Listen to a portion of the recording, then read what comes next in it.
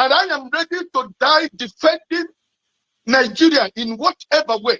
When it is God's time for us to go, it is and you not took my going time to God. You are ready to defend Nigeria. I gave you my time. No, Please, I'm coming. Alexi, hold on. You already started. What I'm saying, defending Nigerians is this. I gave him my time and he's using it to defend Nigeria. No, sorry. Alexi, I'm sorry. There is Don't no me drama.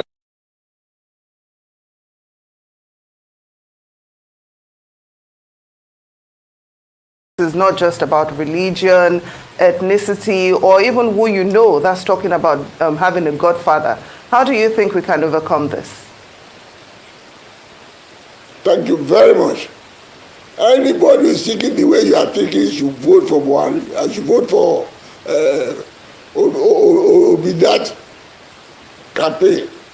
It's only man can unite the country. Anything outside it, you are dividing the country the more.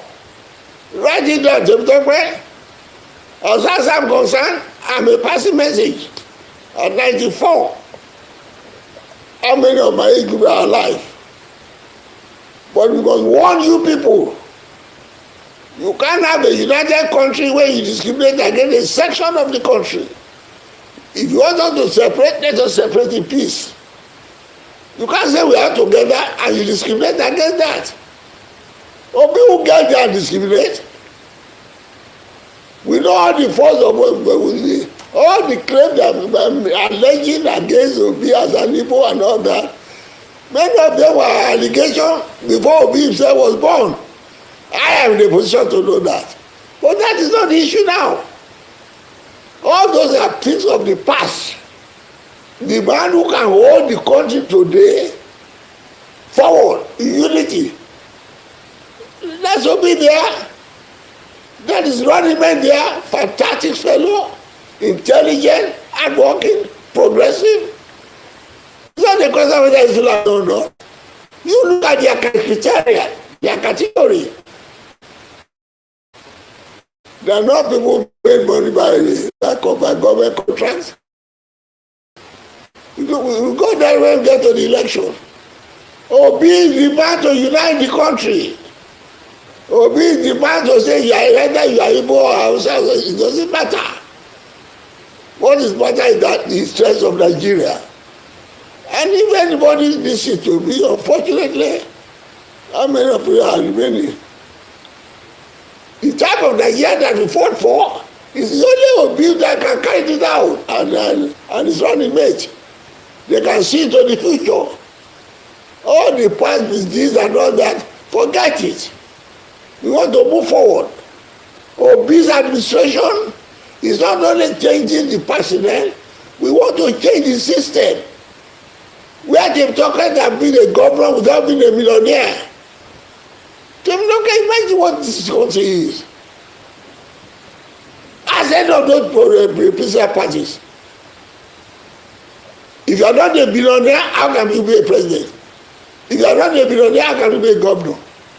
When you say somebody wants to be a governor, a graduate, well educated, come and pay 100 million. Even to be a councillor, those are the systems we want to change.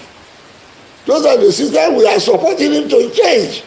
So that it will be easy for Temitope, with your intelligence and all that, to become the president of this country without being a billionaire. It is for your intelligence and your ability. That's what we are fighting for. If they say they want a change of government, just tell them, we like to be polite, but shut up your mouth.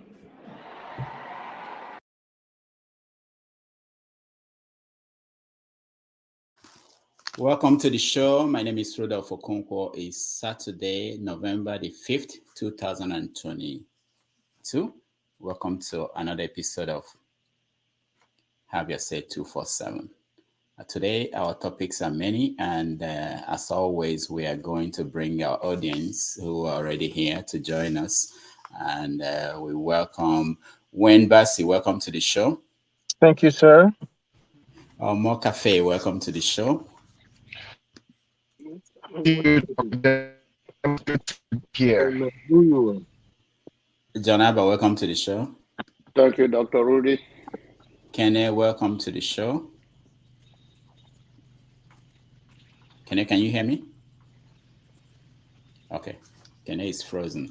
All right. So it's an interesting week in politics in Nigeria, even in Africa. You know, looking at Africa, we notice that our own Olusegun Obasanjo and the president of former president of Kenya, Uhuru Kenyatta, they all negotiated a peace deal in Ethiopia between the Ethiopian government and the rebels in Tigray. So that's an interesting thing that happened this week up there in Ethiopia. In Nigeria, we have several things going on.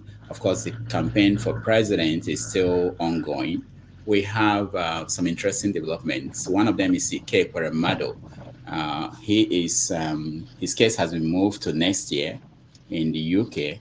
But interesting thing is that the EFCC came after him. Interesting that they came after him this week about his properties and his case. The case he had with them. They are moving on to seize his 40 different building houses he has in Nigeria, in America, in the UK, which is interesting. Also, we have President Muhammadu Buhari speaking in an interview where he said basically that nobody should be hungry in Nigeria. If you are hungry, you should go and farm, which is interesting. He raises the question, are we the president we want and the president we deserve? I think there's a difference, and I think we want to talk about that because I think there's people don't really whatever we do, we determine what happens. Let's just bring in the conversation, start from the beginning, and of course down the road we may talk about the video and the son that passed away. You know, maybe there's lessons there for people to learn. So let me start and welcome Wembasi. Wembasi, welcome to the show. You're muted. Okay, thank you, Rudy. So let's start this way. This is a new week, you know, a new week. What did you hear this week that is of interest to you? Oh, well, like you said, the presidential campaign still in force. I think the most interesting take this week was how Tinubu divided the Afenifere, the Yoruba political group, or I think socio-political group. After APC had in many ways what's the word dismissed them when they first came out in support or endorsing Peter Obi's candidacy. APC and Tinubu dismissed them like, oh, they are no people, they don't, they don't matter. And then they mattered enough for him to go and, I'm going to say, pay the former chieftain of the party to now say that it's not the former chieftain, that is in fact the leader of the group, and got his endorsement, splitting the group. I think that was a low ball, and that's how low Tinubu and his cohorts would go, to grab power in Nigeria. That's really was a low ball for me. Okay, very good. More cafe. Oh, he's coming out of his car. All right. You want us to give you time to get settled down where you're going, or you can talk? You're muted. Are you? Oh, sorry. Yeah, can you hear me? Yeah, let me just get upstairs. Just give me a few minutes, like 2 minutes. All right. John Abba, you're next. Yeah. What stand out for you this year? This week in politics? Everything. The way we, it's not about the leadership of Nigerian, but the way all of us rationalize things. Sometimes we quickly come into judgment. But when the politics of Nigeria, your president says you are hungry, go to the farm. Come into judgment. So When the politics it's a way that trying to tell you that we should become independent country. It's the dream of our forefathers that to become a nation, you should feed yourself. So I mean that is his word, but I don't think he mean it in a negative way, the way we may put it in the political What does arena. he mean? What does he mean? Explain it to us. We have we have what it takes to feed ourselves, and in those days, I'm from a polygamous home. Whatever we eat in our home, we produce it in the farm. And now everybody, what is the government that will come and feed you in your house? If we are talking about unemployment, infrastructure, and all of that, it's one thing.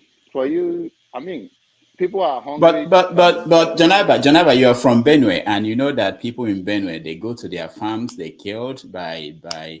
So what do you say? How could a president of a country where he's aware that farmers are having difficulties getting to their farm and telling people to go? then that is the question we should say. What the federal government do to help the farmers? Then we talk about that. Okay. All right. Yeah, can I welcome to the show? Good morning, Dr. Damages. Good morning, everyone. Nice to see you. Thank you. So, what are you looking at? What stood out for you this week? It has always been about this guy in Aso Rock with his careless utterances. You are telling your subjects that when they are hungry, they should go to the farm. And I begin to wonder, how do we go to our farms when our farms are not secured? Whenever we go to the farm, we get killed by your own people. Your people that you deliberately send out to go and massacre our people and take up their farmlands. I'm surprised to hear my senior brother, John Abba, saying that that wasn't in a negative way. No, it is. Very negative way. Because it's a deliberate and conscious act that you will open up your mouth and say that your children that are hungry should go to the farm. Which farm? When they go to the farm, they get killed. On a broader scale, I want Buhari to go and learn. I don't know. Some people can't learn. They will never learn. If you want to provide food for your people, there are different ways of doing it. In America, for example, the government subsidizes loans. They create programs that subsidize loan that ensure crops. Which one have you done? You've not done any one. Recently, in southeast, part of southeast and south, they are witnessing a flood disaster over those places. And these are the areas where the crops, do come out from. These are where we have farmers. Even part of Benue, in short, part of Benue, Taraba, are being faced with these flood disaster as well. So which program have you set aside to help farmers in case of disaster? You have none. So Buhari has failed in every ramification. And whatever that he's doing today is deliberate. Just a few days ago, the minister of, I don't even know what she called herself, opened up her mouth and said that the disaster in Jigawa is worse than every other place. Are we comparing where the disaster affects most? We should be talking about how to help these people. They are homeless. They don't have a place to sleep. They don't have food to eat. And these are our farmers. These are the people that, produce the food that we eat in that nation. You've not done anything, and just see, I always get angry when I'm talking about this guy because to me, I know that it is better for me to have a dog to guide Nigeria than to have Buhari. Dog can secure Nigeria perfectly well than Buhari and his likes there. All right. So, all right. Thank you. Or more cafe, you are next. Unmute yourself, please. So what stood out for me? Hello, everybody. Good morning. Depending on what part of the world you are joining us from, and thank you, Dr. Damages, for having me here. So what stood out for me were a couple of things. Like Kenneth just mentioned, Mr. President talking about Nigerians going back to the farm, and if they're hungry, they should go and farm. And first and foremost, if we are going to go to the farm, you would have provided everything we need that would make us be comfortable enough to be safe and secure enough to go to the farm. So just like everything, that this government and this president has represented in the last going to 8 years now, he's I hate to say he's clueless, but he seemed not to still know what he's about and what he's doing. So that I'm not going to talk too much on. And the other thing is, this is just an aside. We're going to get to it, like you said, Dr. Damages. People peddling that, unfortunately, the baby that died, Davido's child, is alive. And I begin to wonder, why are Nigerians like this? Why do you always wish against, the unfortunate and tragic incident happened? The family is still trying to process, and you are going about saying different things, even pastors coming out and saying, hey, bring the child here, he's not dead, blah blah blah. Yeah, that stood out for me. Then here in America, what stood out for me is the guy who was 45 before says he'll probably run again, and I don't know. That's something to talk about. Yes, I thought about that topic, but Yeah. I don't think we have enough time. Yeah. But thank you so much. James, welcome to the show. Yes, thank you very much.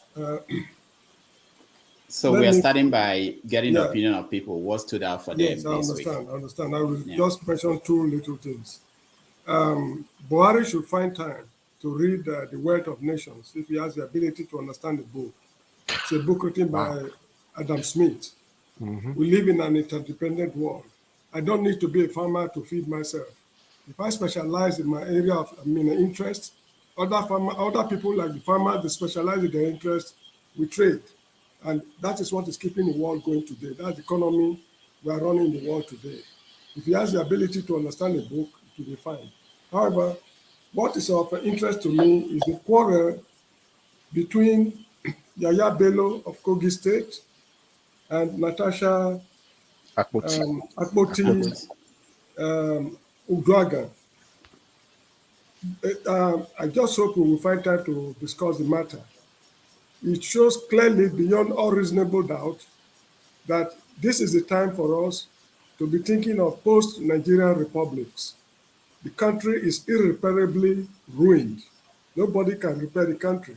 If you get to know the details of what that woman revealed to Arise News and Arise News and this popular channel, Channels TV, I think Channels TV, if you get to know the details, you know that Nigeria is beyond repair. We should not find ourselves in the situation Southern Sudan is grappling with. This is a time for interest groups to work out the modalities of how the people will be governed after Nigeria's final demise. So that is it. All right, thank you. HO, welcome to the show. Thank you, my brothers. Good morning from here. Yes. Last week you were on fire, and I've been getting requests for. Someone said we should make you a subject of a show, and we are thinking about that. But what's that? Looking at what happened in the last 1 week, what do you think? What is Three things stand up. Three things stand out. But before I start, I want us to understand one thing. Can you pour that for me, please? Okay. As a treaty stand out, Yeah, go ahead. and before I proceed into the three things, I want us to understand one fact. That Nigerians, we are orphans. And what do I mean by that? We not get papa, we not get mama. As far as Buhari is concerned, he not dead there. He just be figurehead. So pikin when not get papa, when not get mama, he go learn advice and way forward. When he sit down, I'm more pikin when he get papa, when he get mama. So Nigeria, we have to begin to see ourselves as that from this very moment. So that when we know that we are orphans, when I mean orphans, we are talking about the oppressed populations of Nigeria. They are orphans. I am one of them. So I see myself as an orphan, as a Nigerian. Therefore, I take my lead from countries that have leaders, and I listen to them to better myself in preparation of the journey of a new Nigeria. Those of us that are clamoring for cessation as a result of dissolution, that is not true. Why did I say so? All of us are the problem of Nigeria, one way or the other. So if we, human beings, because when I look at the map of Nigeria, since we don't shout, the map never change shape. The only people when change, now we. Some of us when they this abroad, now we be their agent of laundering the money when they thief. They take on the front line. Some of us, now our credential, they take buy house. And we there here, they blame them. So we are part of the problem. I use we, so that I go not say, I know they take myself out, not all of us. Now it cause the problem of Nigeria. So if we want to solve the problem of Nigeria, not all of us will make up our mind. Say these things when we don't learn for this Western world, we make all of us the para for this place, we go implement that for home. Even all of us when we day here, are we not problem ourselves? Some of us carry the baggages of our wickedness. We still bring her come here. That is why some of us, when it comes those days, now we they report our fellow brother for deportation because we know say they not get paper. So when we they even the yarn for here. Having said that, back to the three main things I said about.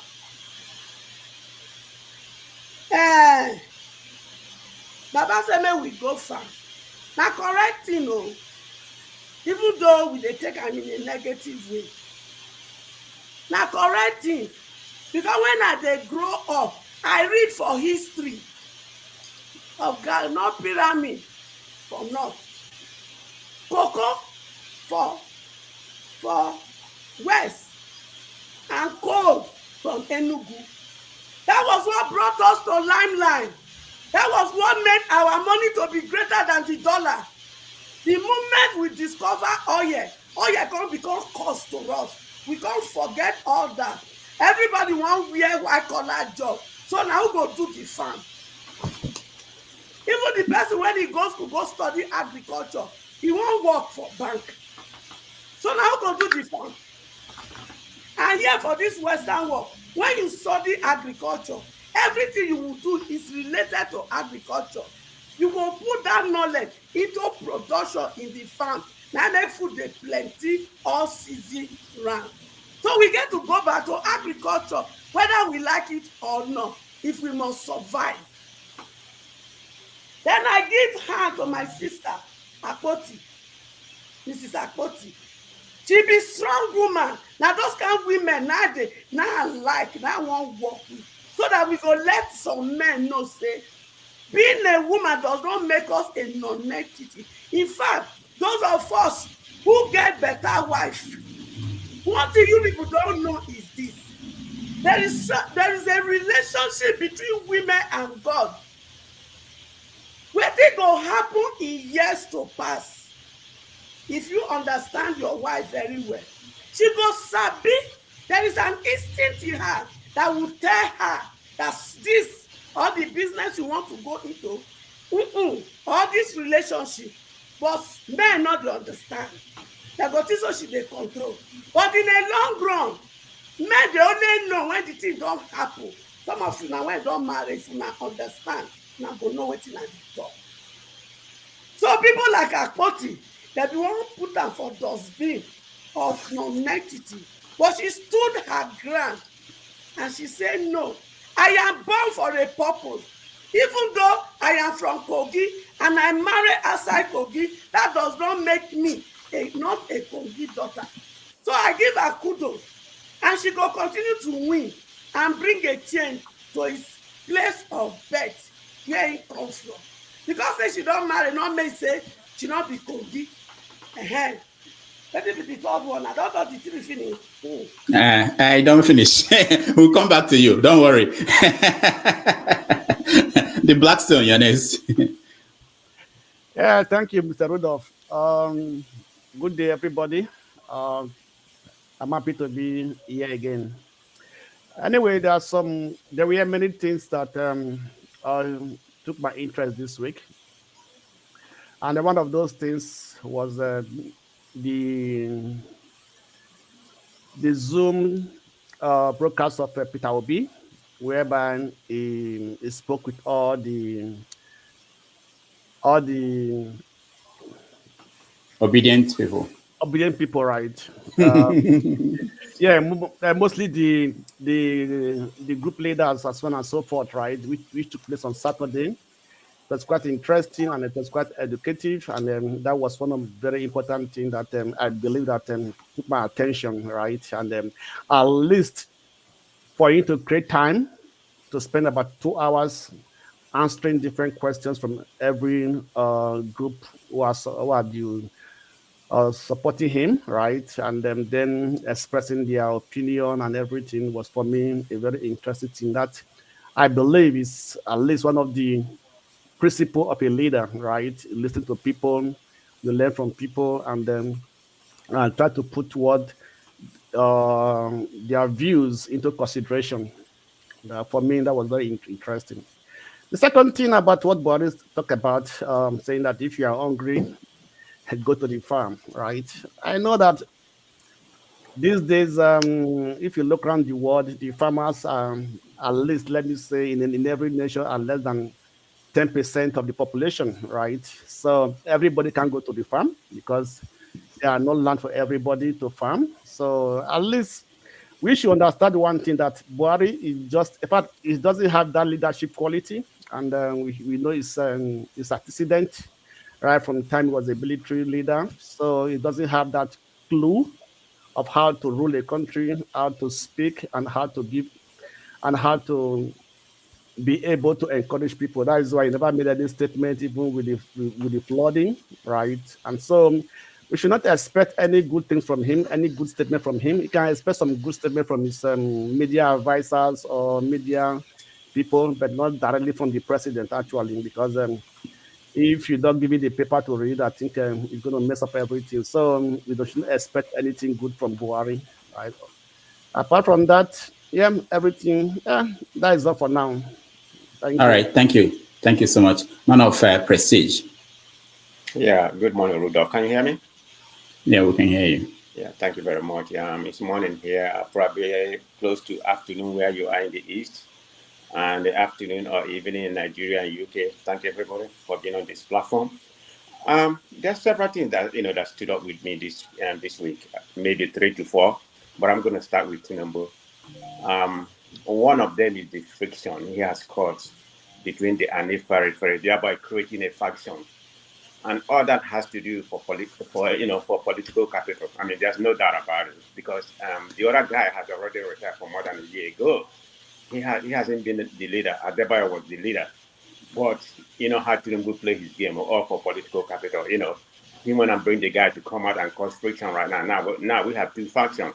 So it's a well-respected social culture, or maybe it's not social culture. Maybe they call it social political. So it's a political, you know, social political right now. So it's what he did. He's doing what he does, you know, devious, you know, manipulation and everything, all for political capital. Well, that's Tinubu for you.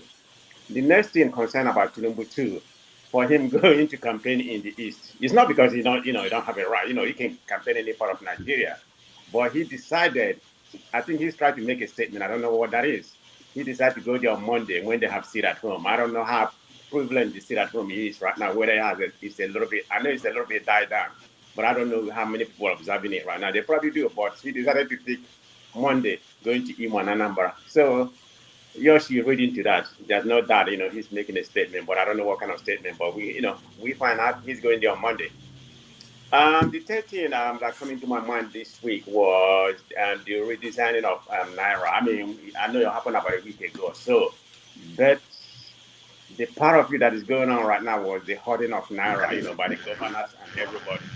So everybody's probably, I mean, about three of the governors, I think Wike, at the county governor and some other guys, you know, they say they haul a lot of money in their room. So I don't know what's going to come out of that. I mean, in the Nigerian space, none of them, you know, I mean, it has happened several times. Probably not going to come with any indictment. But the last thing I must say before we proceed, there's something I noticed. If I'm wrong, let people let me know. Because it seems like most of the politicians, because all of them, they are corrupt, there's no doubt. But it seems like the people from the south and southeast are the ones being prosecuted. Of course, you know, doesn't have any outcome. None of them has spent a day in prison. But it seems like most of them is the south and southeast. So if I'm wrong, you know, you can give me more detail about the northerners that have been prosecuted to balance, you know, to balance it. But it seems they pick more, you know, more of the east and the south. So that's my opinion. So we can deliberate on some of this later. Thank you, Dr. Rudolph. All right, thank you so much. CM, you're next. Okay. Good afternoon, everybody from here. Good afternoon, Rudolph, and good afternoon, our viewers, wherever you may be.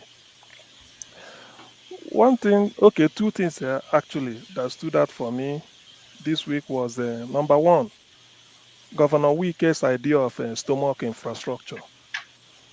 You know, initially during the interview, he said he recruited 50,000 people just to be personal assistant to the governor at the polling booth. We should note that personal assistant, no office, just at the polling booth. Now from there he doubled it to 100,000. Now we are talking of 200,000, and he inaugurated them. You see what he's trying to hold on. What venue did he use to inaugurate them? What venue took at the stadium? 200,000. You must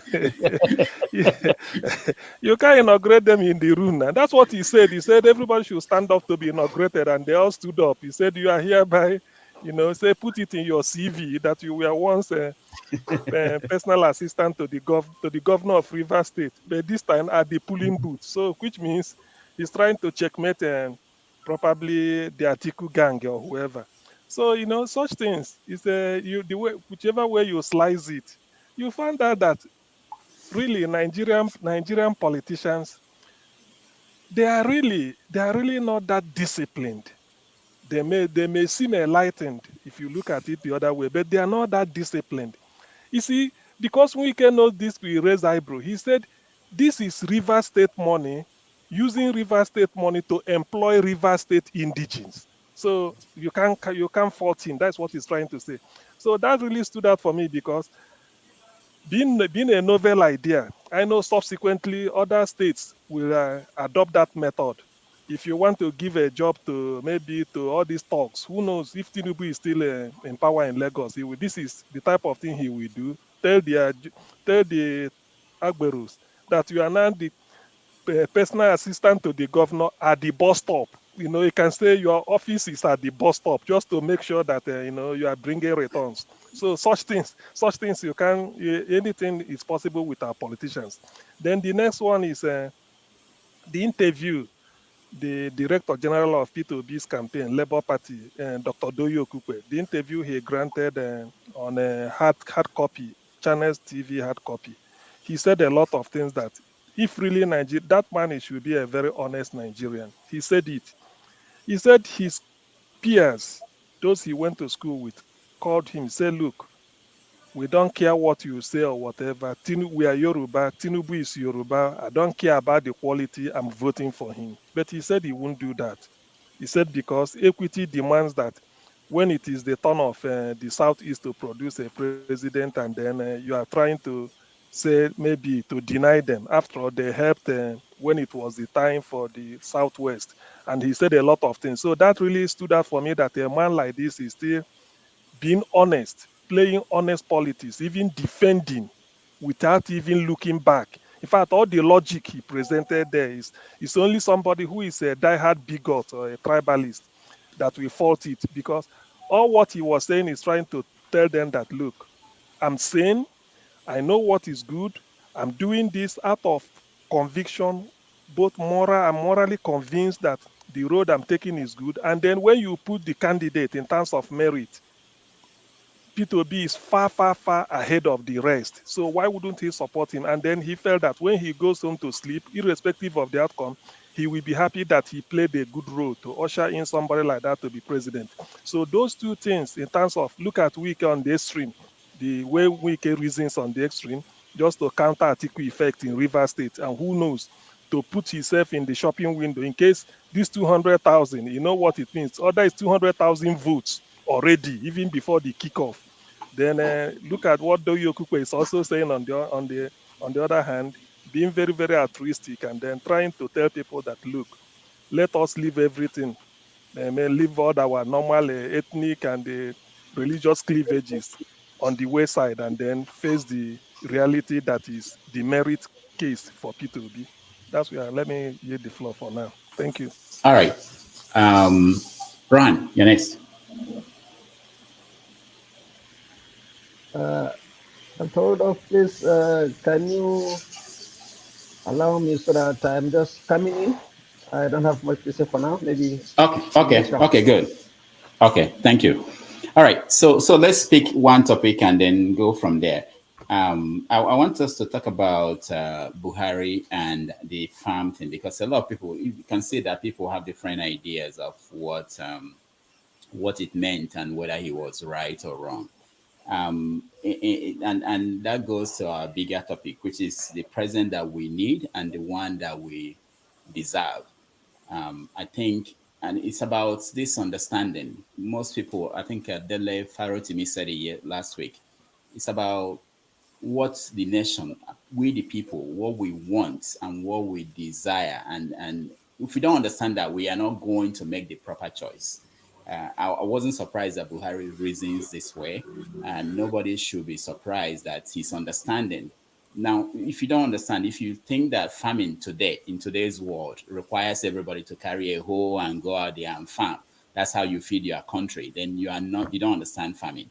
I studied agricultural engineering, and that was a long time ago, and we should have been in a different era in Nigeria, not where everybody will go out there and farm. That's not how you feed your country. And even at that, the people who are farming to feed themselves, they are not able to do that because of circumstances that the government has not been able to deal with. So let me come to you, Omokafe, in terms of Buhari and his statement about hunger. And it's the same thing with everything. If you think about when the issue of farmers and herdsmen started, he was thinking about the old ancient what do you call it, roots, what did he call it, something grazing routes that was there grazing routes, routes, during the colonial era. During Lugard, So exactly. So he has not actually transitioned. He remained where he was, and modern things. So that thing is important to weigh for our citizens who are going to vote, because they are going to make a choice again. And if you choose people, I know when Jonathan was saying analog and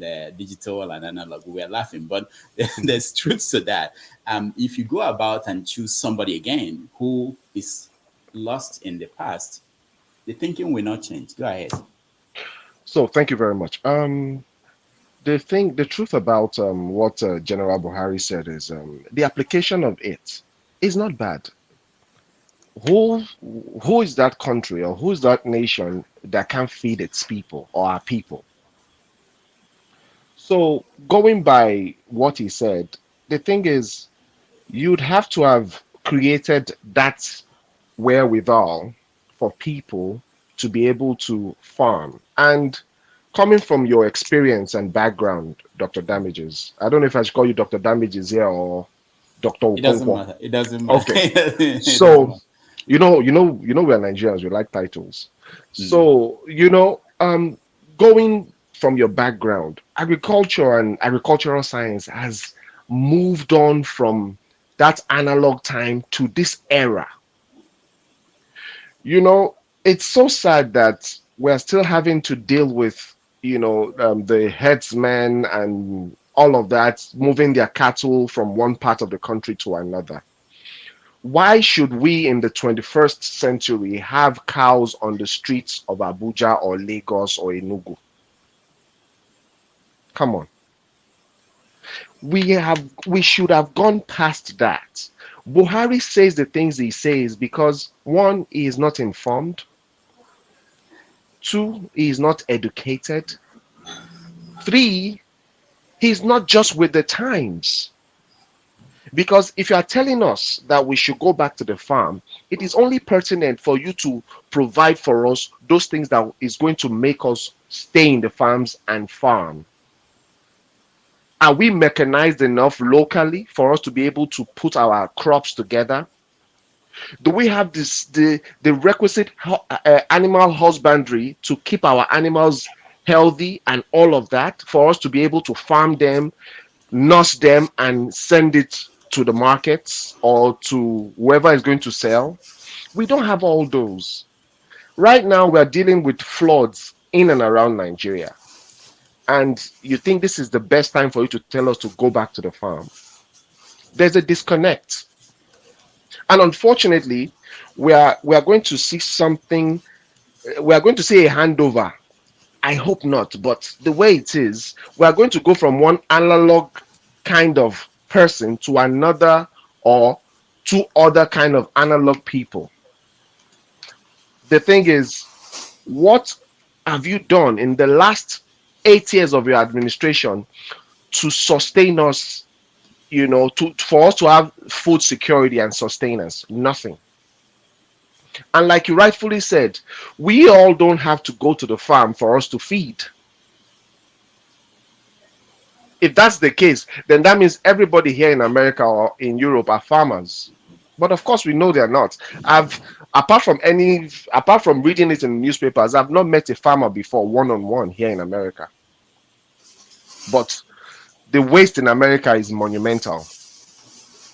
You understand? So until we're able to have a government in place that can truly and are willing to provide those factors that will sustain us, that will make people stay in the farms to do that farm business, we cannot go forward. We will take one step forward and 200 steps back.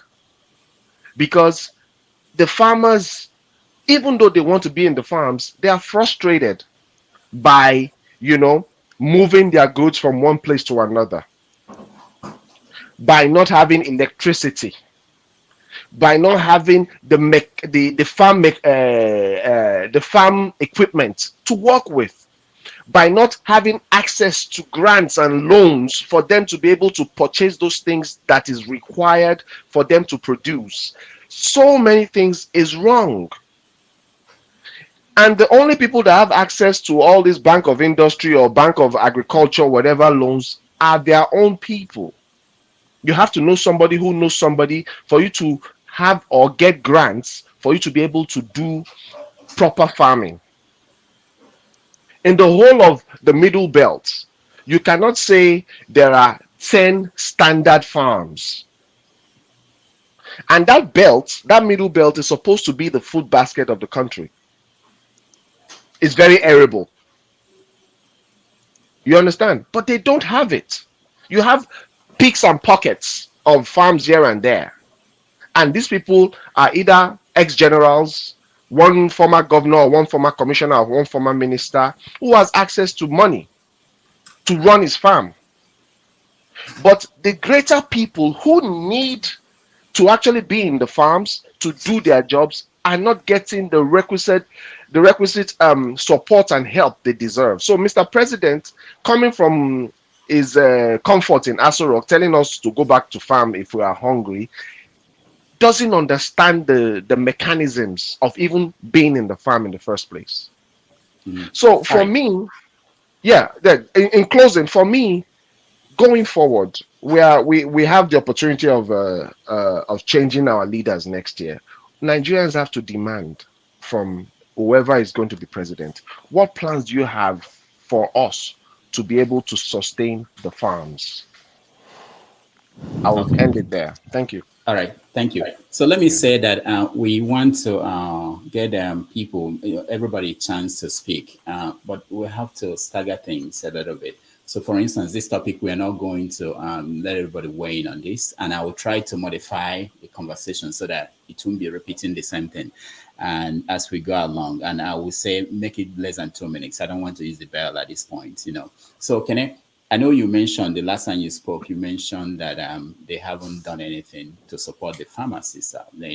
If you're actually interested in people farming, they have actually done a lot. If you listen to the central bank governor, he said that they spent trillion, not billion, of naira to the loans they gave to farmers, and that farmers are not paying back the loans. We don't know what the central bank governor, what they are doing there. They just give out money to anybody and they're not accountable to anybody. Anyway, but he talks about trillion in loans to farmers.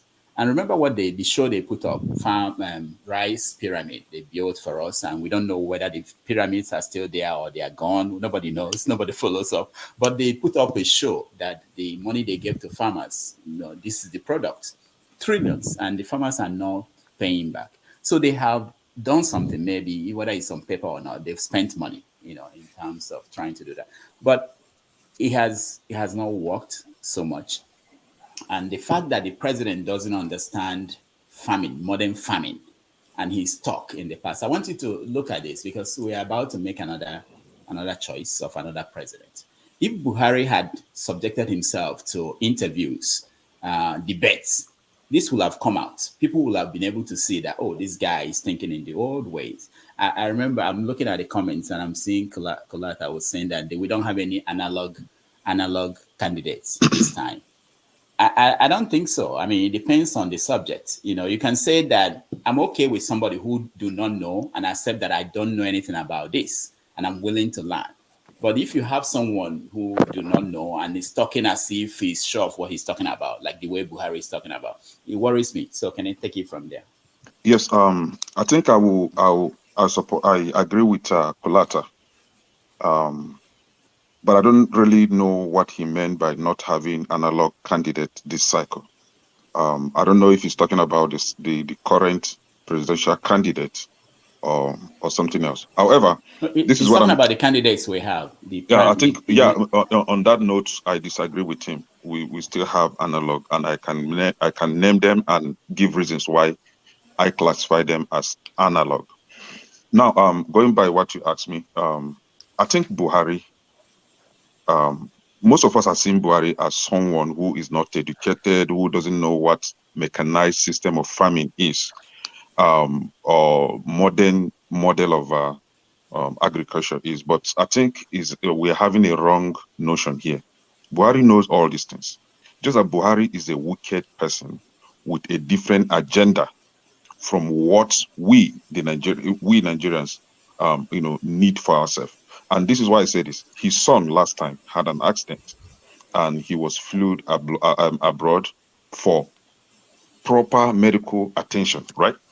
So Buhari's, what they call it, health deteriorates every day and he always fly out to go receive proper medical attention.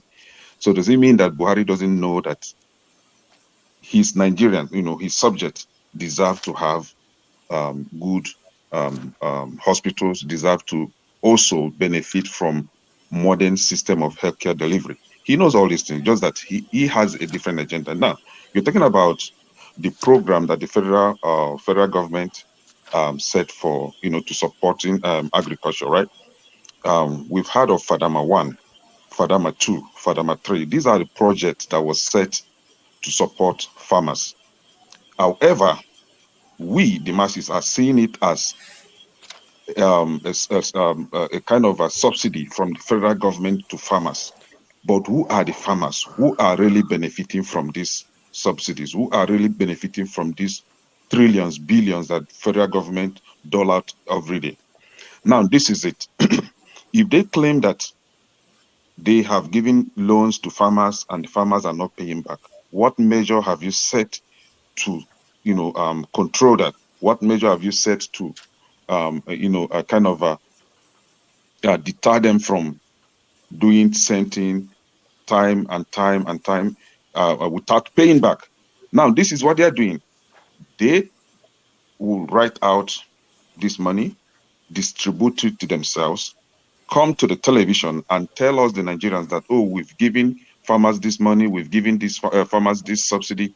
They don't give anything. Last time, the trader money guy was telling us that they spent trillions or billions of naira feeding students. We have schools in Anambra State. We've never seen any feeding program to any of those schools, but they are claiming that they've given it. During COVID, maybe we've forgotten so soon. During COVID, the minister came out and claimed that they have given each and every Nigerian, I think it was 10,000 naira or 5,000 naira as a COVID support or whatever. Palliative. Palliative. I have my people back home. None got that money. If I was in Nigeria, I don't mind. Even if it's 1 naira, I will go and take it. Right? But nobody got that money. And they claim that they spend the money. So these are a cycle of criminals. They'll sit down, dole out this money, share it among themselves, and come out and boldly deceive the world, claiming that they actually are helping their people when they are not. We know the truth. Just like as the topic said, the president that we need versus the president that we deserve. We need a president that understands that we need a better Nigeria. We need a president that understands that we need a better standard of living. A government that understands that if we cannot be able to feed ourselves, we will not be able to reason well as human beings. A president that understands that our children are dying of malaria every day, that we need to wage war against mosquito. We need to wage war against bad water supply. Where do we even start? There are tremendous problems that has never been treated, has never been even be discussed to be handled. Yet they always come on the TV and tell us that they've handled this, they've handled that, they've fulfilled all the promises, campaign promises that they made to Nigerians prior to assuming office. We know that they are lying. Just that we ourselves are not telling ourselves the truth. Look at what the Afeniferes, for example, are doing, right? The Adebanjo faction. Okay, and can I let's now go. We'll go to that topic. Okay. We'll get to that. Thank you. All right.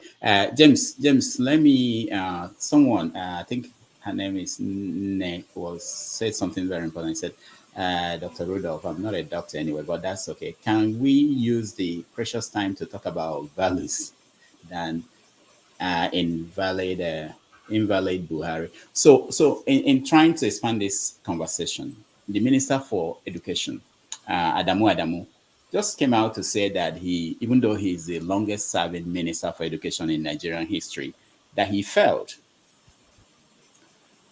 So this is it's not very common to have a minister accept that he failed. So the question is, what should he do? I mean, he already failed. Shouldn't he resign? And connecting it to the way we expect things to happen.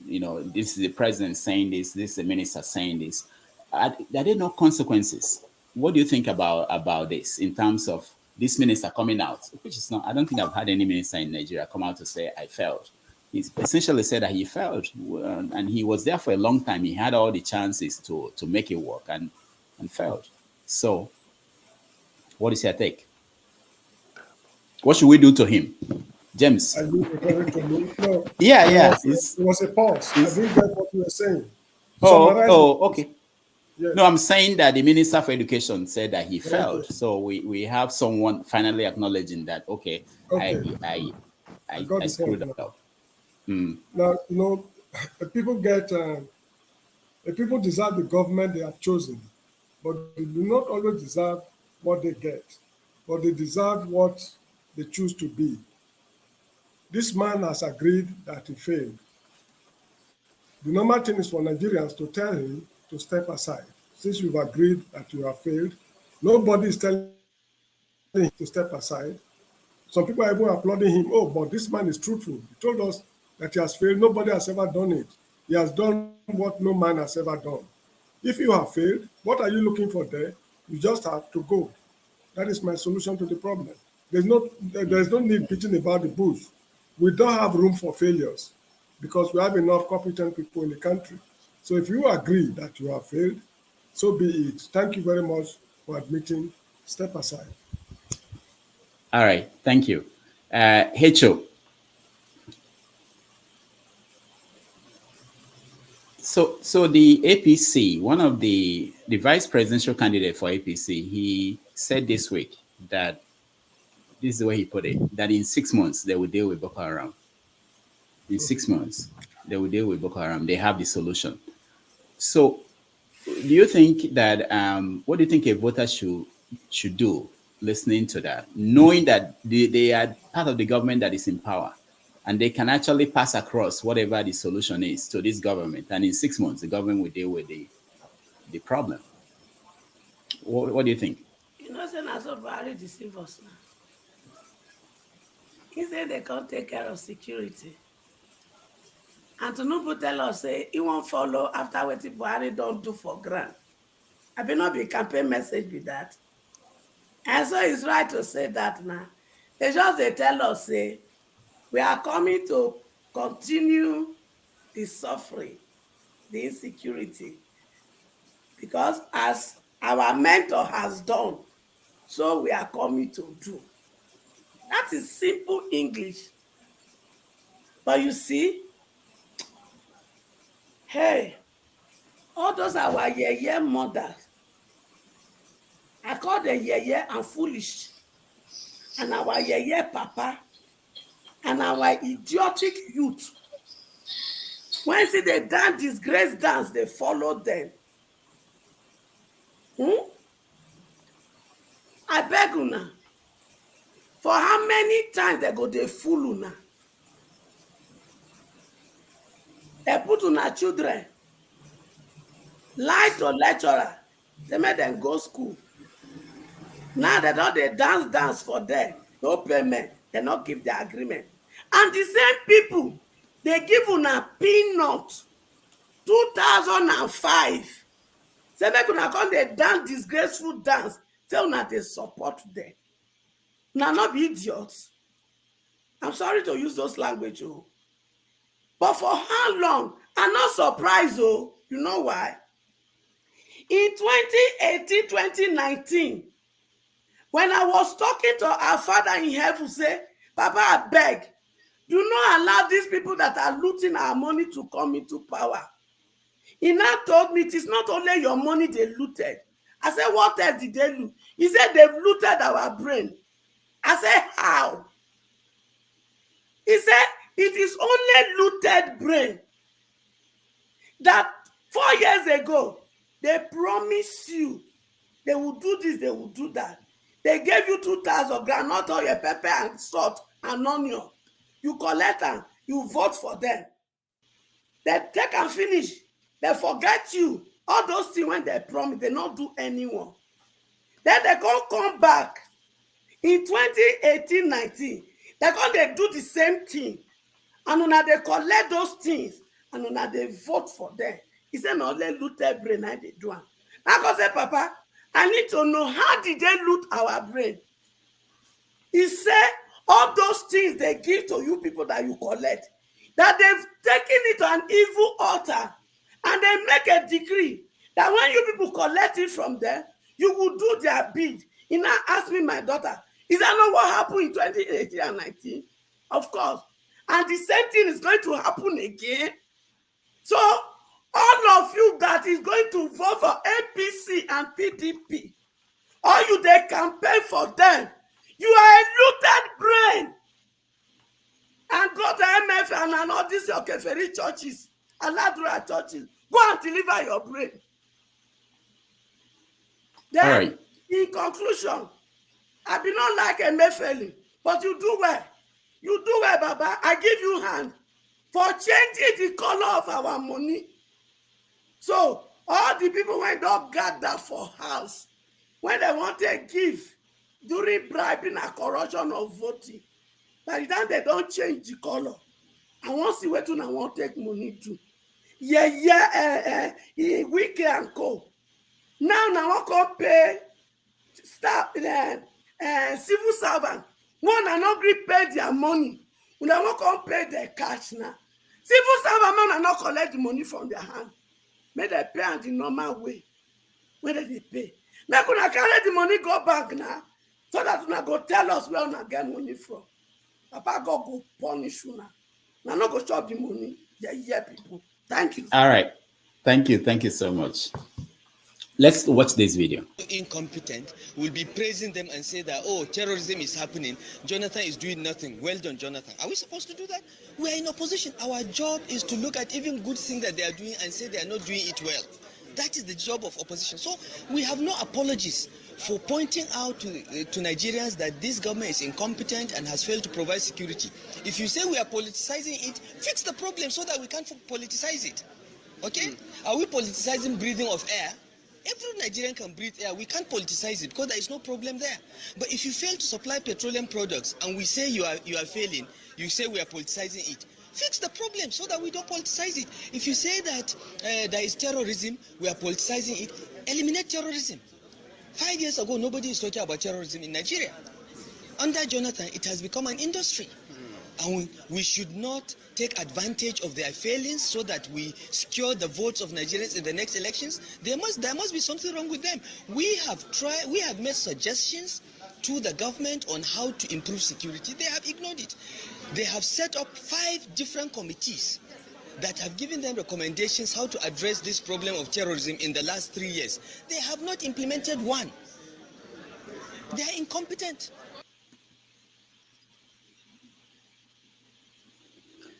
Yes, that was El-Rufai before he got into office. You know, he had all the solutions. Today's front page news was El-Rufai begging the federal government to deal with Boko Haram and bandits. All the documents that they gave to Jonathan, apparently they couldn't use it. Blackstone, you're next. Yeah, thank you, Mr. Rudolph. Yeah, what I want to say is that when we are outside the government, we seem to have every solution to the problem in the government. But when you get there, you find out that it's not as easy as we think. Listening to El-Rufai at that time, the time of Jonathan, and listening to him now, we can see that he has totally failed. He has totally failed because he could not even provide security in his own state, right? Even his party cannot even provide security. The minimum, the best security they could not provide. So this tells us that when we answer the government, we should not make too much noise.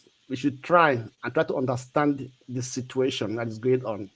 Because at that time, APC was heads on fighting Jonathan, that they could not provide security, they could not fight Boko Haram, they could not do this. And everybody thought that Buhari, as a military general, has all the solution. But now we see that it's worse than Jonathan. It's worse than the situation at this time was much more worse than at that time. So we should understand one thing, that There's a saying in my language that a house you have not been to is where you find all the riches, all the solutions. So I don't blame Erufai because he has seen it that he's a total failure and there's nothing he can do. And he's begging the president, which I call a robot, because Buhari does not do anything. It's only when you charge the battery, that's when he comes to talk. When the batteries are run down, you don't see him, you don't hear from him. So how can he provide a solution to the insecurity in Nigeria? There's nothing they can do, actually. They have no solution. They have no idea of what is going on. And going a little bit further, actually, if you look deep down, deep into the issue of the security, right, you will see that there's a big cabal actually giving the support to all this, the X-Men, the Fulani, and also on and so forth within the government. Because I think it was late Abacha that said, no, not, I think Abacha said that if the security persists more than 1 week, you know that there's an insider in the government that is actually sponsoring these things. And we know that these people are being sponsored by the people in government, but have interest in who are within the government, but nobody comes out. Last time, Dubai provided a list of sponsors in Nigeria, the companies and the individuals are sponsoring all this insecurity, this S-men, these bandits, and who are sponsoring them. The minister agreed they received the list. He said they are going to release the list. They're going to talk, but nobody talk about it. Until now, we don't heard anything. We don't know the people. We don't know the companies, as well and so forth. So this is Nigeria for you, because since that the people involved in the insecurity who are sponsoring these Boko Haram, the S-men, as well and so forth, they know themselves and they are a part of the government. Just like as Peter Obi said, that you have the NIN, you register NIN, you link to your mobile phone. So how can they be calling for ransom? You can't even trace them. So it is a total failure of the government, total failure of whatever they did. And so I think the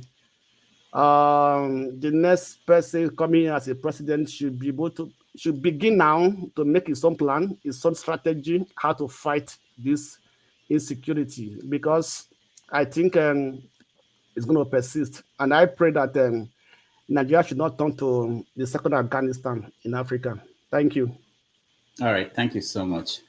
I just wanted to remind everybody that on the show tomorrow, 90 Minutes Africa, we are going to speak with Major Mustafa, Hamza al-Mustafa. He's running for president. We are going to ask him this thing that you pointed out now, Blackstone, the statement made by Abacha about insecurity.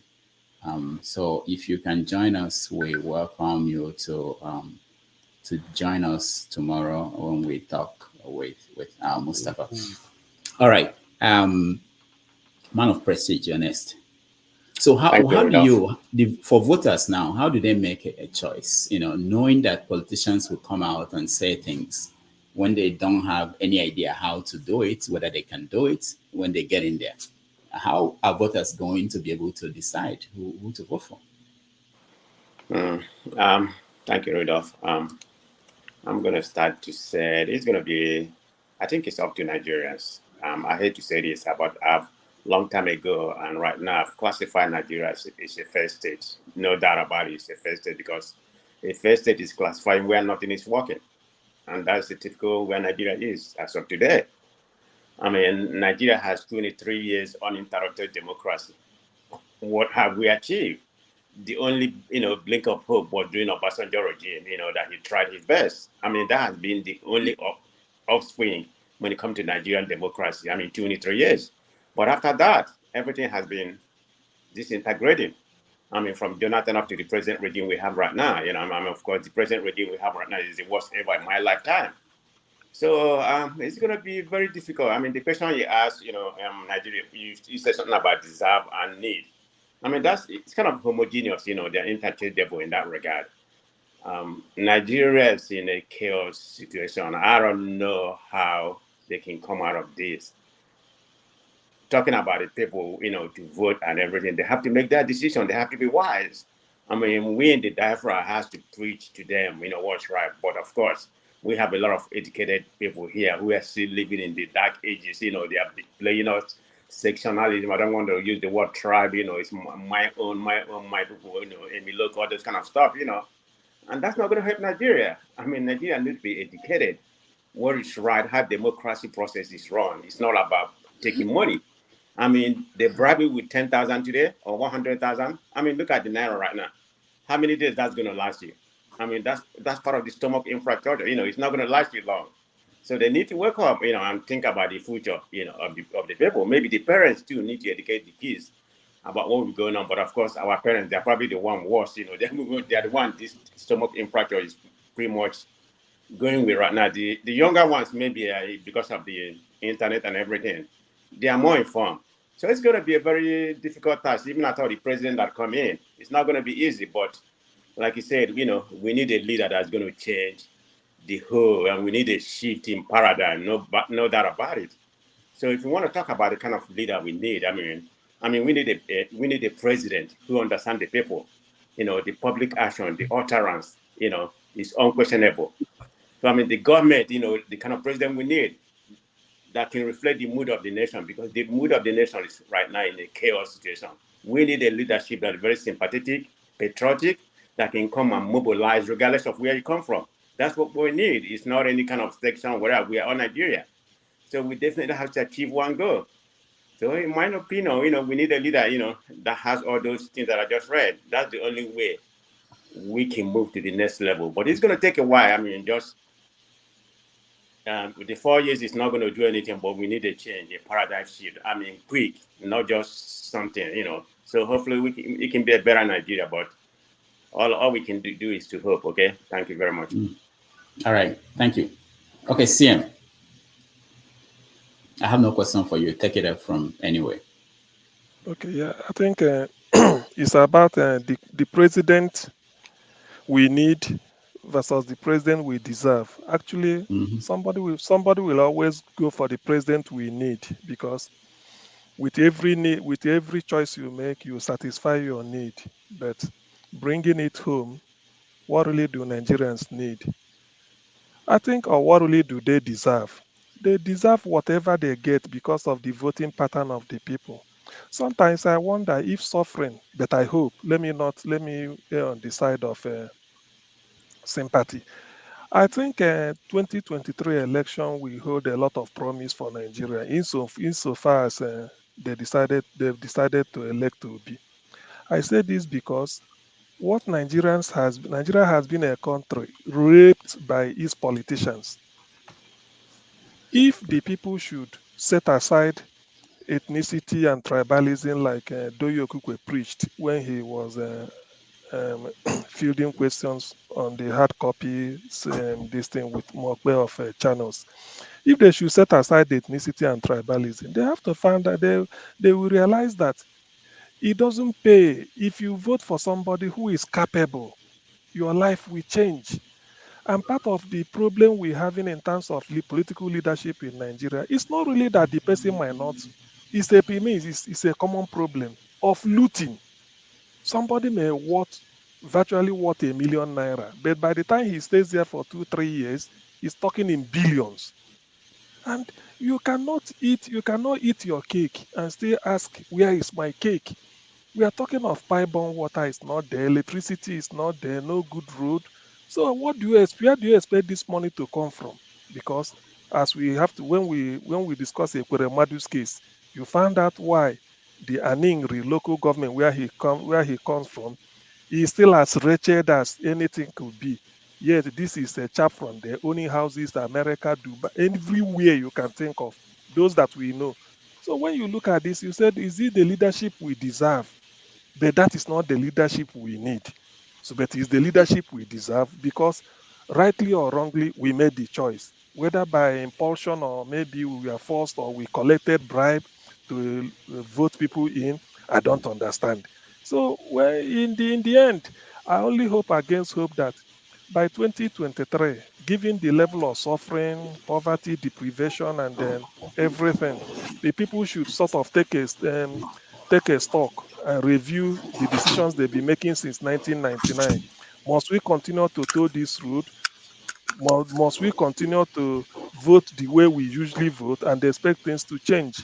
Sometimes I wonder if Nigerians really understand what they are going into or what the leadership they are looking for is all about. But having said this, let me not be overly optimistic because, like somebody here said, I respect his opinion, James. Probably it might be wise. I don't know. I may be wrong to start, preparing for post-Nigeria republics because we cannot continue to coexist in this type of manner. Forced marriage, yet we are not making the best out of it. The suffering is mounting by the day. A bag of rice is 45,000. Maybe today, I bet you by December 18th, you can never get it 45,000. It will put, there must be something on top because we are going for Christmas. And by the time they start, and by the time they start, by the time they start to change money, I know a typical Nigerian behavior. By 16, 17, 18, 20, if you want to buy, they say, is it new money or old note?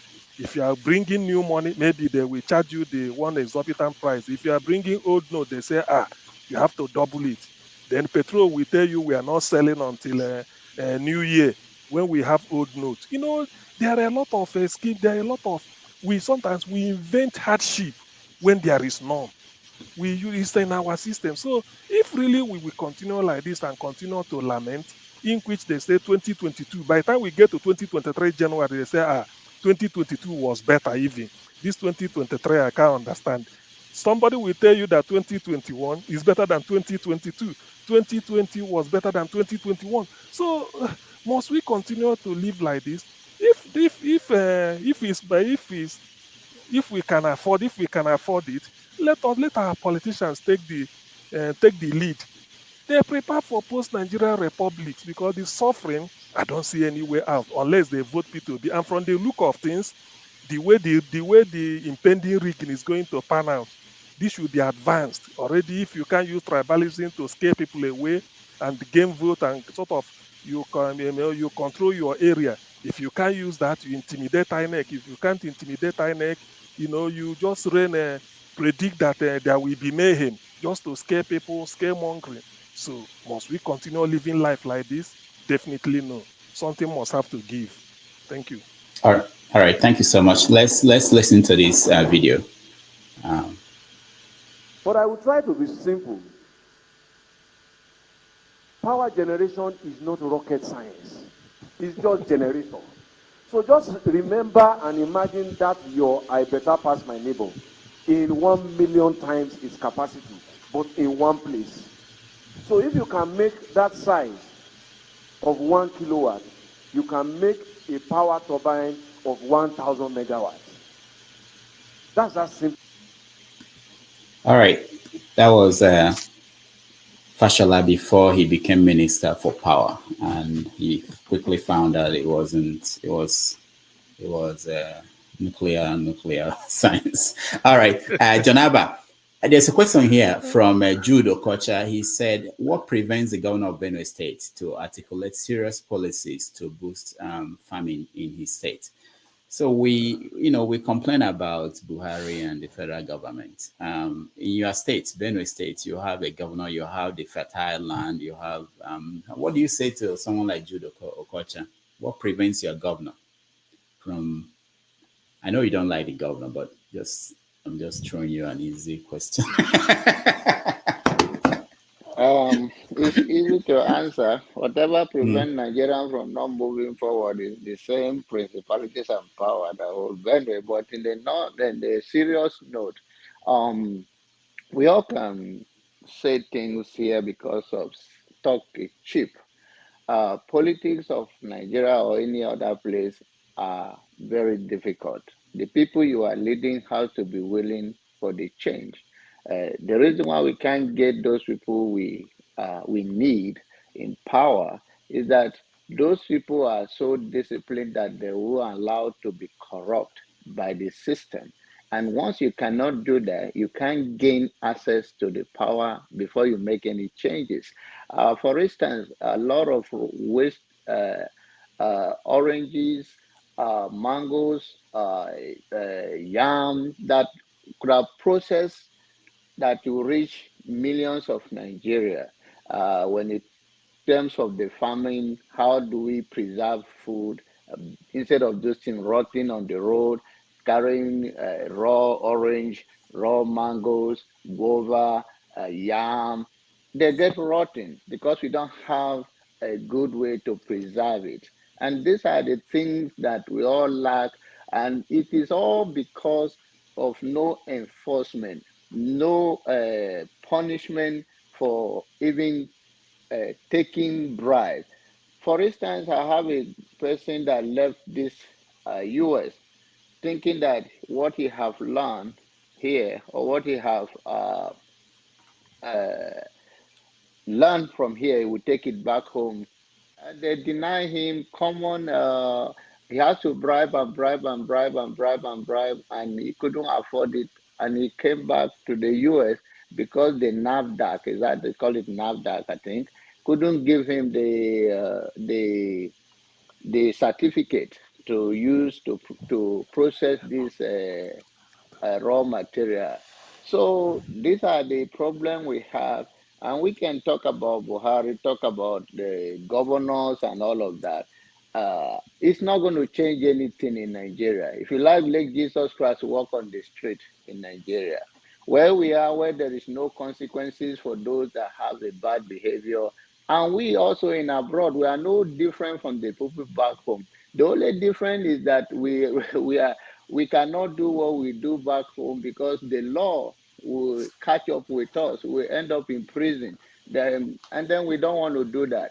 So the notion that we think Nigeria will be a better Nigeria under any leadership without the judiciary system in place so that people have to face the consequences of their wrongdoing rather than being worshipped, rather than being bowed to. And to my beloved sister that says that father told we prayed to the father, he told him, I don't think you didn't have to, father need to tell us that we don't need to go that far to know that we are bankrupt already. And even if you go to God right now, He's still going to tell you the same story He told you, 2018, that we are not going anywhere. So good luck to all of us. I pray that one day, it's a long walk to freedom, but hopefully one day as we all put our mouth to it, we tell ourselves the truth. Where is the beginning? Because we are not, where do we start from? Nigerian problem? Is it from the judiciary system? Is it the mentality of ordinary Nigerians on the road? Is it in the church? Is it in the mosque? Is it in our town square? And what is the message are we carrying across? The normal message that my parents told me that do unto others as you want to be done to you? Or is this sentiment a tribal sentiment or political, find a talking point and destroy us and divide us and control us? Or are we going to hold this system accountable? And how do we hold accountable when you cannot walk on the street with a nice phone today in Nigeria, except you are a son of a billionaire that they are afraid of you? I cannot send a good phone to my own younger brother in Nigeria because the police will go after them or FCC will go after them. So I don't know. John Abba, thank you so much. You're a pastor, you should give us hope, but it sounds as if you don't have any solution. Okay, Rohan, you're next. Thank you very much, Dr. Udo and the panelists.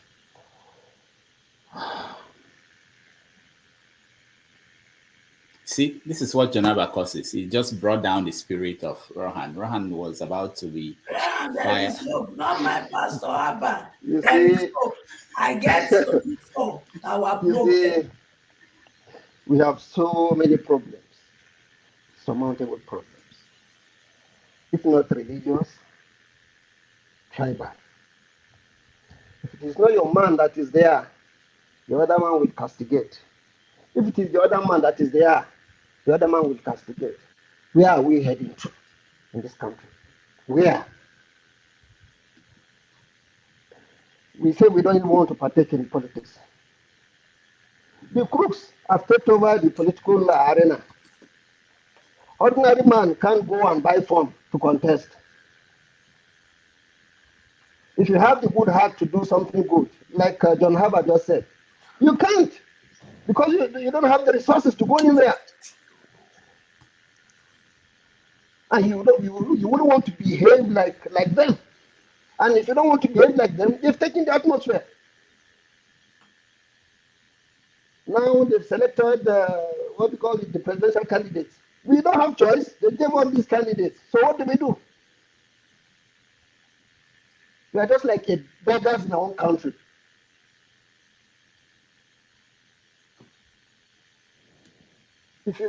Oh my goodness. Let me just start from Ogawike, Mr. Stomach Infrastructure. Now you can see that this is the attitude of our politicians. They cannot think outside the box for the masses, but they can do that for themselves. These are the things that they should have established earlier when they came in power, but they are doing it when it is time for election. Virtually, that is the attitude across the country. Some will begin to say, okay, we want to employ youths now. The server is open. Use it for political gains. So how do you want the mentality of the citizens to look like? Of course, it will tilt toward the direction. And as long as, for the time frame that is left for them to come for the next round of elections, their mentality have already changed. Their manner, their attitude have already changed. It's also been in a crookish way. If they have the opportunity, they might even do worse than what these people are doing. The only difference is that maybe their thoughts, like the way we are here in the diaspora, we have different ways, creative ways of trying to ameliorate things. But if we are not much, how can you network to improve? Because all these crooks are everywhere.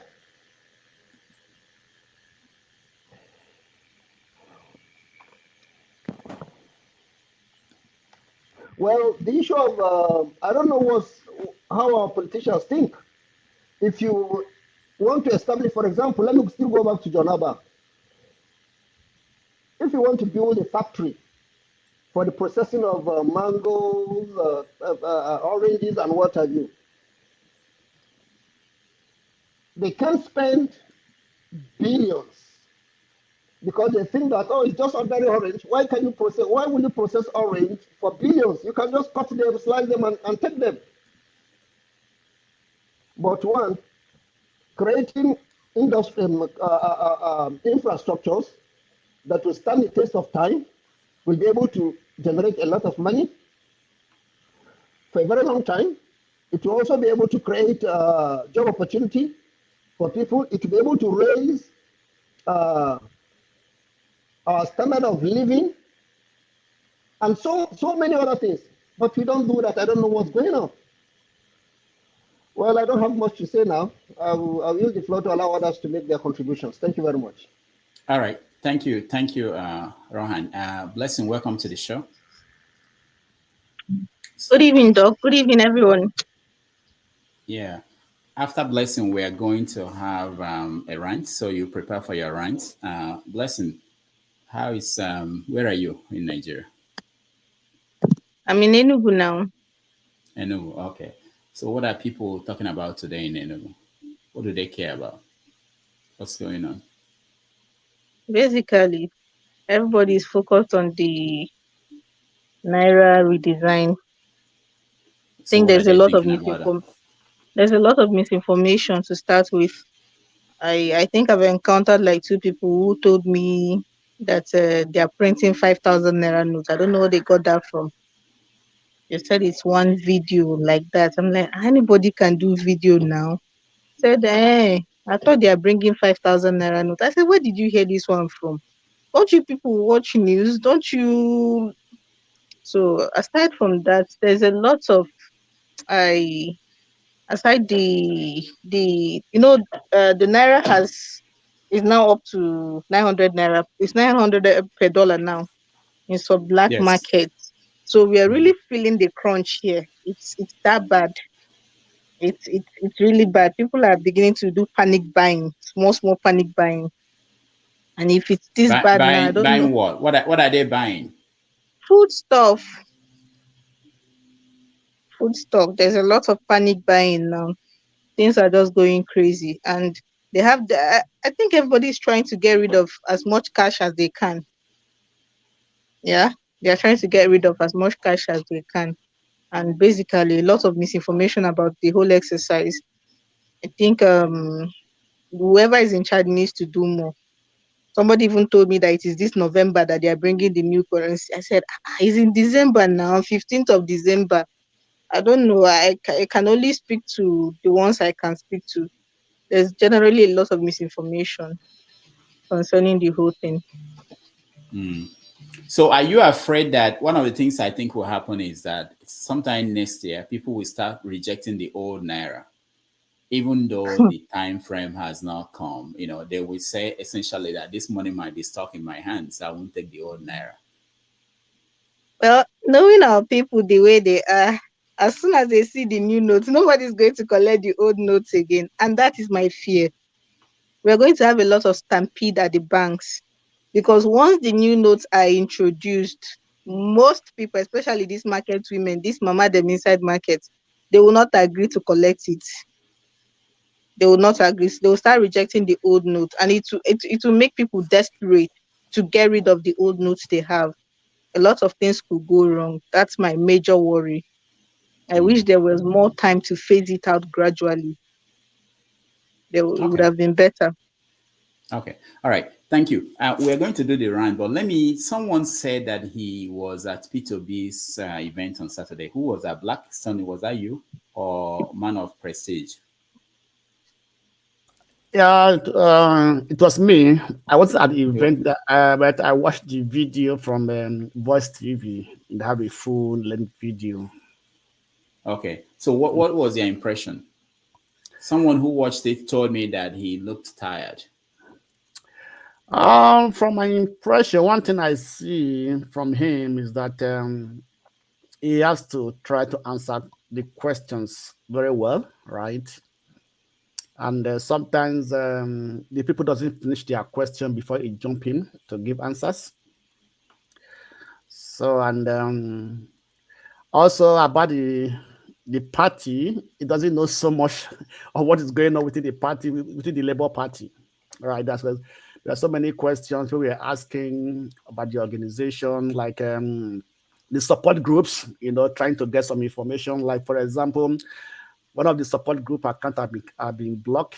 So they have their account in Skybank, or something like Keystone Bank. Yeah, Keystone Bank, and the account have been blocked, right? And the bank refunded all the money back to the donors, right? And it's like that. So he doesn't even know what he said. He heard it from the news, or they heard it actually, but he doesn't know what to do about it, and it's like that. So there's so many questions from the support group, right? What they are doing and what they need, and so on and so forth. But he could not provide answers. But say those questions, we pass it down to the party leaders, and they should respond to them and try to find a solution. But I think from what I see from that interaction, Labour Party still have to do a lot. They have a lot to do, right? They have, let me say, they're not even started actually. That's the truth.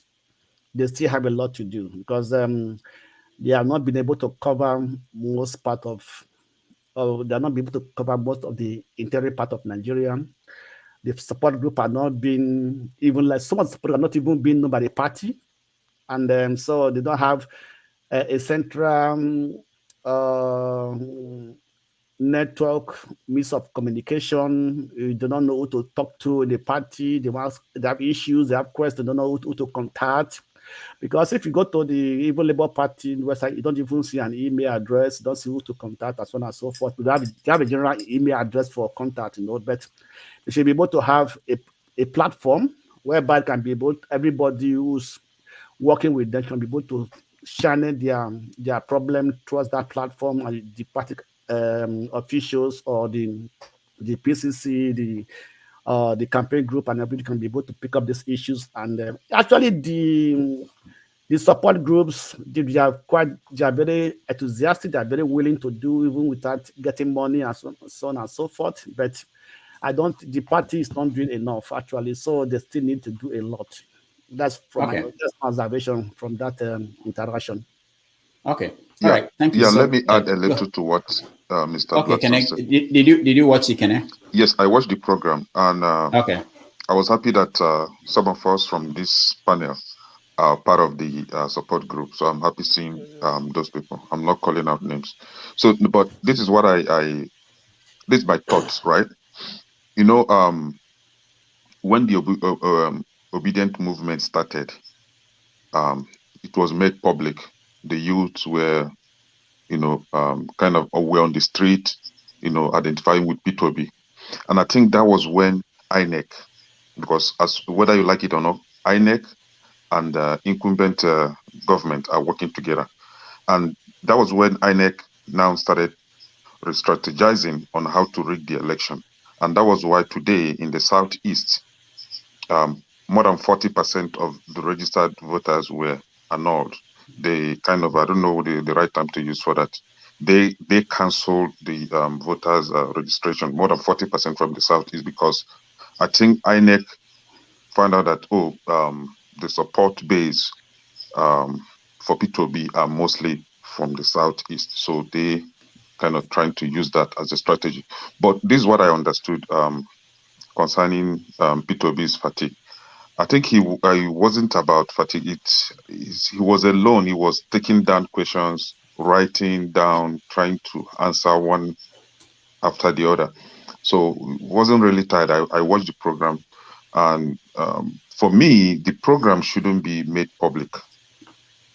Is a meeting for between the principal and the support groups, trying to strategize on how to win the election or how to campaign for the election.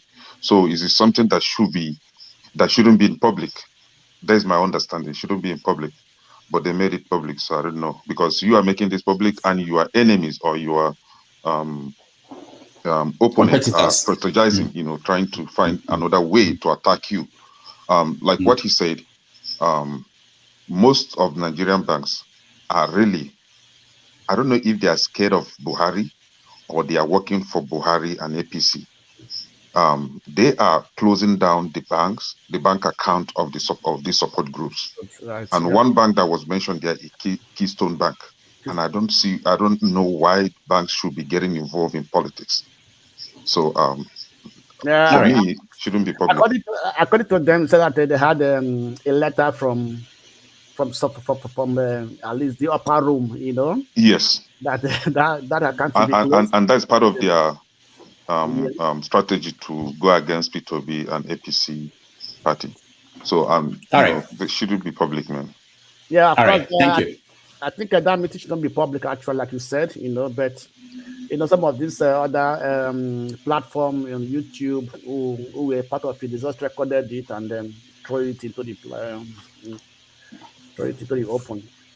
All right. Let's do the rants and so that we can let new people join us. People to come in and we can discuss other topics like the video, Aquaramado, and so many others. So let's start with Echo. 1 minute, everybody, for the rant. Echo, you go first. Number one, it breaks my heart when we look so hopeless and helpless. With all the knowledge, with all the understanding we've gotten, and as a social worker, we have solution. The first thing is for us to identify our problem and be able to approach all these problems from holistic approach. So in a situation we look hopeless, then what do the people at home do? We are supposed to be their strength and their hope. But when we now talk hopelessly, it just saddens my heart. Just because we are sitting and we are eating, nothing is happening to us, we think it doesn't matter. Let us wake up and take back our destiny. Then two, I like as they change the money, I go also get account number for Anda Mogo Charity charitable organization. Make dem drop all their money wey dem no fit spend for there. We go use am take build facility for all the children wey na put for street by force, by fire. Na here. Thank you, sir. All right. Thank you so much. That's a good one from HO. James, you're next. 1 minute. Rant.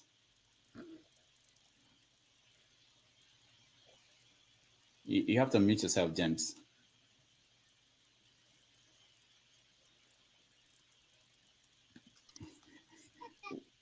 James, you cannot mute yourself. No? You have nothing to rant about. Go ahead. No, okay. You may continue. Don't worry. Thank you. Okay. All right. Where do I go? The Blackstone. Go ahead. 1 minute. Okay. I want to say something about the proposed change of the currency, the new design of the currency.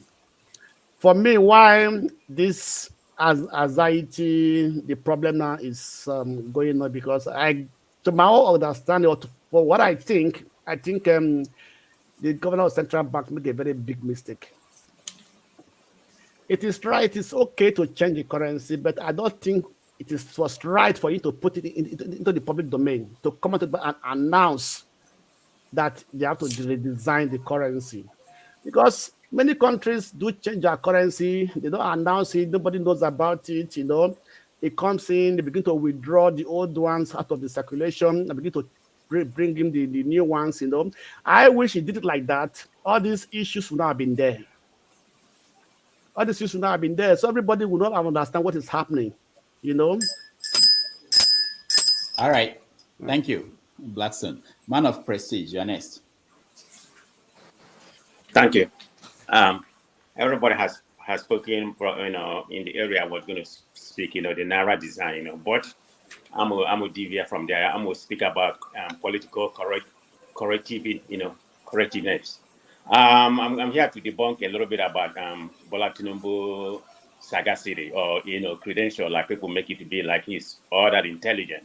And I'm here telling everybody, he may be intelligent, but all those people claiming that he's all that, when it comes to astute or sagacity, no, he's not all that. He may have come to Nigeria and used the country the way he wants. He went to, for crying out loud, this man went to Chicago State University. I'm talking about a school, the average graduation rate is 17.6. Go look at it. So it's not even a high-class school to begin with. In the Midwest, the school ranked 126 out of, 126 out of 116. So it's a very, very low class. Anybody from Nigeria can obtain a first degree. So don't let people fool you. I'm not saying, I don't have anything against him, but I'm just against people here professing that he's all that astute. No, he's not. Thank you. All right. Thank you so much. I like that statistic. I didn't know that it's 17% graduation rates in that school. That's a good point to look at. CM, you're next. Well, my own rant is to bring home the novel idea of Governor Wike's stomach infrastructure. Using 200,000 using 200,000 youths to be the what is it called personal assistant to the governor at the polling booth. People are not taking note of that. At the polling, so their office is at the polling booth. So what he's trying to tell you is that, and he's saying people are still even asking him that they can't do the job alone. It's too much. They need more people. He may end up appointing up to 1 million between now and February. All he knows is that every polling booth will be manned by 3, because that is your office. The most important thing is he will pay them. And like he said, he will use River State money to pay River State people. What is wrong in that? So EFCC should not trouble him. Very good point. So did you hear that someone was saying that why he's doing this is to show that that he kept some money to run for president, and there's a lot of money out there, and he needed to dispose of them because they are cash, and he can't carry them back to the bank. So he's hiring people now to give them the money. Anyway, we don't know. He's also willing to tell Atiku, he's to tell Atiku that, look, now who is who? He says we shall know who is who. So that's what. All right, Jonava, you're next. 1 minute. 1 minute for me now. Okay, let's roll. There is Yeah. no much to round. If we run to leave the platform, then my question. This is not taken out of my time. You started long ago. Okay, let me No, I'm reset it. asking you a question. No, I'm asking you. Oh, Answer okay. my question. If you run to Everything. me to leave the Once, platform, no, you don't. Yeah, want people to leave so that new people will come in. We encourage people to leave. New people saying come in. There are somebody a lot of should run people. at the end of the show. So this is not out of my own time. So you have to let them know that I want you to run. So if you can excuse other, but me, I'm a voice of the northerner, so I don't think I should leave if I want to stay because if not, I've been marginalized. Rohan is another. You are from Benue State. You are not. I grow up. Ask my children here now. I ask my daughter, where do you come from? He say, I'm from America. I say, where do your father come from? He say, from Nigeria. So you are American and your father is in Nigeria. So I'm from Meduguri. Okay. All right. Okay. Rant. 1 minute. Already rant now. Oh, madam. Oh, you are done. Oh, okay. I had no idea. Okay, Rohan, you're next. Rohan, you're next. Okay, I have 1 nothing to minute. rant about now. I just only pray that Nigeria will be better than what we have at the moment. Okay, that's good. That's good. Blessing, you're next. Well, I just want to say this that businesses should learn how where to draw the line and who their allegiance should be to. Is it to the government of the day or to the greater populace who are their customers? This is not the first time we see the government using the banks to frustrate efforts at holding them accountable. They did it during NSAS, and now they are doing it now that people are trying to raise money for a campaign. I just want to say, you are doing your business, no wahala, but no, that the government you are siding against the people will leave. And what if your customers decide to also leave you after you must have frustrated their effort just because you want to please the government of the day? They should choose their fights carefully. That's just what I want to say. Very good. I like the Sorry, doctor, structure of let me that. make a comment. I think the impunity of certain things they do in Nigeria is getting out of hand. And that Mogo charitable organization will be taking a class suit against most of these banks on behalf of our people. Thank you. Wow. Is Okay. sorry, is I wanted to ask, can everybody confirm to me, is it even legal for them to refund the monies to these donors? That is why we will be Are they taking a permitted to class suit. do that kind We of will thing? be taking a class suit against them because it is against the constitutional right of the people. So let's call This a has spade gone a on for spade. far too Because long. It's nobody just has been doing disappointing. nothing, they keep on Very doing it. So we get disappointing. to do something. Blessing, Okay. congrats Very me. disappointing. I hope their All right. customers. I wish I had an account in Keystone. I would have boycotted them. All right. Thank you. Thank you so much. Kene, you're next. Okay, ranting, right? So Yeah. we overheard El-Rufai making claims that he has the template or he knows how to get rid of terrorism. Buhari made same claim during the campaign that he literally said, "What is terrorism that the government can get rid of in 2 days?"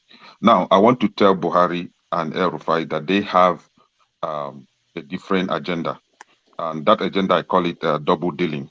So the agenda is to make sure that Fulani takes over the north and even the south. In short, that Fulani takes over Nigeria. That is their primary agenda, and that is why they will never provide solution to this terrorism activity in Nigeria. Now, come to first subsidy. These people, they know the solution to our problem. Let us stop deceiving ourselves that these people are clueless. They are not clueless. They know what they are doing. If they are able to build refineries in Nigeria, then the subsidy stuff will be end of story. So there will not be any means for them to embezzle money. They cannot build good roads because they want you to be dying every day. They want to be getting contracts for road construction all the time. They will never provide electricity supply because when they do that, you will be informed. There will be television right in the village where old men, the illiterate will listen and know what is happening. So they don't want you to be informed. They don't want you to enjoy the same luxury that their own children are enjoying. They cannot put a strong electoral laws because they want rigging to continue. They want after the election, candidates will appeal, and then the lawyers, the barristers will be bribed. Then the case will continue. This is exactly how they design or how they want Nigeria to function, so that they will keep, making their pocket fat, fattening their bank account all the time. So they know what they're doing, they know the solution, but they will never. If you are looking at them, if you are waiting for them to provide solution, you are just wasting your time. And that is why you have to come out now with all sincerity and support P2B, so that all this nonsense will come to an end. All right. Thank you so much for the rant. We'll take a small break. I want to play a video of two people from Zambia talking about their own issues in Zambia, which is similar to what we do here. And I think it's an eye-opener that we're not alone. This is an African-wide issue. While we do that, I also plead with some of our guests. Maybe you can join us in another 1 hour or two. Let's bring in new people who are interested in joining us. All right, so let me play this video. We'll be right back. Corruption this, corruption that, corruption there, corruption here, corruption. What about it? Show me corruption and I'll show you the culprits. Yes, they're corrupt, but who do they corrupt? Yes, they're corrupt, but who corrupts them? Well, corruption is not only practiced by the politicians and the businessmen.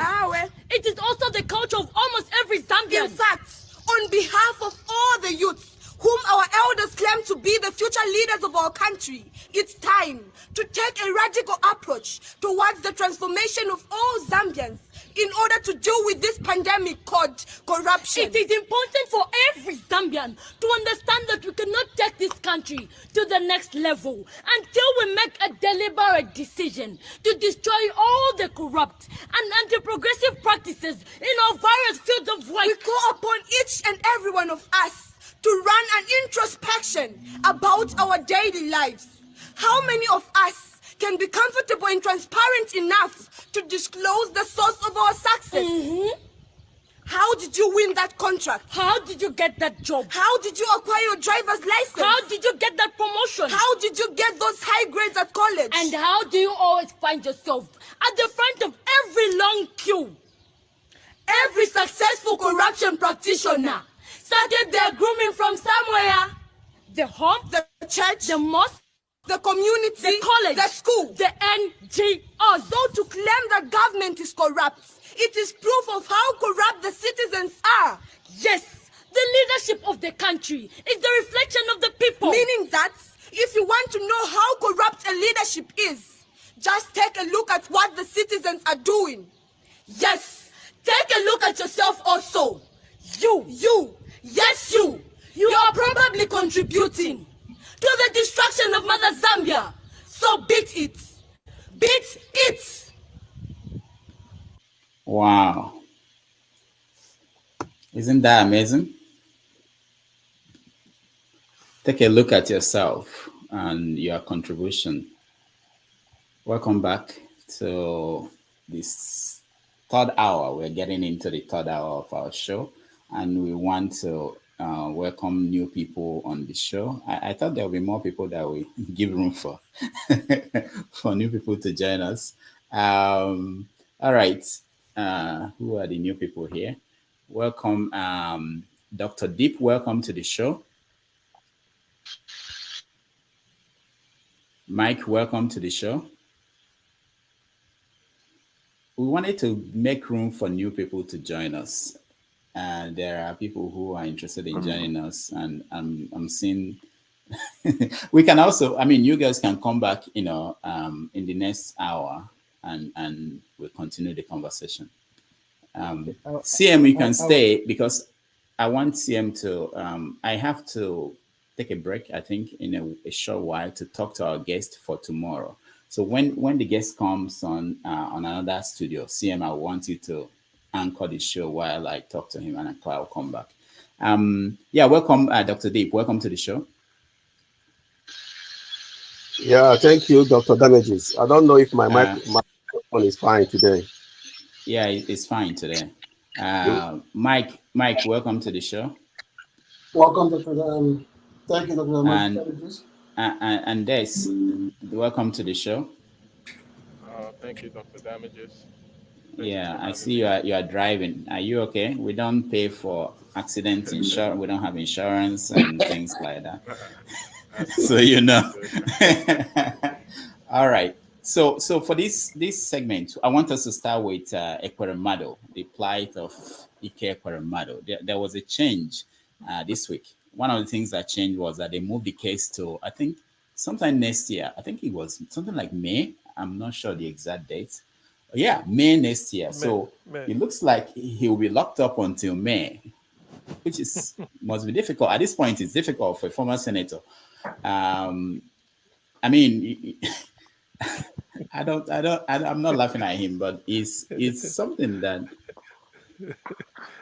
and to make the situation worse for him, even his government is he not in APC now? Where is he? What party is he now? Did he move or not? Anyway, his friends could not. His friends and senators who went to UK to go and support him, they are basically watching as the Nigerian government, the EFCC, is moving on to seize his houses, 40 of them. So CM, let me start with you. What do you think is going on? You see, the Ekweremadu case is anyway, 10 houses in Abuja, federal capital, 3 houses in the US. Maybe John Abba may know. I think some in Texas. You may find out. Two in the UK. Yes, no, yeah. I'm being honest. 2 in the UK. I will take care of that to locate it where it may be and feedback. 1 in Lagos. Who is in Lagos here? Then 9 in Dubai. Blessing should look after the 15 in Enugu. You should be able to. Since you are in Enugu, you should find out. You see, when you add all this up, it gives 40 houses. And there's a particular street in Enugu. Blessing should be able to know that. He says it's off Port Harcourt at Independence Layout. One of the longest streets in Enugu is called Ike Ekweremadu Avenue. Sorry, I know his house in Enugu. When I heard it mentioned in the properties, I hold. So you see this. You see the way these people secures their future. If not that, the daughter needed a kidney transplant in UK, and then they sort of put in a temporary, hitches. Otherwise, he want to contest the Enugu State governorship in 2023. He must have, maybe if he sell 1 in Texas and then maybe sell another 2 in Dubai, he should be able to cover the cost. Then when he goes in, he will get another one. You see, though we are laughing, but this is the tragedy of the Nigerian political system. These are thieves. There's no two way to say it. And this reminds me of one broadcast Nnamdi Kanu made. At the when I think in 2018, when Ekweremadu was beaten somewhere in Nuremberg, Germany, in which he ran for his dear life. So they were accusing the indigenous people of Biafra of masterminding it. Nnamdi Kanu came on air to say that he's lucky. He's going to do a New Yam festival in Germany. When that was the Saturday, they are burying a priest that was kidnapped and killed by bandits in Ekweremadu's senatorial district. So Nnamdi Kanu said, before people should blame IPOB, they should ask Ekweremadu the money that was appropriated for Enugu Port Harcourt Expressway and then Enugu Onitsha Expressway, they should ask Ekweremadu where the money is. So when something like this are panning out, you may be putting 2 and 2 together as if maybe you don't know. But in all said and done, how can a politician tell me, as at 1999, Ekweremadu was nobody? He quickly became a senator. Maybe they part budget for constituency project. If you go to his local government, Enugu West, local government Aningri, his village Impu, there is no good healthcare facility there. Yet, by my rough estimate, all these houses will be running into billions of naira. So Ekweremadu, the way you are looking at him, is already a billionaire. He can be richer than Innocent. That's why Peter B is saying wealth without enterprise. Ekweremadu is a billionaire, not because he had industry, not because he's been in business like Ibeto, or maybe what is it called? Maybe Dangote. At least let's just say Dangote is not a politician. He's in business. You can see his trailer carrying load here and there, even if it's for a whatever. So Ekweremadu is already a billionaire by sitting in an air-conditioned office in Abuja. As simple as that. These are thieves. Let's just get it clear. These are thieves. That's why he wants to finance to become a governor. And when he becomes a governor, God help Enugu State, he will start from where Chimaroke Nnamani stopped. So in a way, I don't have any sympathy for him as a human being. I do not. Because the people of his constituency are suffering. Yet you are acquiring all these houses. 9 in Dubai. What are you going to do with 9 houses in Dubai? 15 in Enugu alone. 10 in Abuja. 3 in the United States. What are you doing with all this? 2 in UK here where I am, and then 1 in Lagos. And Lagos cannot be a Jegule. It might be somewhere in Lekki or somewhere in Ikoyi. This is what you see. This is just reckless abandon. Owning properties everywhere. When you are a thief and you say you are representing your people. So I don't see the reason why people should be venerating politicians or galanding them anymore. Because Ekweremadu's case has shown that all they go there to do is to practice, according to Dino Melai, greediocracy. Greed. Just be stealing money, accumulating, packing all these things. But your community that sent you there, you give them 2,000 or 500 naira and suffer them for nothing. So all these things, I don't have any. In fact, EFCC should when they recover this money, because he's a senator representing Enugu West, they should call the people of Enugu West, not even calling them. If it's to give them a befitting hospital that will cost about 10 billion to build, because all these things we are checking here should be more than 10 billion. Earmark like 10 billion and build a nice hospital in about 2 or 3 local governments in Enugu West. That will be more beneficial. Build a modern market for them. That will be more beneficial. Renovate the primary schools so that the primary schools you will see in Enugu West will be similar to the one you see in the UK. That is the type of thing the people will benefit. But leaving Ekweremadu with all this money, I don't see the need, because if eventually he passes away, who knows? He's not a head of state. They may not repatriate anything. And mind you, these are property. We're not talking of cash that he must have lodged somewhere. We are not talking of the dollar, the pound, because he will have account in the UK. He will have account in the US. He will have account in Dubai, because he cannot be carrying money each time he's going. He will have account where again, everywhere, anywhere you can think of. So when you add everything, I'm sure that his total worth as a human being, Ekweremadu cannot be less than 50 billion naira human being. 50 might be up to 100, because you don't know the extent, but definitely it will be this much. And these are the money belonging to his constituency. So I urge the federal government, if they are listening, seize all these things, auction them, use the money, and if they can go there to use it to develop the area, what he failed to do, people will now see that at least they are benefiting, because all this money belongs to them. Ekweremadu is just another thief. If they call All right. if they call Anini a thief, that is the one that is a practitioner. But Ekweremadu is a disguised thief in a human skin. Thank you.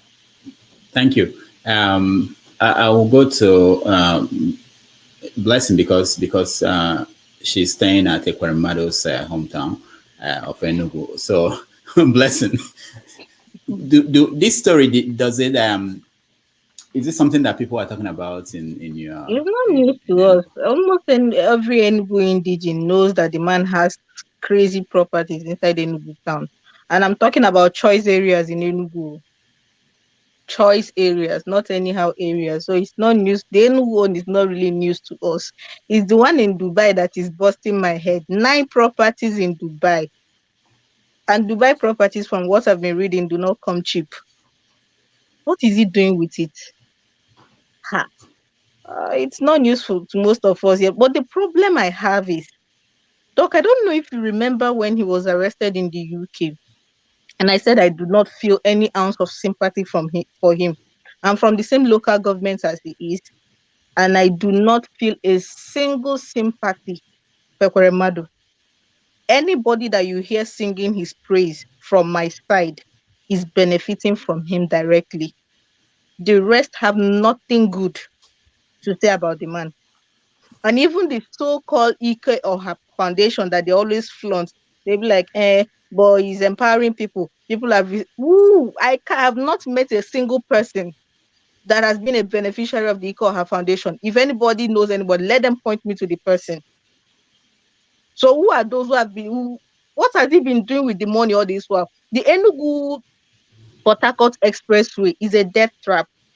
On my way to, I'll send you the video. On my way to Benin, we got stuck in the middle inside the muddy water, and we had this huge fuel tanker drive right by and brushed our bus. All of us inside the bus had to dismantle, and I was just cursing every single politician from my side.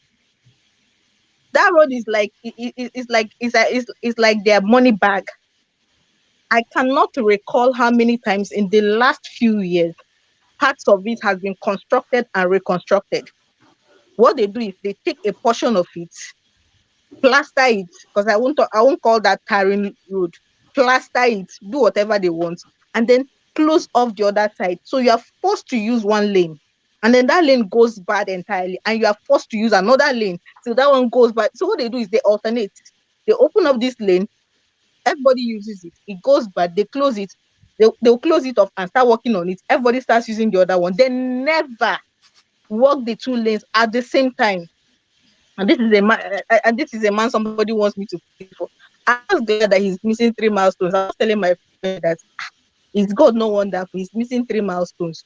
They're going to redesign the naira. All the money he stashed somewhere is going to go to waste because he cannot trust his cronies enough to tell them where the major ones are hidden, because he can't trust people that fully. They are the ones that he needs to remove that he does. He can't trust people to go into those secret places and remove the money because they can use it against him. So he's going to miss the redesigning of the naira, and he's going to take a huge hit because one thing called the stashed money will come out. He's going to miss the election, which he will have interfered with, because we know he'll be rooting for Oga Dubai Bomb Shot Man. And he's going to miss the swearing in. I, for one, I am very happy. It's a common sentiment here. The only people that are sad on his behalf are people who directly for him. The whole properties in Enugu is not news to us, but the rest, it is news to my ears, especially that Dubai one. All right, thank you, Blessing. Nneka, welcome to the show. Hi, thank you, everyone. I just want to piggyback in what Blessing said, because I myself, when Ekweremadu's case came out, I did not feel any sympathy for him at all. But one thing that I've always echoed in this platform whenever I come in is that each and every one of us as a human being must look at ourselves. And the video you just played from Zambian, Uganda, am I right? Namibia. Namibia or Zambia. Okay. Yeah, one of them. I think those two young ladies just took the words out of my mouth, of which, if you go back to from the moment that I joined your platform, I've always echoed that.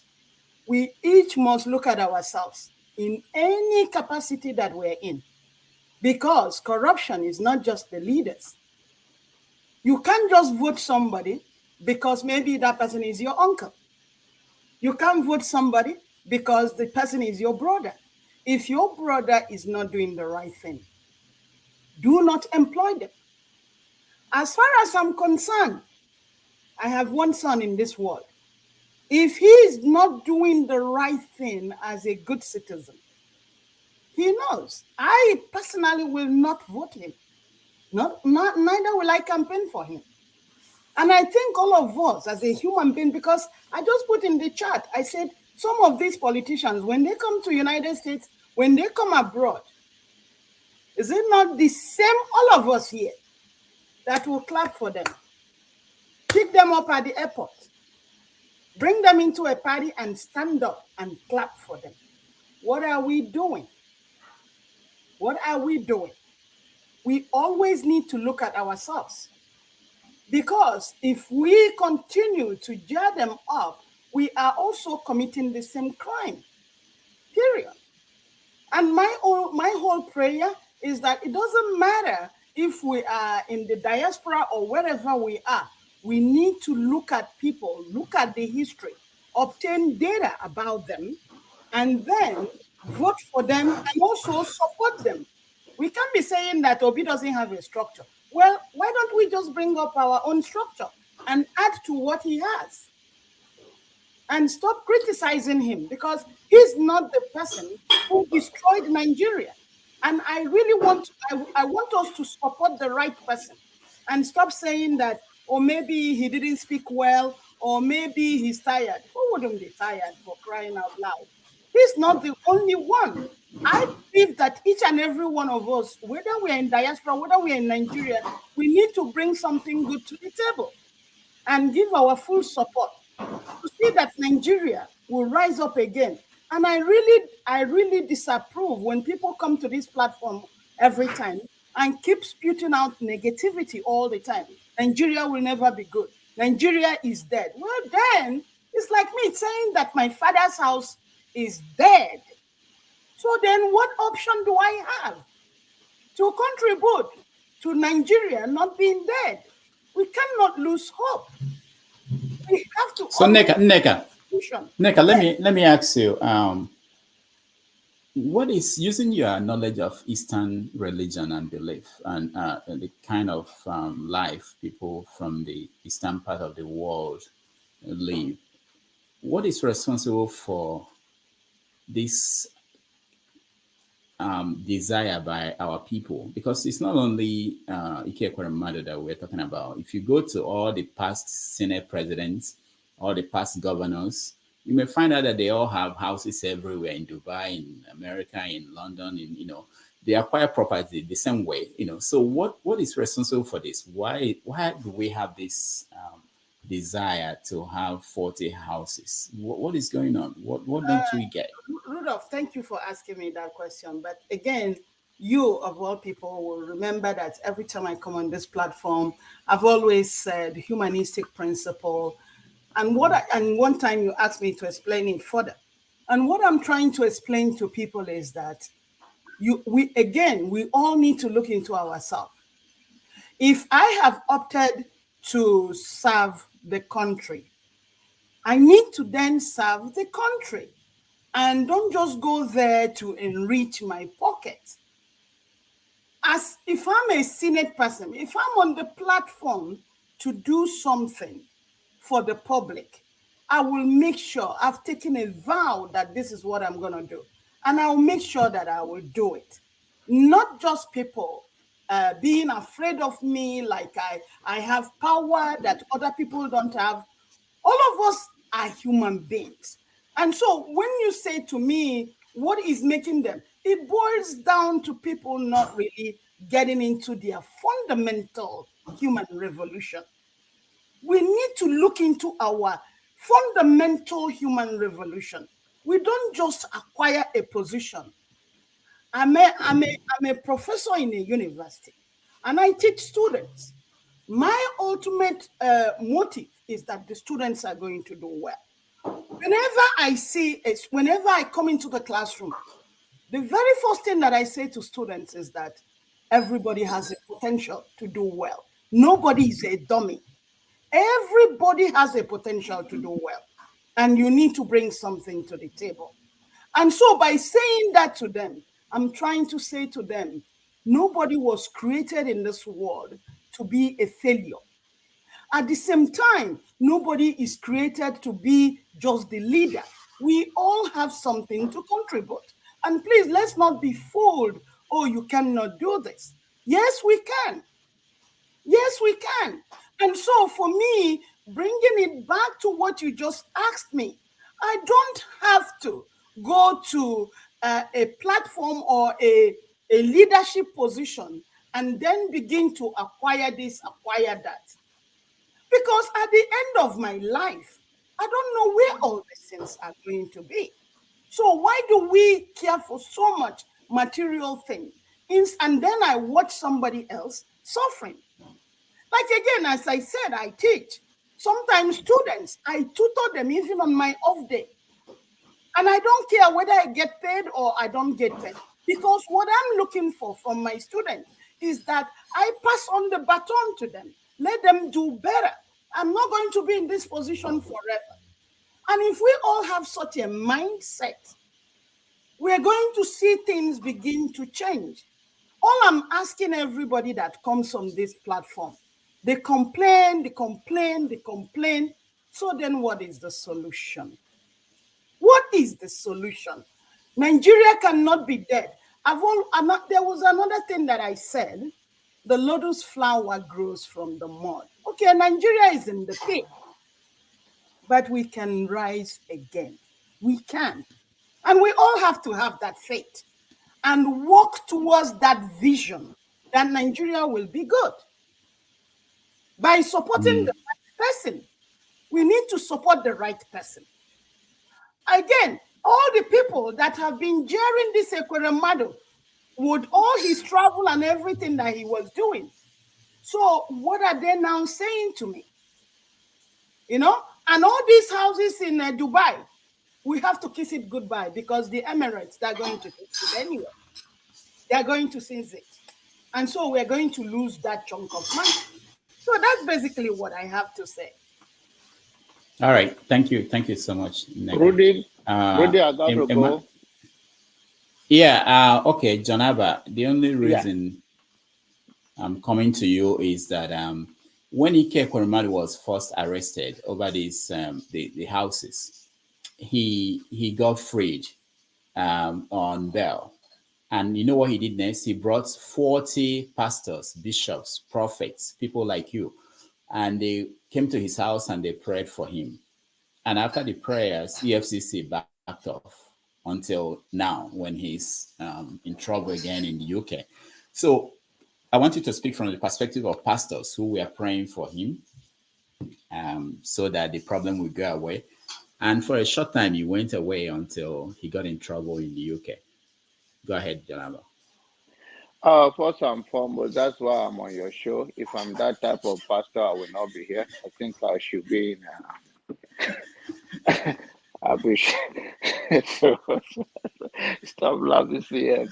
So that's why I'm on your show. If I'm that type of pastor, I won't be here. We also enjoy the luxury. And apart from that, there are many politicians and many other people that have used to run business with, but I choose not to do that for my own clean conscience as best as I can. So I don't know. The people do whatever can do for their own personal for their own personal gain. So I can't speak to the pastor that went there.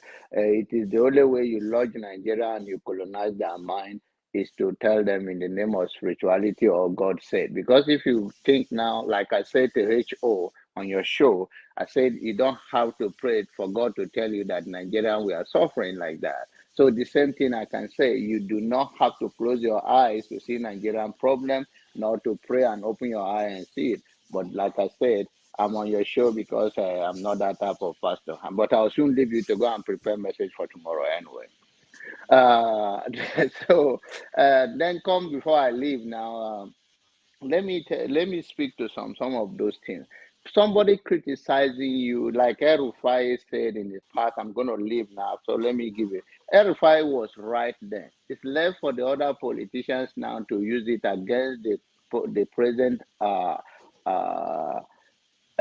government or the outgoing government that you two do not secure, like you promised, the security of Nigeria, and you have made Nigeria more poorer. Whatever they can criticize, that is politics. So Erufai was right on point when he criticized the outgoing government. When it comes to this issue of why do people should not give a chance to somebody, or if you are that principled and you think that where the direction Nigerian is going, and somebody say Nigerian, nobody said there is no hope for Nigeria. And that, let's make it that clear. I never hear anybody say there's no hope. We only express the hopelessness based on the leadership and what the structure we have in place. But Jesus died. They acknowledge his death for 3 days, according to the Christianity.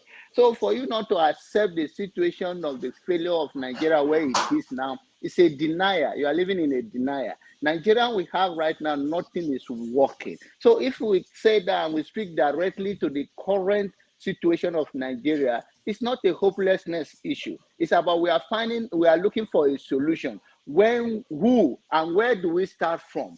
Then we can talk. But for us not to criticize the situation when millions of our Nigerian citizens are suffering, dying on the road, on the road, a bad road, dying for hunger, joblessness of millions of Nigerian youth graduated from university, and we said Nigerian is working, then we are living in, it's a denier. But what we want, Nigerians are saying is that, where do we start from? From? Is it the judiciary system that is not holding people accountable, that people are doing whatever they want to do? Okay, equal matter if it's in Nigeria, it will be saluted, it will be welcome, it will be protected by the most powerful security in the world. This thing is happening because they arrested him, or for political where you have political affiliation. Whether if you are APC, your sins are forgiven, and if it's APC is in power, and if you are PDP, your sins are forgiven if it's PDP in power. That is not the way to go. That is what we are speaking to. We are speaking to system that everybody is known of it, and we are saying that as far as this thing is in place, there is no hope for anyone, even if you bring Jesus. Jesus Christ, the millions of the Easterners and the Westerners go to church every day. Did they come and become different? All those people, they go to mosque or they go to church. So those holistic approach to it will make it better. To be more honest, I'm a pastor, but then science is more real. You see, so we are seeing the failures of our leadership, and we cannot speak to it that you are saying is hopelessness. I think we must rise above being a thin skin and become tough and accept our fault. I failed in many areas in my life. I'm not going to justify it that, oh, okay, I'm not a failure. Or if you criticize me of my wife, or my wife, my co-partner, my loved one, like Rudolph now, we cut me off because he think I'm not speaking good English. Doesn't mean that he hates me. That is his own view, and I should respect it. CM can greet me in the afternoon while he's sitting in the London in the evening. God bless you. Thank Janaba, thank you so much. You have a way of going out everywhere. All right. I appreciate your time. I'll see you later. Emma, welcome to the show. All right. Emma, welcome to the show. Can you unmute yourself? Emma, we can't hear you. Can you unmute yourself? Oh, no. Your audio is not very clear. It's not loud. Do you have earpiece, or you're speaking directly to the computer? Where are you, Emma? Okay, we'll come back to you, Emma. We'll come back to you in a few. Let's go to Dr. Deep. Dr. Deep, welcome to the show. Emma, your audio is not good yet. Maybe you can leave and join us again. Is that it? Dr. Deep, welcome to the show. Yeah, thank you, Dr. Daneji. Like I said, I'm using another phone, my second phone. In case my voice is not clear, just let me know. Then I will. Okay. Not be Yeah, it's clear today. We can hear you today. Okay. So, where do you want me to take it from? What do you want me to say? What do you have been listening? Ekweremadu, and your take on what he's going through. Okay. Ekweremadu, as a matter of fact, just one out of a million of armed robbers and criminals that we have in Nigeria. The little properties that have been publicized, that is what he has, it's just 1/10 of what he has, because this is what the one they saw. Nobody, we should be talking about what about the ones that he must have registered with the brothers, the daughters, the sisters, the uncles' names all over the world. And his case is just to tell you how many, if you times how many senators and the honorables, the so-called honorables we have in Nigeria, presidents and governors, and times exactly what the very one they have seen. Imagine that each and every one of them have the same thing. You will know that we are in a very big hole that Nigerians don't know when they will come out of this hole, because the evil has been allowed for a long time to lead Nigeria as a country, and people are copying or emulating from bad leadership, bad behavior, bad character. To be honest with you, there are things you do in Nigeria that you want to do as a person who lives in Western world, and people will begin to run around you and be telling you, why are you doing it for free? Why not? They will push you until you abandon doing it for free and begin to do it for recognition. So our problem is so wide that when we look at it now that a Kremado case is there, somebody should be asking, all the while that he has been deputy senate president, senator, and whatever, why are they unable to unfold these problems? Why did they allow him to end up in UK before they came for him? And then the answer will be very simple. The answer will be like, why is it that it's only Abacha that has looted our money and hid it in his land in New York, in London, and all the rest of them? Why is it only Abacha? Because Abacha is there. As soon as IBB goes now, they will begin to tell you the ones he has hidden. As soon as Abdul Salam Abubakar or Basanjo goes, you begin to hear his own. So we have living thieves in Nigeria handling our affairs. And once in a while, the thieves will bring out one of their enemy, and then we begin to celebrate that person. Oh, that or say things against that person. He's a thief. He's a rogue. He's this. He's that. These people have turned our commonwealth to their personal pocket and their family affair. So Ikwemadu's case is just one out of a million.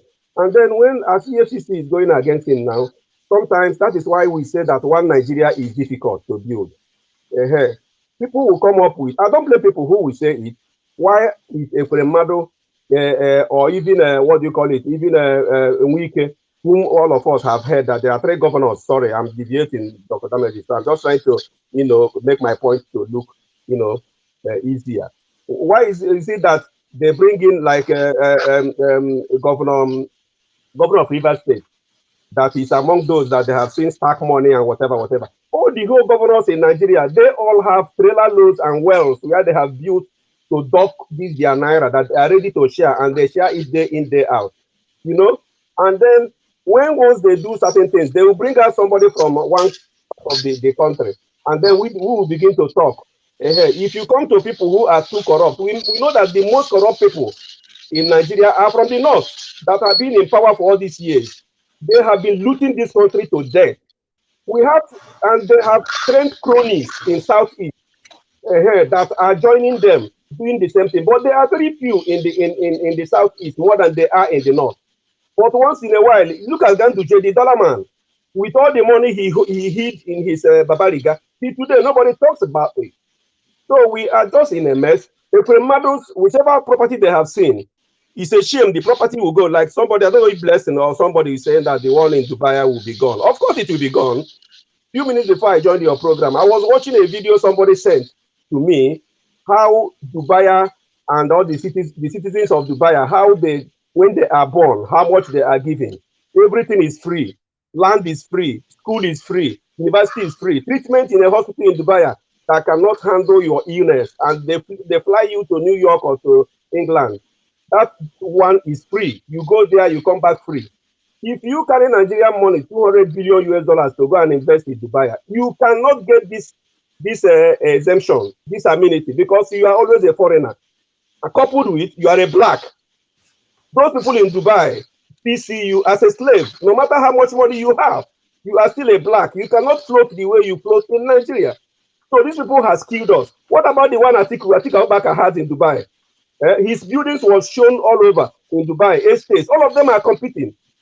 These are few properties they just exposed in Dubai. If a man has more than that in Dubai, he has more than that.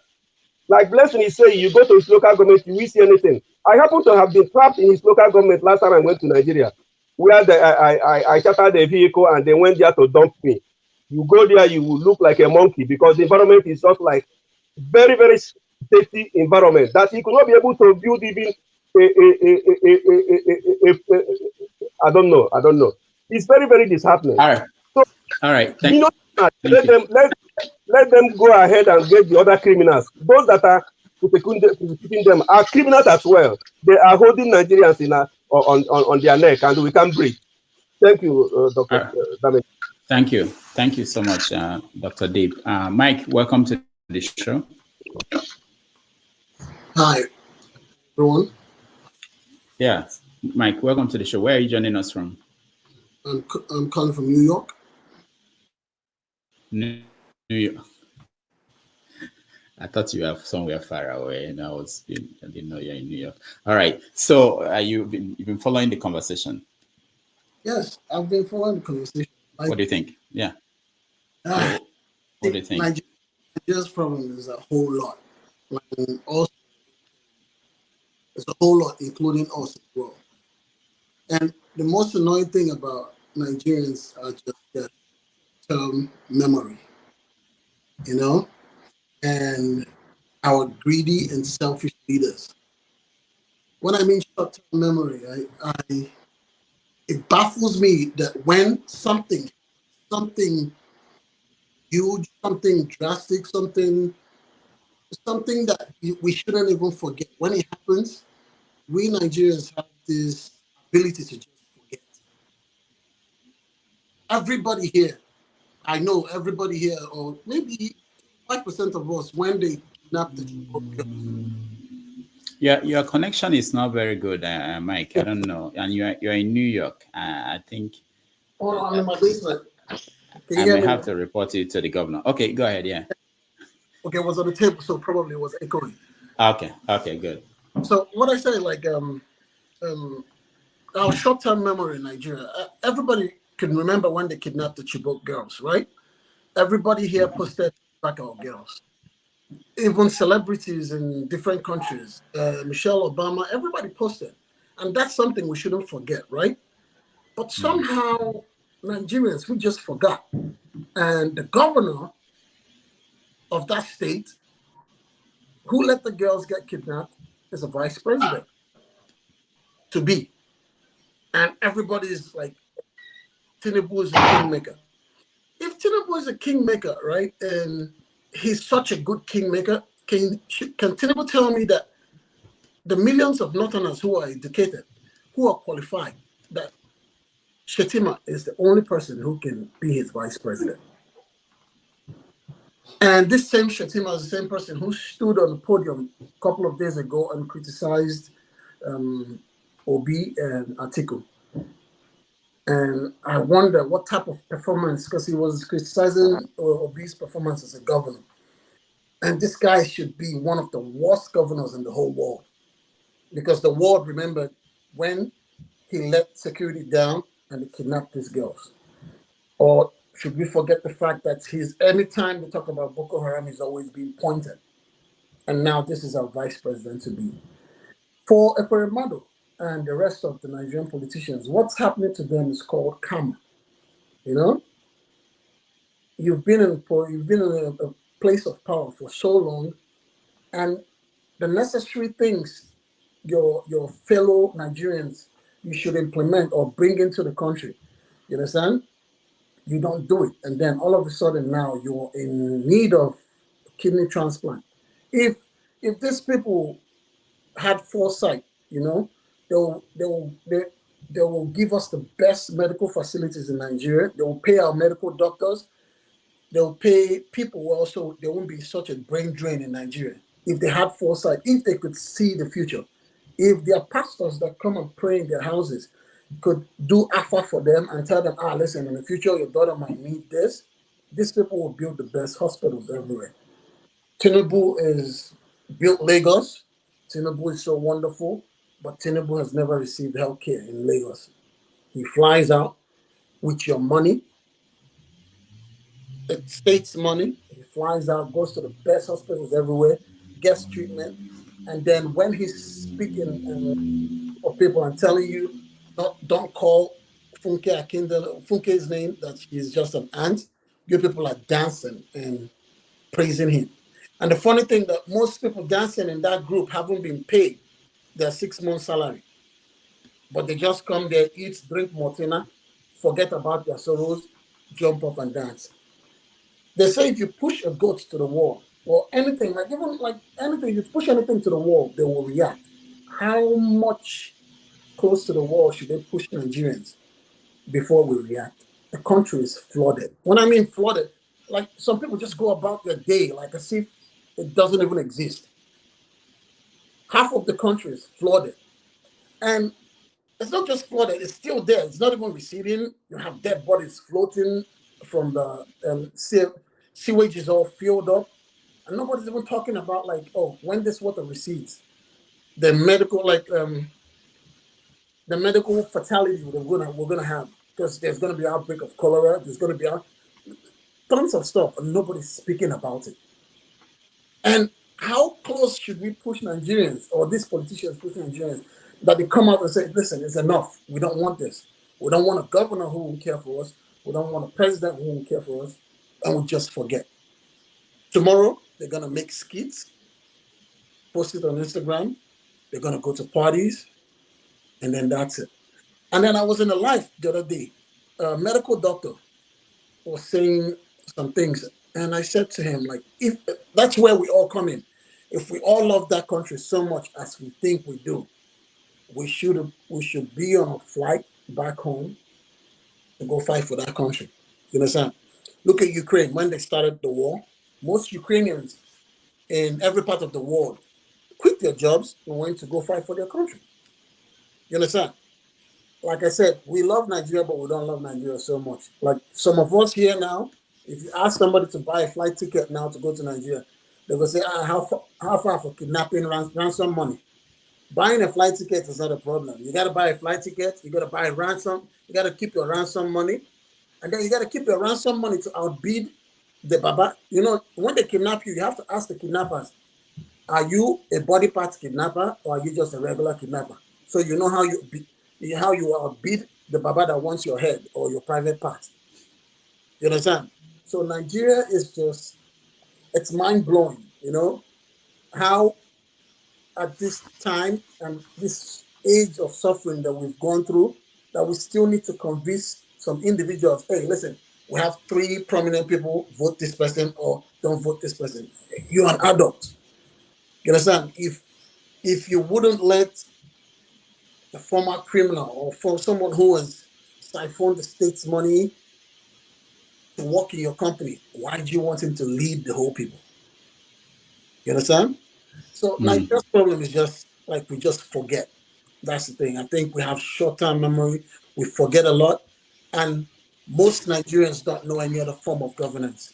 You understand? Okay, Mike, thank you. When I come back to you, I'll have some follow-up questions for you. But let's welcome Adeni, who just joined us. I think he's in a car. Adeni, welcome to the show. Yeah, thank you very much. I traveled. I'm just driving back into Abuja, so I said let me join up. And okay, you are from where are you driving to Abuja? From Kaduna. So the road is safe, or because you are an army officer, it's not. It's just that one. If you are lucky, on the day that you are driving, you will not get an issue. But if you are unlucky, you drive into the hands of the bandits. So everything in Nigeria now is locked. So those bandits, they don't care. They attack anybody. Yeah, if you drive into them.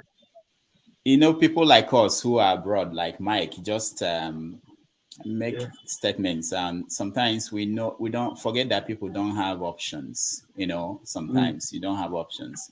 Because a typical person that came from outside the country might say, I won't drive from Kaduna to Abuja because it's dangerous. But when you don't have option, you have to go to where you need to go, and people take that step. Yeah. You just put All your right. life in the hands of God. That's just it.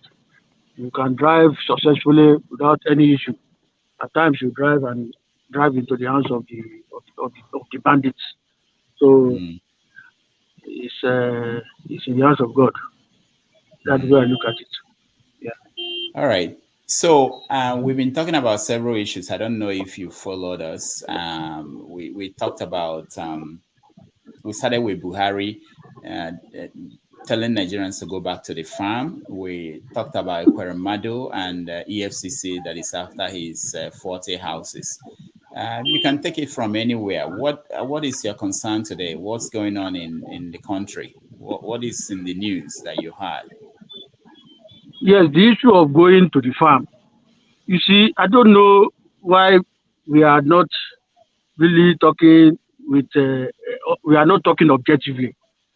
Like you people in the United States, I got to read some research work.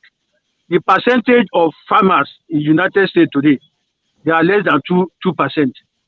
But if you come to Nigeria, the percentage of farmers to the populace is more than 50%. With that, we are not producing much compared to what you people do in the United States.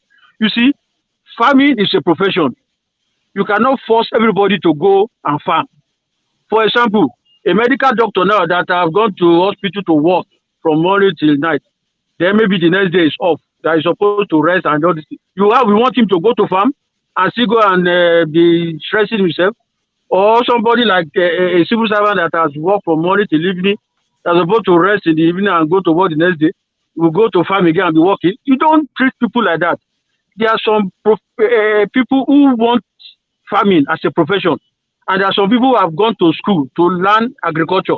Those are the people we should identify and empower them to do the farming and produce food in large quantity for others who are not interested in farming. You cannot force people to go and farm. It's a profession that, like me, like a military man like me now, I've gone to do my job, train soldiers in the bush and everything. I will still go again and go and farm. It's absurd. It's laughable. That is that about that. But I don't know. It's only in Nigeria that we talk about things like that. In other places, you provide for the professionals who want to go into farming. That's all. The other one about what do you talk about again? I think about Ike Kwerimadu and EFCC. Ike Kwerimadu. Yes, and EFCC. Well, I don't have sympathy for any politician in Nigeria. Those who have been in power since 1999, I don't have any sympathy for them because they are just opportunists. They've come, they have seen the loopholes in the system, and they have gone to benefit from it instead of fighting to block those loopholes so that Nigeria will be the one benefiting. They exploited the loopholes and they benefited, and now karma is coming. I just pray that all of them will be in that shoes later. They should all be probed and all the properties they've acquired illegally to be recovered. Nigerians is suffering from all these things that they have benefited. That's why I took time to come up with that constitution that I came up with to limit the powers of all these politicians and then create room for the country to benefit, not just few individuals who are opportunists. They will go out there, rig election, come into office, and then the next thing they are trying to recoup all the money they spend through election. They get more than that. They buy property, things that government is supposed to do for the people. They will usurp it from government institutions and be the one to render service to people. In the process, they abuse the office. They make money out of it. All of them have contractors who they use to do the job. That job are supposed to be done by Ministry of Works. So all these things are the things that the country is bleeding from. And if we don't change it, we'll just be deceiving ourselves that we are looking for the right person to come and lead Nigeria. I sympathize. In fact, people like Obi that want to go and do the right thing if they come to power. he will not succeed. He cannot succeed because the system has been doomed to fail. He will just go there, and at the end of the day, he will continue to lament that he wants to do this, but the governors that will be under him, they will not listen to him because governors are not under him. They will tell him that they are independent. So if he wants education now to be carried out freely in Nigeria, if governor can say, no, this is the way I want the education to be done in my state, there's nothing he can do. If you talk of healthcare, a governor will say, no, this is how I want it in my state, and there's nothing he can do. The only thing he can do has to do with anything that has to do with national assets and maybe federal roads, federal hospitals, and the rest. But all the other ones that have to do with basic amenities for the people, there's nothing the president can do about it. So unless we change this system that is corrupt, that is killing the country, any attempt that we want to do to change the individuals, we are just making mistake. That's my position and my contribution to all this things that is going on in Nigeria. Thank you. Right, thank you so much. Thank you, Adeni. Des, welcome to the show. Thank you, Dr. Damages. I don't know. I'm gonna go ahead. What? I'm gonna make it short because kind of busy. So about Ekweremadu, it's kind of I have to imagine like someone like Ekweremadu that on a low key we don't even know he's that he has that much asset on a low key. Nobody's talking about him having too much money.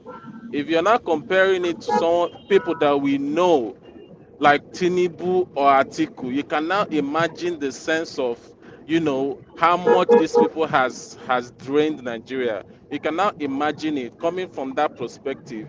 When you're talking about Jagaban, when you're talking about Atiku, when you're talking about all these rich people, political people that are actually rich. Compared to Ekweremadu, that's when you begin to, realize that we are fucked when it comes to Nigerian system. We are really fucked, and politicians don't care about us. They really don't. I'll show you an example of a politician in Nigeria. Just like I'm pretty sure a lot of people have probably experienced this.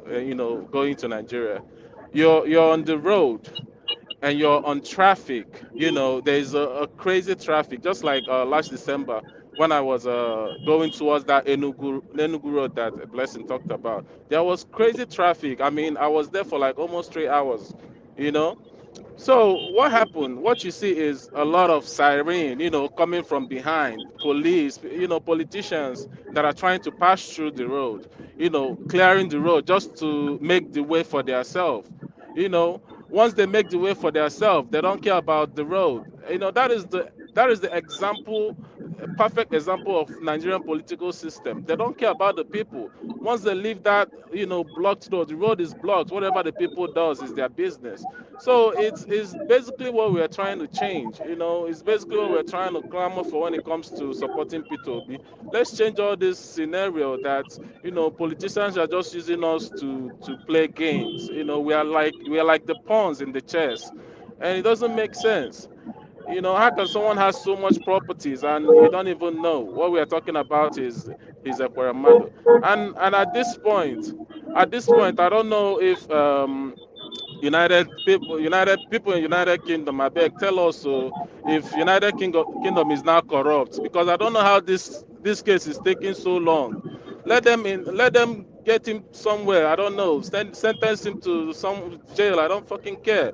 It's taking too long. I always think that it's a Nigerian system that all this prolonging court case happens. But now I'm like, what's going on?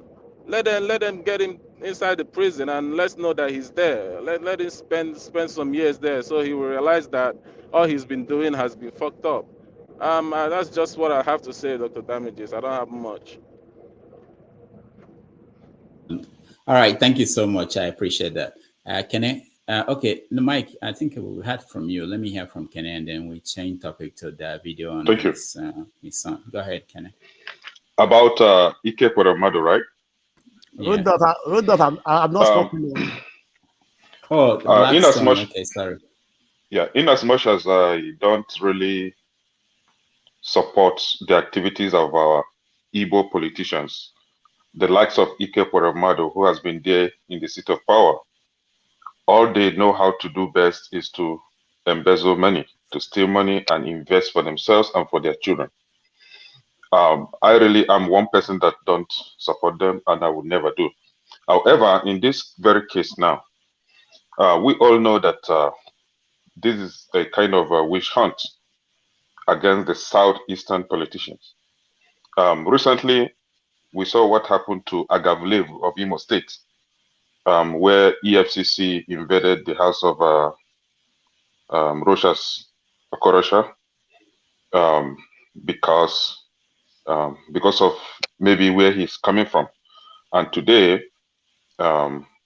is the turn of Ike Kweramadu. But a few months ago, the governor of Zamfara State, EFCC brought up his case, and the case has died down. Nobody is saying anything about that. What's his name? Ganduje of Kano State. We all saw when the guy was playing with dollars, and Ganduje has never been questioned, maybe because he's still the governor of the state. The likes of the owner of Mikano, Atiku, nobody's saying anything about his case. So basically, the northern politicians are free to do whatever they want to do, steal the country to stupor, and no EFCC will knock on their door. But they are always after the southeastern politicians. We know what Tinubu is doing with Lagos State revenue, and nobody has ever questioned Tinubu. So for Ike Kweramadu, I don't support him. He's a criminal. On the other hand, the Nigerian politicians are sectional when it comes to the fight against corruption. That's all I have to say about this. Let me ask you, there were two governors that were freed recently. They were pardoned, I believe. They were in jail. Who were they? One governor I remembered was it jail or detained? Oh no, the former governor of Taraba State, right? I know that Plateau State. Plateau State. Yes, Plateau State. Yes, and you know it's because of politics. They were freed because of political affiliation as well. In short, their prosecution was because of political affiliation, and their release also was because of political bargain. So we all know that. And today, these governors are fighting for APC. They are working for APC, making sure that APC win election in Plateau State and Taraba State. So it's about, if you can't beat us, just join us. If you join us, you are sent. But as far as you are against us, we come for you. And that is what EFCC is meant for, witch hunting, political opponent, and for tribal bigotry.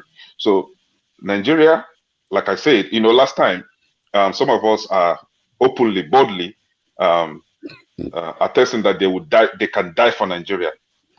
We are not telling ourselves the truth. You know within yourself you can't die for Nigeria. You can only do your best to change the evil, corrupt activities going on in Nigeria. But you know within yourself you can't die for Nigeria. If you really think that you can die for Nigeria, go and join Nigerian army, and you'll be posted to Sambisa Forest with one Karashin and maybe non-bullets, so that you fight Boko Haram without bullets. You are here claiming that you can die for Nigeria. Mister, you can't die for Nigeria. Forget it. You're just talking. I can only die for my children. Sorry. All right, thank you. Mike, you wanted to say something. Go ahead. Yes, I was another angle for this Akwemado's for seizure of his property, right?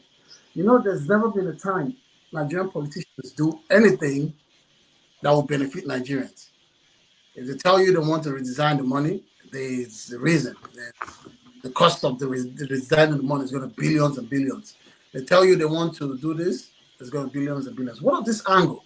What if Akwemado and his cronies already know that, listen, the way this case is going, UK government might seize some of my properties, you understand? Please, can you call that EFCC boy to start seizing my properties? They won't touch it. When I come out here, I get my properties back. And that's another angle. The Nigerians will tell you, the Nigerian government will tell you, we're seizing this for us. All the loot, Abacha's loot that have been brought back, It's enough to pay us to go back to school, to go back to classes, and we don't see it. They see Abacha is Nigeria's sugar daddy. Even at his death, he's still servicing us. You understand? Still giving us pocket money here and there. And that pocket money, somebody gets it and somebody eats it. We know that Nigerian government, there's always a motive. There's no time Nigerian government wants to do something for you and me that will benefit us if it's not them and their people. That's what I'm saying. All right. Blackstone, go ahead. Sorry, I didn't forget you. Okay, thank you, Mr. Rudolph. Yeah, talking about the issue with Ekremando, right? I want to take it in a different perspective, because I know that I always say that it is only in Nigeria that any person that holds a political office and when he's leaving, become a billionaire. It only happens in Nigeria. But all these things happens simply because we allowed it to happen. I believe that I want to say what is the influence of the citizens, or how does the citizens support these politicians to do what they are doing, to be corrupt? Because I remember when I was growing up, right, there was that dignity that every person in politics or in the government have one thing, that they have to serve the government with all their heart, right? They go home with their paycheck and everything.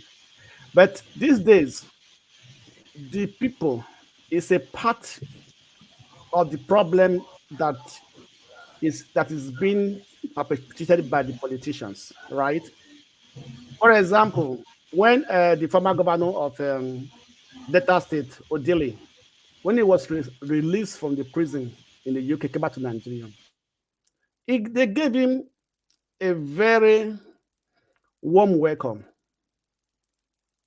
They are welcoming as a king.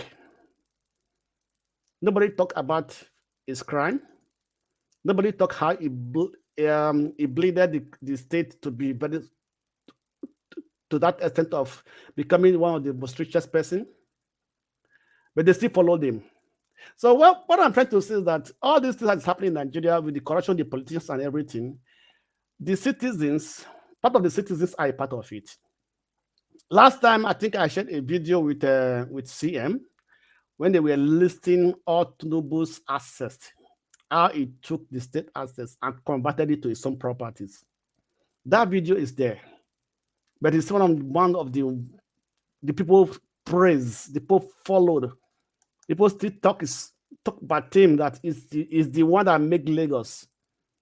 But they're not saying that Lagos State made Tinubu, but they say it's made Lagos. So at the end of the day, we all have issues. Everybody, most of the Nigerian citizens have issues.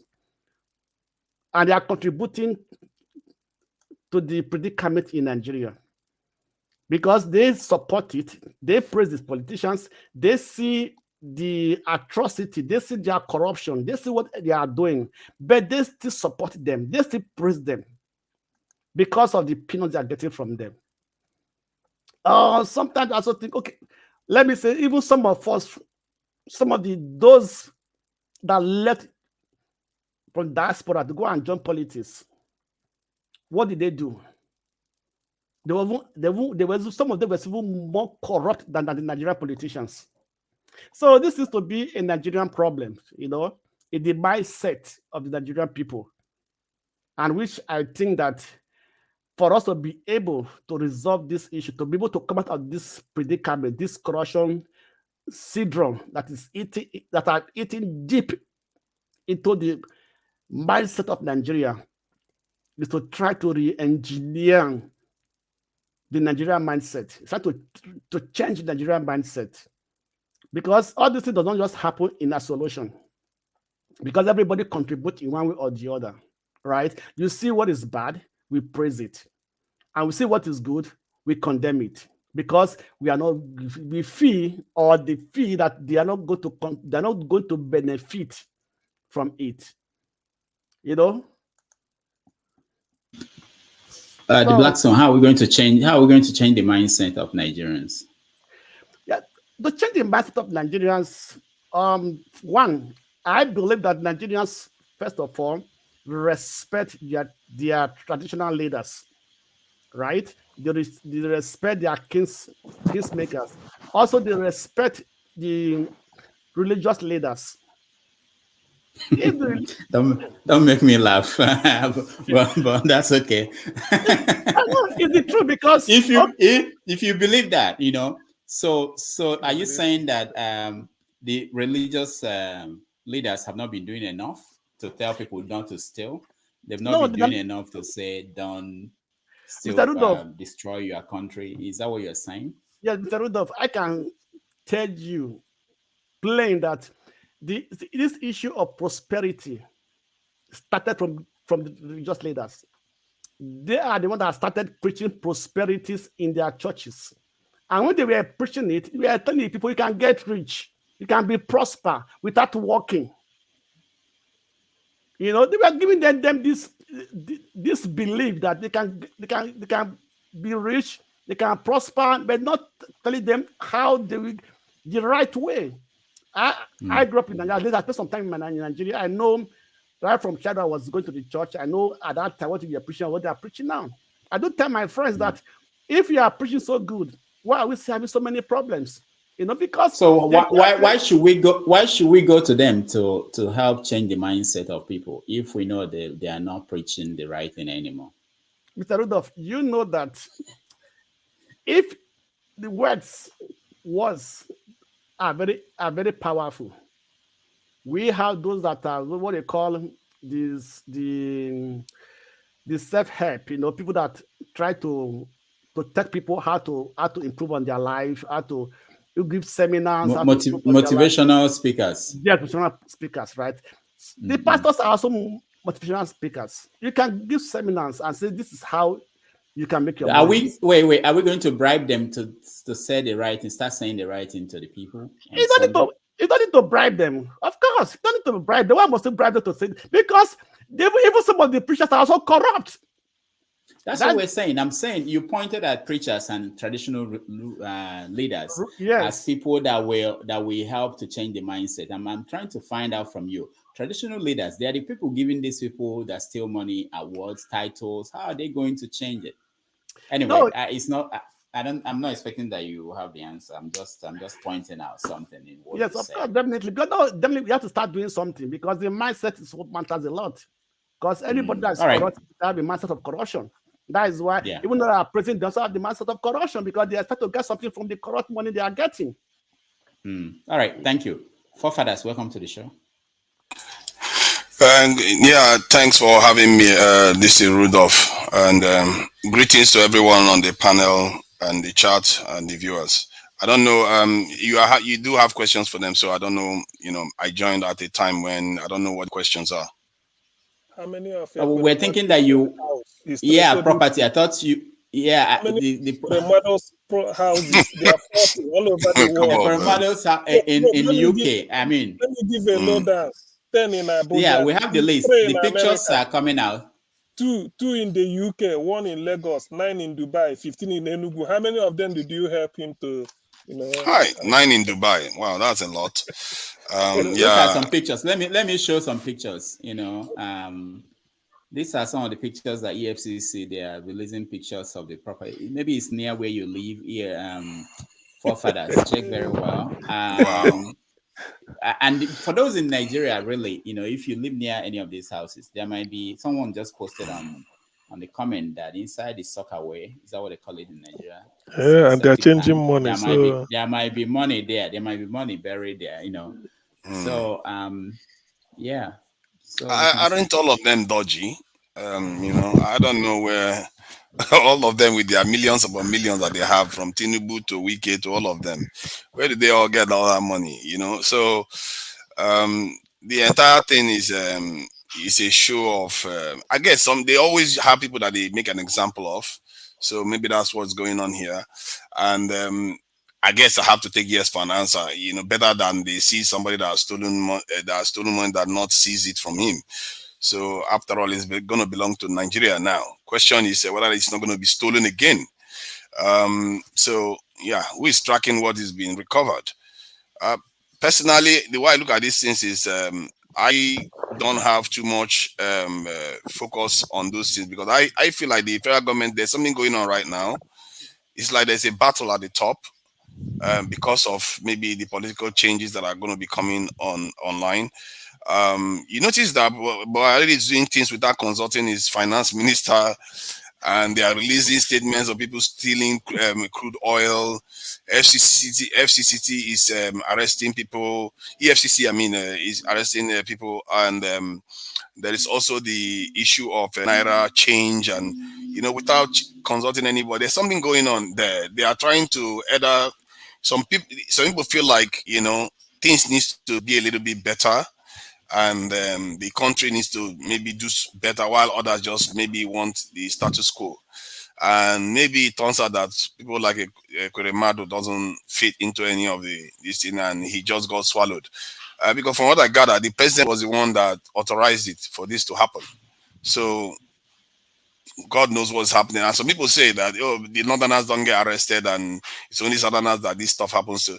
Actually, it does happen to Northerners. When I was checking this morning, I was surprised the former governor of Taraba was released from prison recently.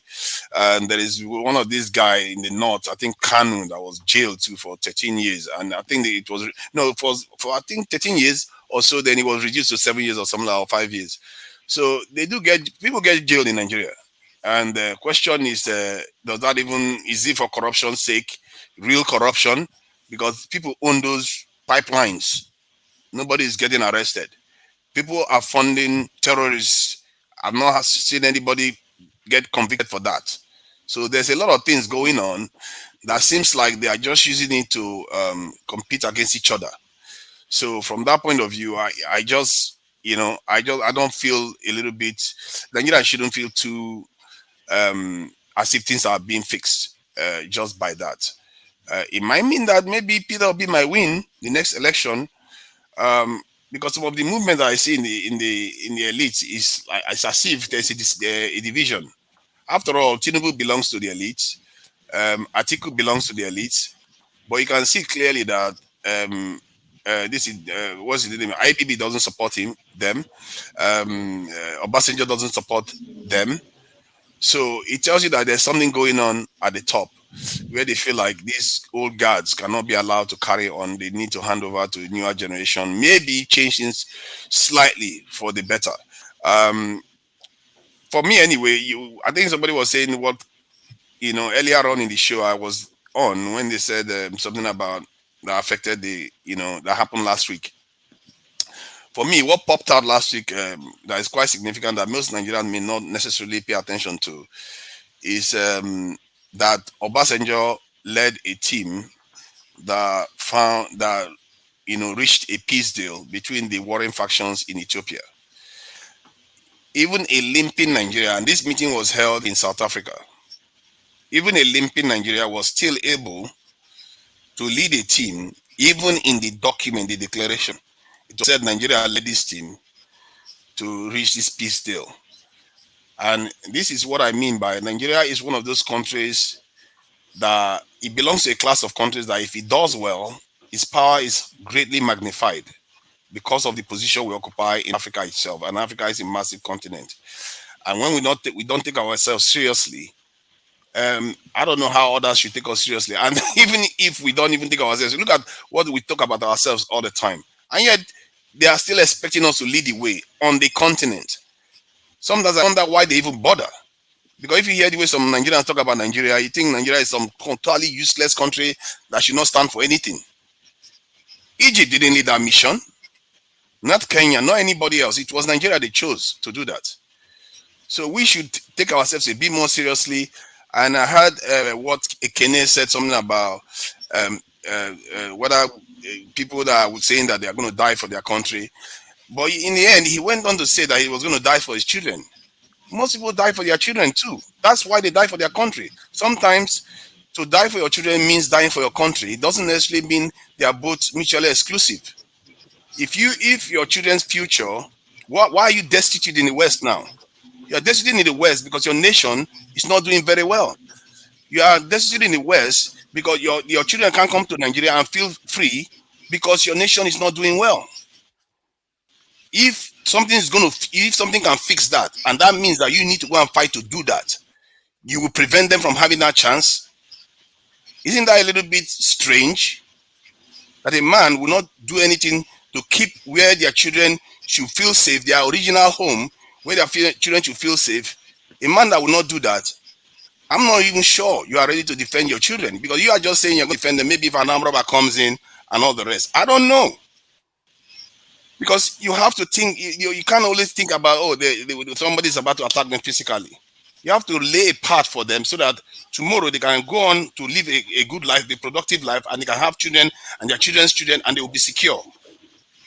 You could succeed your own, but your children's, how about your own children's future? You don't think ahead beyond that. Thank you anyway. All right, thank you, Mr. Fofaras. Can I? Mr. Fofaras, yeah, let me put it straight here, right? Maybe you're misunderstanding me, right? A lot of people.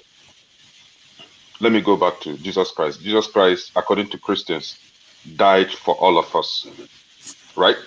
And we are still doing the same thing that led to his death. Nothing has changed. In short, matter of fact, we are doing worse than it was then. And then coming back to Nigeria, a lot has laid their lives for Nigeria. During the Biafra-Nigerian war, more than 3 million of my people died for that country. And nothing has changed. Rather, it keeps getting worse. Why will you now tell me that I would still come out and say that, oh, I'm going to die for Nigeria when I'm already dead? I died already, so I can't die twice for that Nigeria. Maybe you may not have really understand how Nigeria is structured. See, you were saying something, and you say that some of us are the way we ridicule Nigeria as a useless country. As it is right now, under Buhari's regime, Nigeria is worse than being useless. A country that cannot defend its citizens, a country that allows invaders, foreigners, to come in and boldly keep slaughtering, killing its people every day, a country that actually sponsored these invaders to come in, they pay them to kill its people, the likes of Shetima, that is well known to have been the one that invited terrorists in that country to keep killing its people, a country that would deliberately send out their army to go and fight terrorists, and the same leaders will go behind and tell the terrorists that our soldiers are coming at this time, so ambush them so place, and the army, the soldiers will be ambushed and killed. Is it the same country you now telling me that I Kenechukwu should go die for? I'm not crazy. When I'm telling you that I can die for my children is, as I'm living in my house and you invade my house, I have a legal carrier. I will kill you straight. I don't care. If you invade my house as a criminal or as a bandit, I'm going to shoot you. That is where my power, that is the limitation of my power. I don't have such power to protect everybody in Nigeria. So therefore, I cannot risk my life to die for that country. If an entire army should be sabotaged and killed, talk less of me, Kenechukwu, to go put my life in danger. Hey, see, Oga Fofaras, it's very simple. If you think you can die for Nigeria, I don't have problem with that. Go and enlist yourself in the army and defend that country. You yourself, why I'm telling you this, I don't want to expose everything or my background, where I'm coming from, but from what I know, you see that country, I cannot. I can only try my possible best as a human to try to make things work better. But asking me, even good Lord Jonathan said it, he said that his life, the blood of Nigerians, his own blood is worth more than the policies of that country. It's a useless country, sorry. As it is now under Buhari, the country is very useless. A country that cannot feed its people, that cannot protect its people, that cannot do everything is going on reverse gear, and nothing has been done about it. The accountant general was caught with billions of naira. What has been done? Nothing.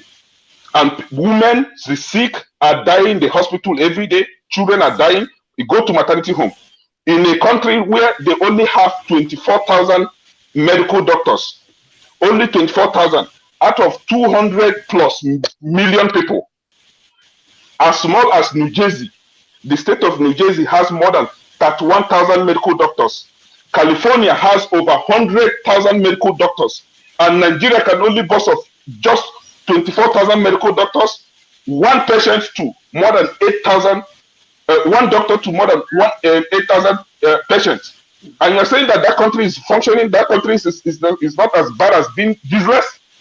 Sorry, I'm using this harsh word, but Nigeria is counterproductive. And anything that is counterproductive is useless. That's what it is. Okay, Until they fix that country. Mr. Rudolph, let me ask a question. Yeah. Mr. Rudolph, please No, hold on. No. Okay, go ahead. Okay, Mr. Kenan. Sir. Go ahead. How old is America? America, I don't know. The day I know America is the day I know America. America is as old as I am. No, how old is America? America. Is it? America is as old as Nigeria. Mr. Kenan, it's just name. What is happening in Nigeria? Most countries of the world today are passed through that stage. They have gone through that stage. Try and read the history of most successful countries of the world today. They have passed that stage. Now, even America. Let me finish. Even America is this now. I live in America. I'm a citizen of this country. My children are citizens of this country. How can people cannot die for America? Because America killed its citizens within its country and it keeps killing other people. So how will I die for a killer? Wait, we're not saying you should die for. We're not saying you should die for Nigeria.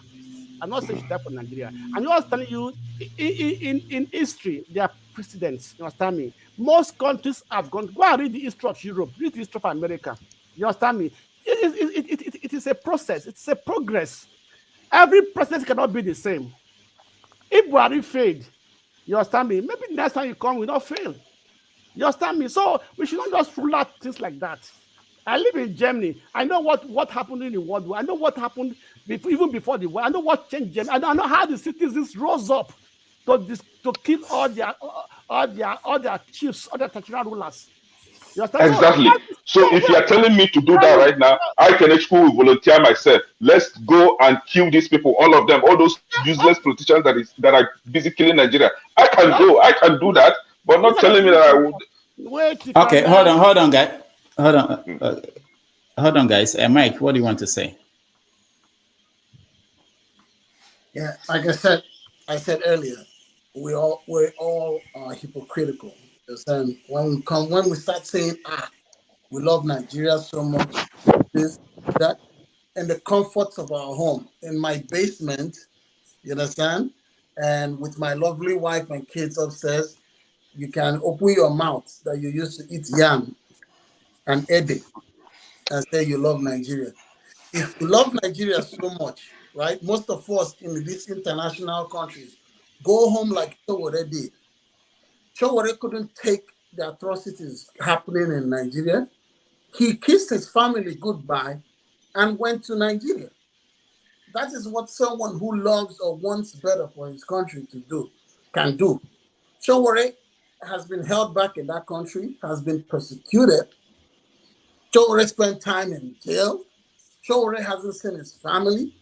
That is, if Showore is here telling me he would die for Nigeria, I would say, Sean, sir, I know. But if you are here and you're telling me you would die from Nigeria and the comfort of your home with health insurance and everything, you're not ready to die for Nigeria. You're just insinuating that you would die for Nigeria. All right. Thank you, Mike. Paul, welcome to the show. Thank you, Doctor, and good morning. Yeah, it looks like you're on the road. Yeah. Doctor, so I want to talk a little bit about Forefather, my very good friend, who told me, let me take it a little bit personal, who told me that he's working online, he works remotely. And he talks all these things about Nigeria. If you work remotely, my brother, Nigeria is that good. You can work remotely from Nigeria while you have a job in the UK, which many people do. The beginning of last month, First Bank and GT Bank, they came out and said they are losing most of the tech guys because these guys are resigning. They are getting jobs in UK and in Germany. These are guys who didn't even jackpot. They are in Nigeria making all this money. Forefather, If you love your country so much, don't come and be Jehovah Witness on this platform. My brother, go Nigeria, go fight. The emergency no place for you to go. This one of see what is going on in Nigeria. If you don't want to fight as military, go fight as fire service. Go and help people in the flood. Since you love your country so much, if you don't know how to use arms, I know you're in the UK, you don't carry arms like us. Go help people on the flood. It's emergency. And you say you work remotely, you go be big boy. If you are paying £1,500 a month for your rent, my brother, £100 a month, you live in a good apartment with £100 a month. Go to Nigeria. Don't come here and come do this Jehovah Witness thing that cannot borrow me a fetching pail. You want to be more holier than the Pope? My brother, I beg, borrow sense. We get sense. No borrow sense. Borrow yourself the remaining one where you get. If you don't want to use it, borrow yourself so that you can back forward. Thank you. All right. Thank you. Thank you so much. James, you wanted to say something? Go ahead. Yeah, thank James. you very much. Yeah, I just want to repeat a question I asked some time ago while this topic was being discussed. In the United States, the Nigerian High Commissioner to the US is the representative of the Nigerian government and people. Assuming the embassy compound is on fire as a result of gas explosion and the man is trapped inside the building, how many of us here today will enter the building to rescue him, risk his life to pull him out of the fire?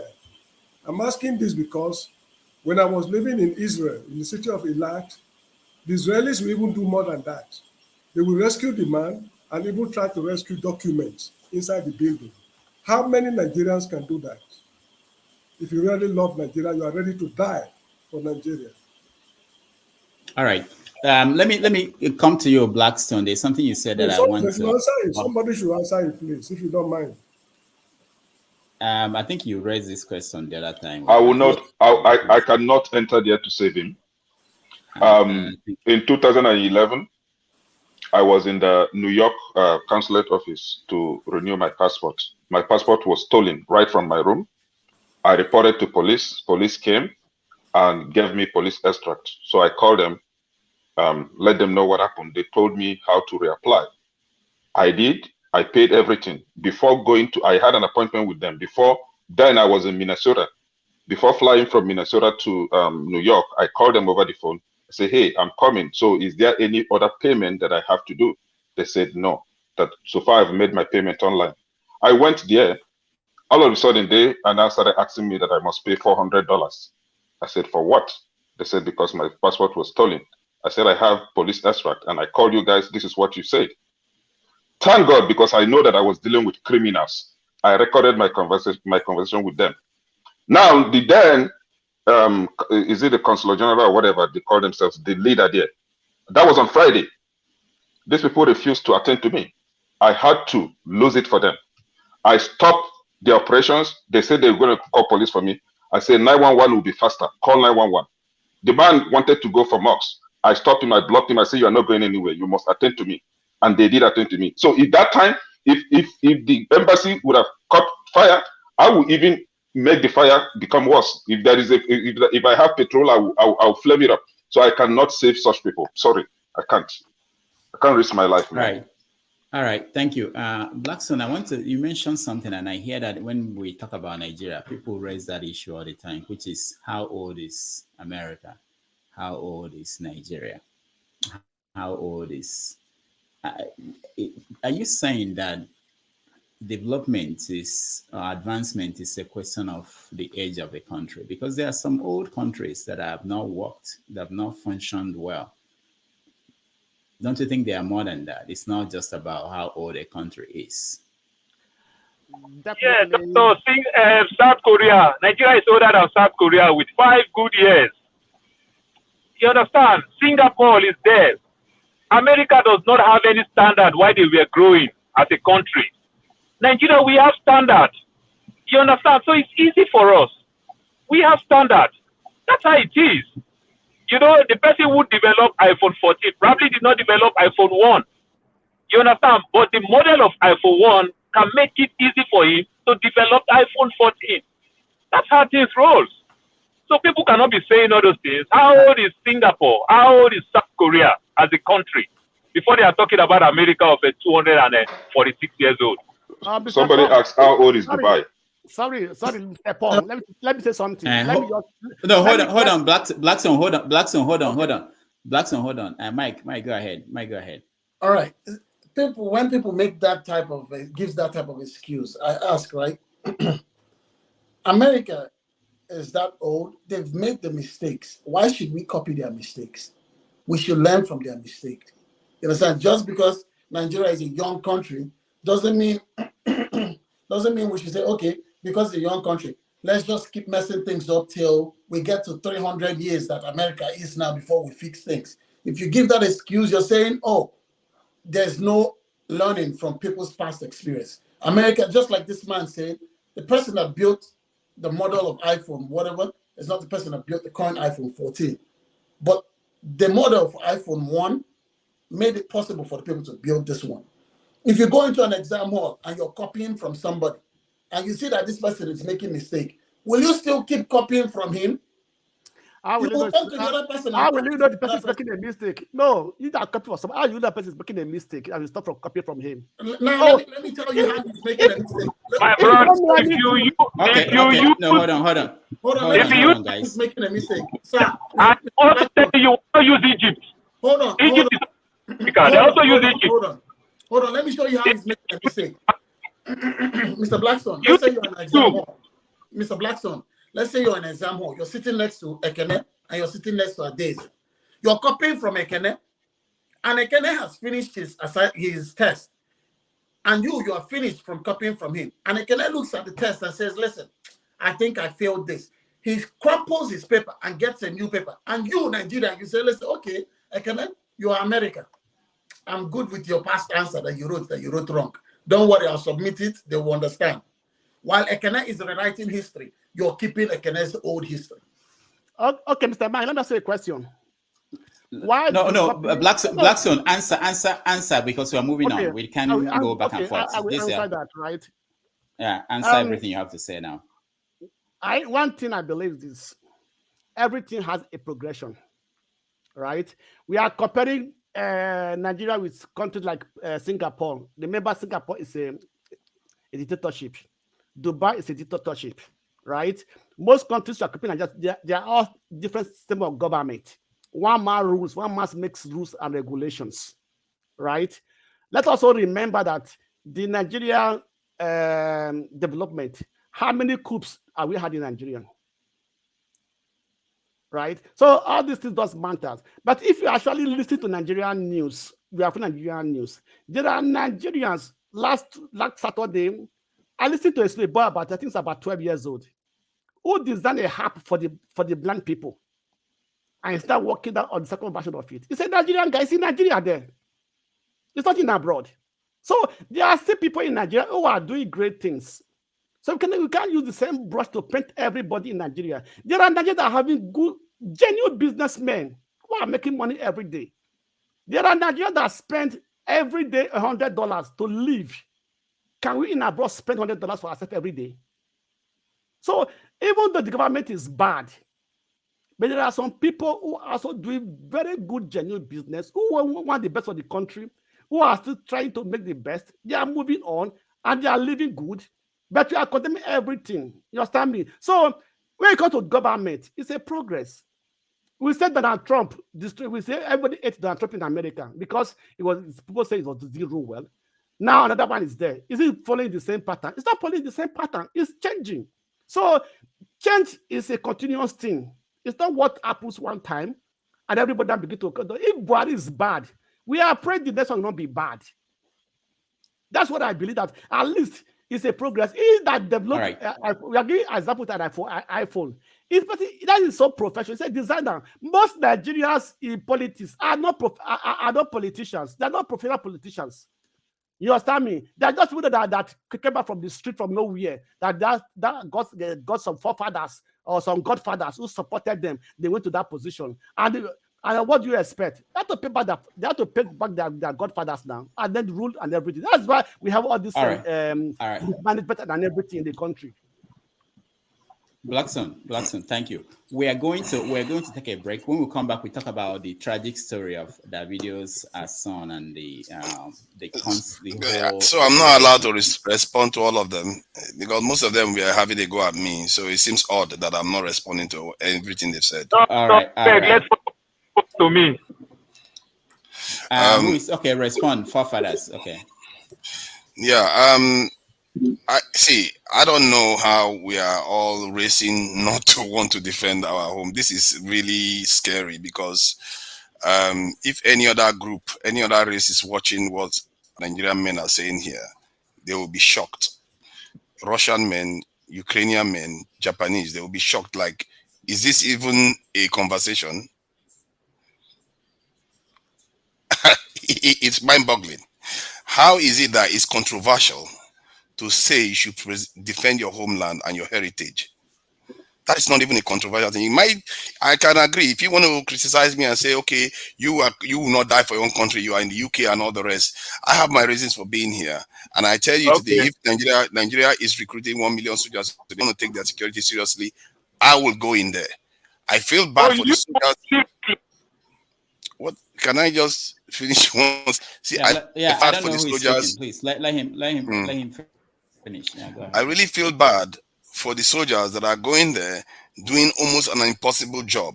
We think that this job they are doing is papering over damage. If they decide to pull away like everybody here is talking about, they decide that they are not going to do this job.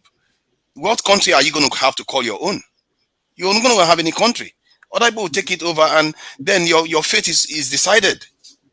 I don't understand how this is even a controversial point. Maybe the controversial part is the fact that I say that I'm going to die for my own country too. But if that is controversial to you, then leave that aside. But can you own the fact that you are meant to defend your heritage? If you cannot do that, know that you are really odd in this world and you present as one of the weakest set of men on the face of this earth. Are you okay? All right. Thank you so much. My heritage is one village from Anambra State. We're going to talk about the tragedy in the family, the son that died. Just a minute. Gentleman will be making his network television debut. This is his most recent album right here. It's called Spirit of Love. We're very pleased to welcome Majek Feshek.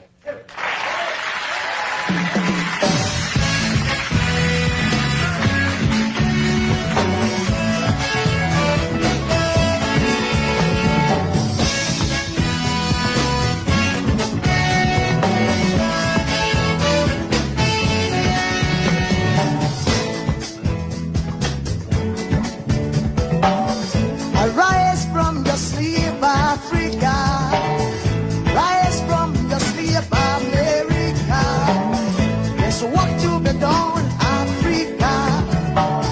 There's work to be done, America. But if we unite, we will be free. So long, too long, so long, too long. We've been sitting down for so long. We've been fooling around for too long. We've been sitting down for so long. I am not gonna fool around for too long. So long, too long, so long, for too long. Hey.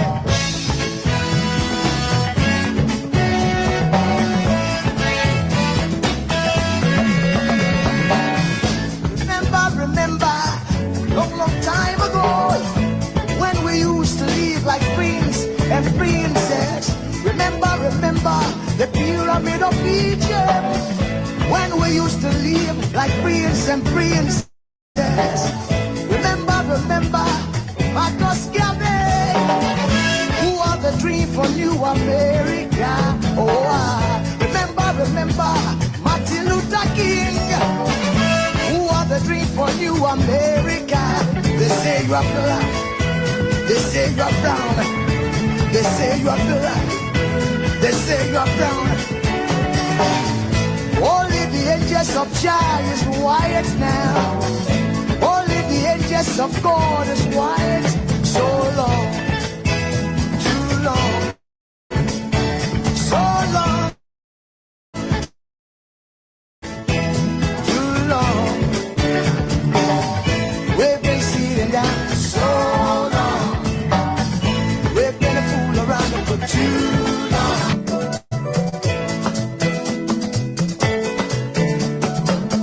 Arise from your sleep, Africa. Arise from your sleep, America. There's work to be done, Africa. So much work to be done, America. But if we unite, hey, we will be free. So long, too long, so long, too long. Pressing down for so long.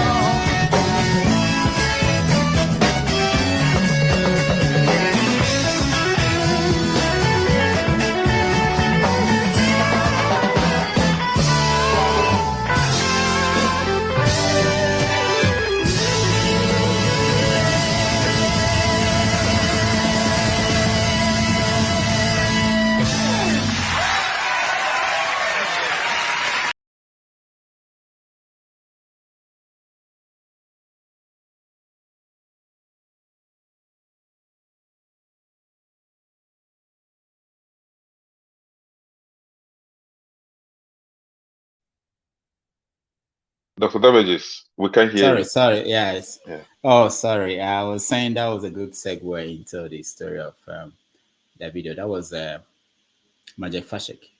So much promises, and it ended in a tragic way. All right. So let me show you this, and then we begin the conversation on the video. Let me show you this video. A little bit of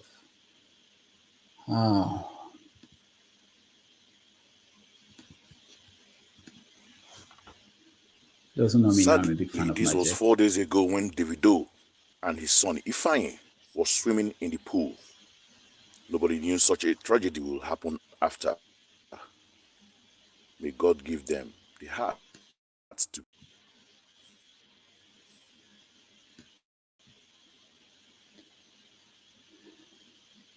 All right.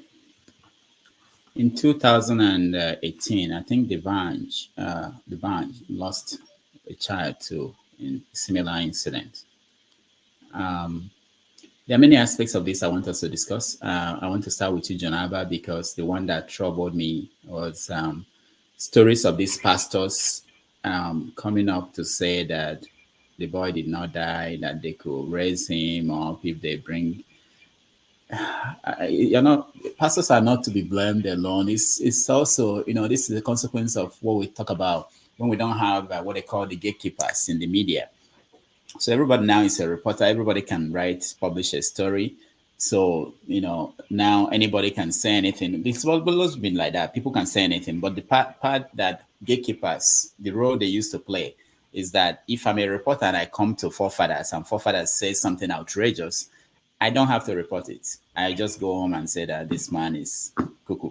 But now everybody is a reporter. Anybody will report anything and people have to discuss it. So, John Abba, do you think that pastors should have a union where people will get certificate and license to practice? Because that's what they say about journalism. Yeah, but it doesn't matter anyway. They'll still bribe somebody to allow them to do it.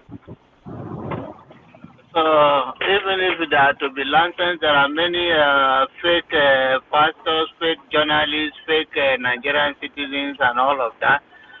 When it comes to that, I went to vacation in California with my family.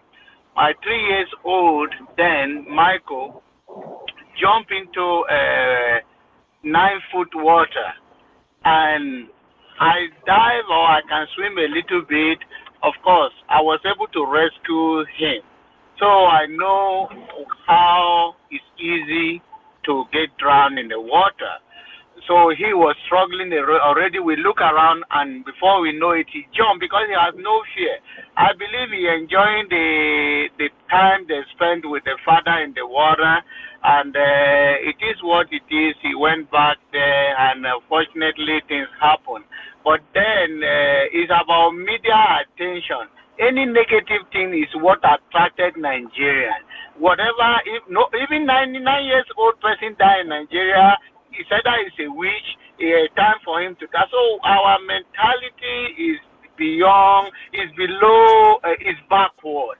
So a child escape from the house because they're enjoying what he did with the father and drowned. It should be something we sympathize and we wish it never happened to anybody else. But for Nigerian, and all they are saying is to gather enough followers to say, oh, it's suspicious. Oh, thank God he's a rich guy already. If not, if he's a poor boy and tomorrow you get rich, they say it's a ritual he used the money for. That is the mentality of Nigeria, and I wish we wake up one day and we learn to appreciate that we are good people, but we have to continue to change our way. We can't be wishing or have the answer to everything and can't keep on demonizing people or keep on coming up with all those rubbish. And pastor will say, bring him to for prayer. Paul Enenke's senior brother died in Abuja. They took his body to the church. Did he come back to life? Of course, no. So I'm not here to tell you that there is no hope or all of those things, but those things, somebody is dead, is dead. Jesus died 3 days he came, but people admitted he died. So I don't know, and I've not seen anybody that died and came back. I fainted one day like that, but I think I was hungry, and I came back to life. All right, thank you, Janaba. CM, what do you think about that tragedy? To me, I'm looking at it from the point of view of health and safety. You know, I feel that in the Western world, from the experience I've got, whatever they are doing, that principle is in their everyday life, particularly things like this. Even if it's an open park they want to build, they think of health and safety. Anything. So if they had had that in mind, they would have known that, okay, is he healthy? What if somebody got drowned in this what is the swimming pool? Not even to talk of a child. What if somebody gets drowned? What if the water happened to be contaminated? How often is there a rota for changing the water or treating it? I'm talking just for an adult now.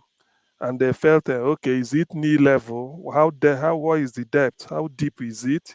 All these things, they put them into consideration. And then you may have a notice by the side. If you are maybe of this height, do not jump in or this thing, all those type of things, not to talk of kids. So in this case, there may be a fence around something, a fence around it, or a way to cover it after use, or it must be something like maybe a barrier, even if it should be open, maybe from the rest of the house.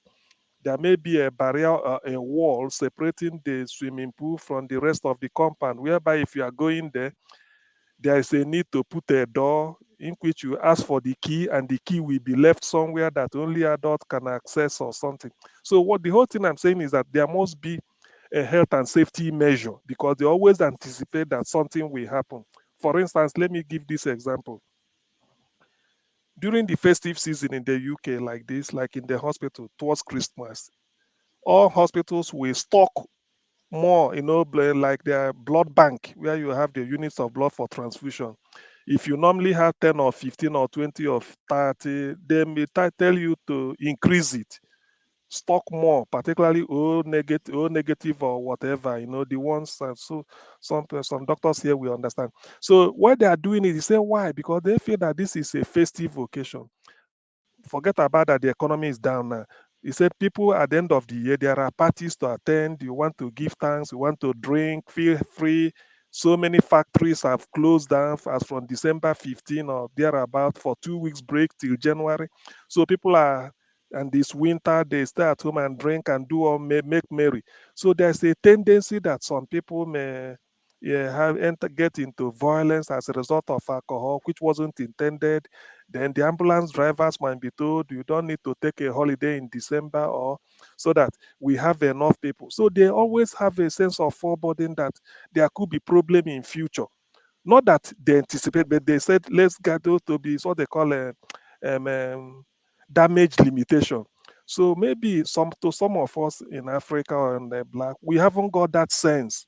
Because I once asked somebody in my village, he said, "Oh, if you get to our village now, life is bubbling. Every Sunday you see people. They give us a third road from the local government headquarters passing through my town. Marvelous.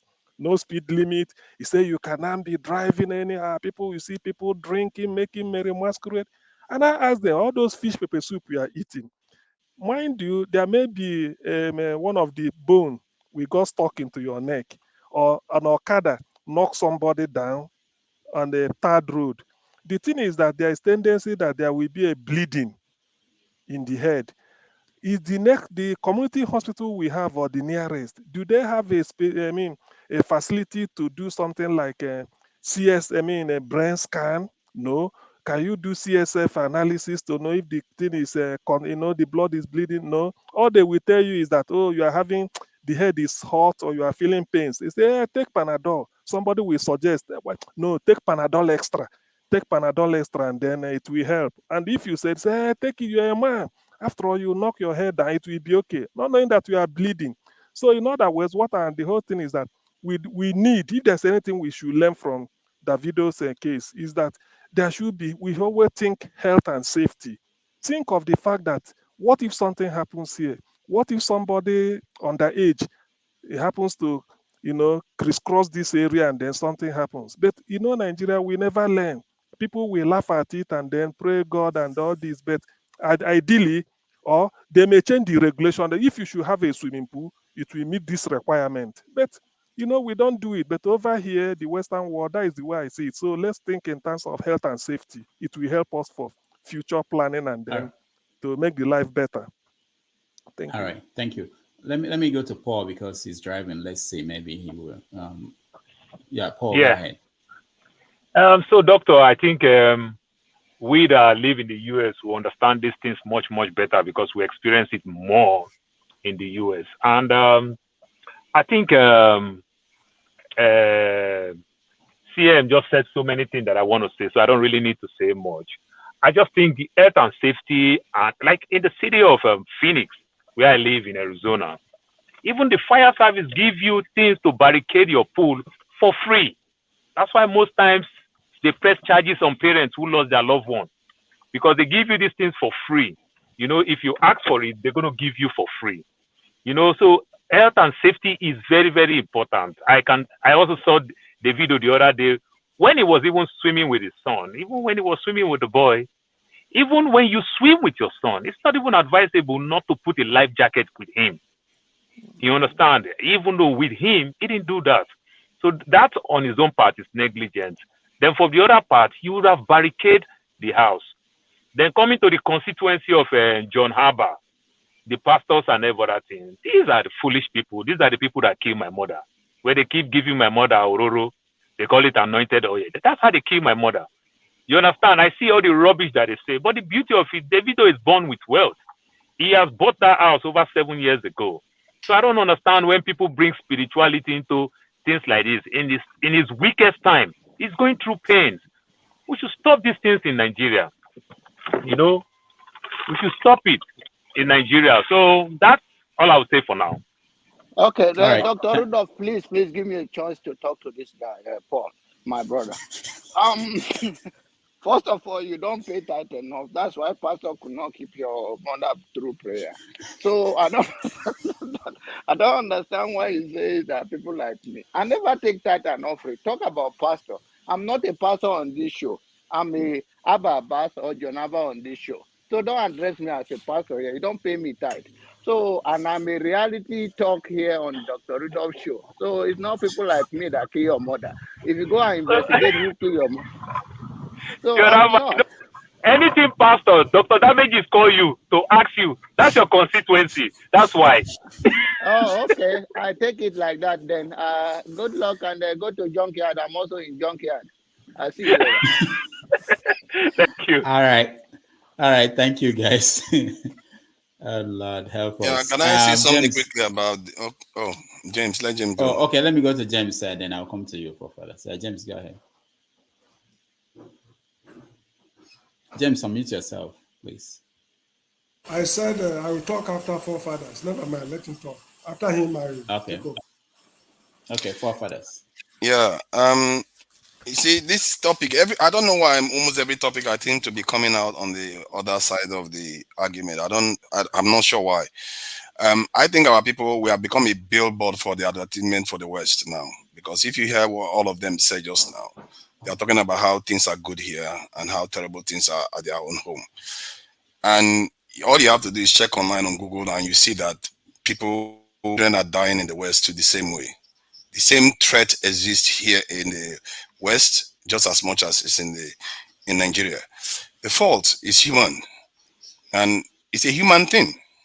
If you don't do your threat assessment very carefully, and I can assure you, someone like Davido, given that he's got about 8 house helps there, or I don't know what they describe them as, he probably thought they were very safe. From what I gather, there was just a collapse in communication. And one thought the other one was watching the child, and the other one thought the other one was, and that's it. That's how accidents happen. Human beings, no matter how much money you have, when I keep saying this, even when I translate it to security, it's human beings you need. There is a case here where a child is inside swimming pool, other people are there, the child drowned. That's in the West I would like to talk about. Is the human beings. If you don't look out for your own, if you don't check enough, people will die.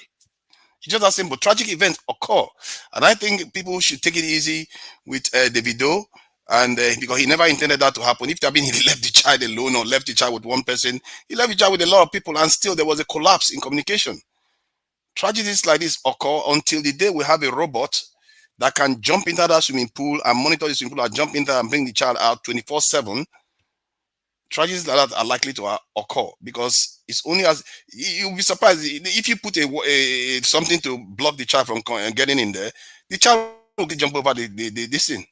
And then the tragedy will occur again, and then we'll end up on the news and complain about the whole thing. Is a human thing, and tragedies happen, and we should just leave it at that. I don't think that maybe in the West, a child drowns in a swimming pool necessarily mean that the authority will just arrest the parents. If they see that the parents have done their due diligence, they didn't just abandon the child at home or somewhere that is unsafe. They're not going to, because the parents are already suffering a tragedy. They are not going to just arrest the parents. They are going to look at it like, okay, this is a tragic event because they know themselves that this is what happens. So I would like to leave it there. Thank you.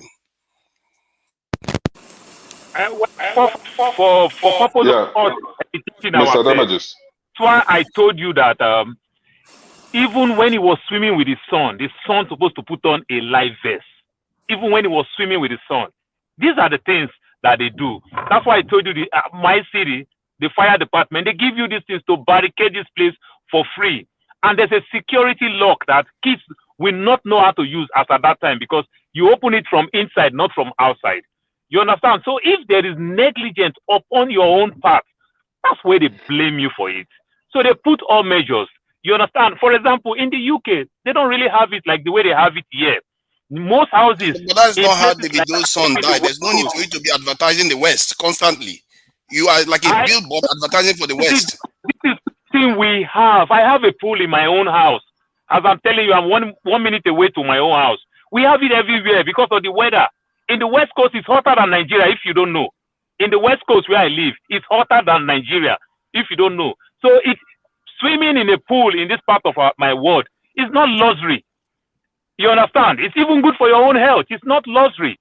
So because of our weather, like in the UK, they don't have it. Look, most houses in the UK don't even have ordinary AC. You understand? In my place, it's a regulation. You must have AC in every business, every home. It's standard procedure. Like they have it in the East Coast, heater in the East Coast, because it's very, very cold. So it's not luxury as you may want to think, because they have it so much and they have this problem. Hundreds of people, kids die every year. Negligence from cars, and even though in pool, during the summertime, kids die a lot. You understand? Inside car. So you see, like for example, you see mothers when they put their kids in the back seat, they'll take their bag, they'll put it in the bag. Some of them will pull one of their shoes and put it in the bag, in their back, where they put their kids, so that when they leave the car, they will not forget their kids inside the car. Over 100 people die every year in summer. The same way kids die inside car when parents forget, leave their kids within minutes. The same thing happened to pool. So it's just regulation, things that they put in place. In Nigeria, how many houses have pool? They don't. You understand? So I want to believe to some extent they don't regulate. I'm just throwing it as a means of we using it. This platform is platform where we use to educate ourselves. You understand? That's all I'm saying. So don't say in the West. You wait when we praise the West and you find yourself in the West. My brother, go Nigeria now. I think but I'm not sitting here. yeah, I'm not this, here. I'm not yeah, a billboard for the West. You can deal with the problem Okay. without necessarily praising the West constantly, and in a way, actually this is it. inaccurately too. That is the problem. Because if you are doing it accurately, it's a different thing. It's not accurate. Okay, hold on, guys. I want to hear from. Wait. On this very case, right? I'm agreeing with Mr. Paul. Can I hold on? Hold on. Let's hear from James. I mentioned his name before all of you. Okay. James. Yes, James, you made mention of gatekeepers in journalism. We don't need them because it's equivalent to press censorship. Whosoever is publishing rubbish should face the consequence. The laws are there, law of libel or whatever it is, or sedition. So gatekeepers, there should be no room for them. We've suffered a lot because of press censorship in Nigeria. We are free here talking today because of freedom of the press. So gatekeepers, there should be no room for them. Secondly, the issue we are discussing here borders also on the activities of Standards Organization of Nigeria. There's an organization responsible for the maintenance of standards in public places in particular. They are not doing their work. This is why these things happen. So we should try to enforce our laws. Then the next issue is this pastors who are saying that the boy did not die, that they should teach that. These are 419 pastors. There's a law in Nigeria, I think section 419 of the Criminal Procedures Act, which made it illegal for anybody to obtain money through false pretext. No pastor has been prosecuted so far. So the law enforcement agents, they should also look at that direction. They are not above the law. And one thing they should also realize is that in Christianity, the greatest miracle has already happened. Those who read the Bible thoroughly. That is for the death of one man to rescue the whole world, even generations unborn, from their iniquities. That is the death of Jesus, is the greatest miracle that has ever happened. And nothing should be expected anymore.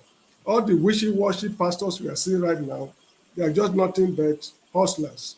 So this is what I've got to say. It's a pity the boy died, but pastors should be called to order.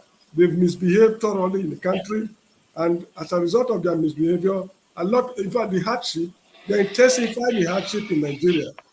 Pastors build churches. They build even universities, and the people attending the churches cannot afford to go to the universities. So what sort of human beings are they? We don't need them in the country. So the law should take its course as far as the activities are concerned. Thank you. All right, thank you. Can I go ahead? Yes. So on Davido's son, right? I think I have two people to blame here. Firstly, the government and the parents. I totally agree with what Mr. Paul said and Mr. CM. Where I live in my state here, you can't just build swimming pool because you think you have money to do that. You have to go and seek for permit from the county. Not only permit to build the swimming pool, you also have to seek for permit for barrication, to put a fence on it.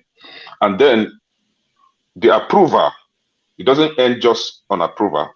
When you are approved to build this, the county will also send out their agents to come and make sure that what you build is to the standard, and they always monitor it. Yes, accidents do happen.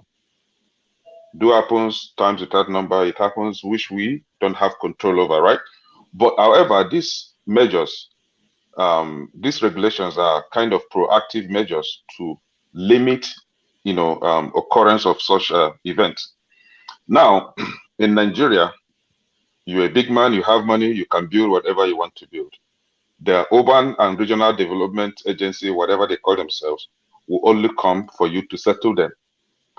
Recently, I was handling a project in Nigeria, and they came, and my people wanted to fight them. I said, no, don't fight them. Give them money, they will go. They are just useless like that. They gave them money and they left. So that is the government in Nigeria. They don't function. They don't put anything into control. You have money, you can build. You can even build swimming pool right in your living room in Nigeria, right? You can build swimming pool. The Banch child that died last time, the swimming pool was right inside the living room. That is how Nigeria operates. You can build whatever you want to build. So the government, I blame them. And for the parents, I think they could do more. When you are single, you can live life recklessly the way you want. But whenever you start having children, you have to be cautious. You have to limit your excesses. So this thing that happened, I think, is deeper than what we think. So it's up to them. I feel sorry for what happened, and I condole with the Adeleke's family. However, government is to be blamed, and we, the parents, we should always try to do better in securing our children. Yes, Mr. Forefathers, yes, we always use the West because they have a template. It's working for them. So we that are still trying to put things in place, we should also try to use those templates in order to fix our country. Nobody is bashing on Nigeria. Nobody hates Nigeria. We're just saying the truth, and we're just trying to make Nigeria function better. It's inaccurate. Yeah. The way you are using it was inaccurate. That's the problem. All right. The black son. Yes. One more thing. Lastly. Yeah. One more thing. Lastly, I talking about the pastors, right? I don't know, because it is only. Sorry, I must use this word. It's only somebody that doesn't have brain, functioning brain, that will be listening to these people, right? There's this guy in Nigeria called Matthias Ezak. I think he anchor one Igbo Love Themselves group, right? This guy has challenged them times without number. If you think you can pray for the dead to wake up, well, let's go to the mortuary. Let me point dead people. Pray on them. Let them wake up. If you think you can place your hands on the sick and they will get healed, or pour anointing oil, which is actually olive oil, extra virgin olive oil. So if you think you can pour it on them for them to get well, please come. Let's challenge you. Do it. But none of them turn up. The one lady that came last time, she failed. Lastly, before you throw this out, it's not actually true. Onyeze Jesus wanted to go to a morgue to do that miracle, and the government of Anambra State stopped him. They said we're not going to allow you. They actually said no. They said that any hospital that will let him come there, they will lose their license. Yeah, because so the why government, is the government afraid? yeah, the government and these pastors, they work together, they collude, so they know that this is time to expose them, and Onyeze just shouldn't be the one to do that, So they had to caution him, they had to hold him back. Is that they want to expose them, because these people are the ones that will go to church and kneel down for pastor or bishop or father to pray for them and prophesy that they are going to win. The likes of Fadi Kayode, they are going to be the president of the country, right? So making the populace to believe that they actually have the anointing to do all those things. So they work hand in hand, and that is why church is a place where they go for campaign. So, like I said, it is only a non-thinking person that will be listening to these people. Yes, miracle happened. Miracle has happened in my life, but not from these riffraffs and hustlers looking for money left, right, and center. But when they come to your house for inspecting the house, instead of you following the right thing as a man to say, I'm not giving bribe, let them do their job and go, you bribe them. No, Mr. John Abba, before I started, I got my plan from this country. I sent it to Nigeria. I did everything intact, right? So if I was in Nigeria, hold on. If I was in Nigeria, I would take it up on them, right? I would do that. But because somebody else is there doing it for me, so I don't know how this person can go as far. I've taken NEPA to court. Nigerian NEPA, I've taken them to court. So taking it up on them to me is very easy. I know how to handle them. Mr. Kanye, Yeah. no excuse. You gave bribe. No excuse. You gave bribe. A bribe is a bribe. No. I didn't give bribe. It's not a bribe. Hold on. No, in my community, for example, in my community, if you want to build anything in my community, you must settle the community. I don't know what they call it. You must settle them, right? Hold on. You did say community. You said the I'm going back. So when they came, with their boys and all that, they wanted to cause problem, and I was called. I was like, you know what? Just settle them, let them go. It's not a bribe. If I was there, I know how to handle these people. Not a bribe, just to avoid problem. So I'm not blaming anybody because everything is to standard. Hold on, guys. Blackson, go ahead. Yeah. Thank you, Mr. Rudolph. Concerning the video incidents, I sympathize with the family, first of all, for it's a tragic death, right? Let me tell our people, those who are in America, who are trying to put American law into Nigerian law. I want to ask you, how many children dies in the swimming pool in Nigeria in a year? Before any country start putting laws into actions, or they will have the reason for it. There might be several incidents that happen, right? Before those laws, before they come in those laws, and before they start to make those regulations. So how many children have died in the private swimming pools in Nigeria? That's what I have to look into. So coming to the actual, the main topic, right? I guess that you say you should blame the government and the family. No, you should not blame the government. You should blame the family. One question I would like to ask: how does that child left the main house to the swimming pool? Because that's a very big house. They said all the doors are always being locked. So how did that child left the house? How did he go out of the main building to walk down to the swimming pool? That's a question we should try to find an answer to. You understand me? Because that child is always playing inside the city room, inside the house, right? On that day, how did he leave the apartment?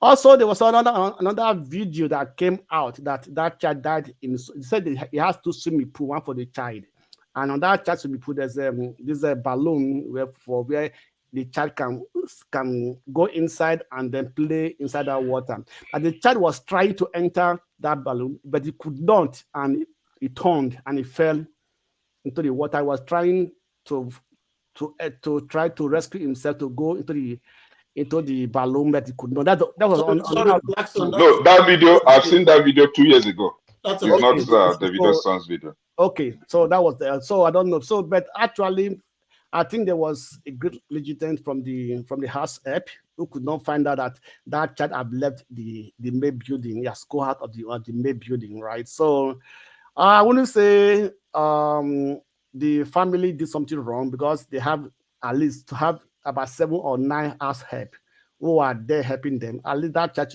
should have at least that security. They should be secured, and the blame should be on the house help, right? And for them to not to find out. I don't know how many minutes it took, how many hours it took that they could not find the child before he walked down to the swimming pool and jumped into the swimming pool. And 2, because every child learns from the parents. As long as the parents will always be swimming with the child in that swimming pool, whenever he goes out, that is where his attention will be, because he has always be playing with his parents in that swimming pool. He also think that he can do what the parents are using him to do inside the swimming pool, right? So most of the blame will go to the parents and also the house help, and nothing has to do with the government. So Nigeria has their rules and regulations.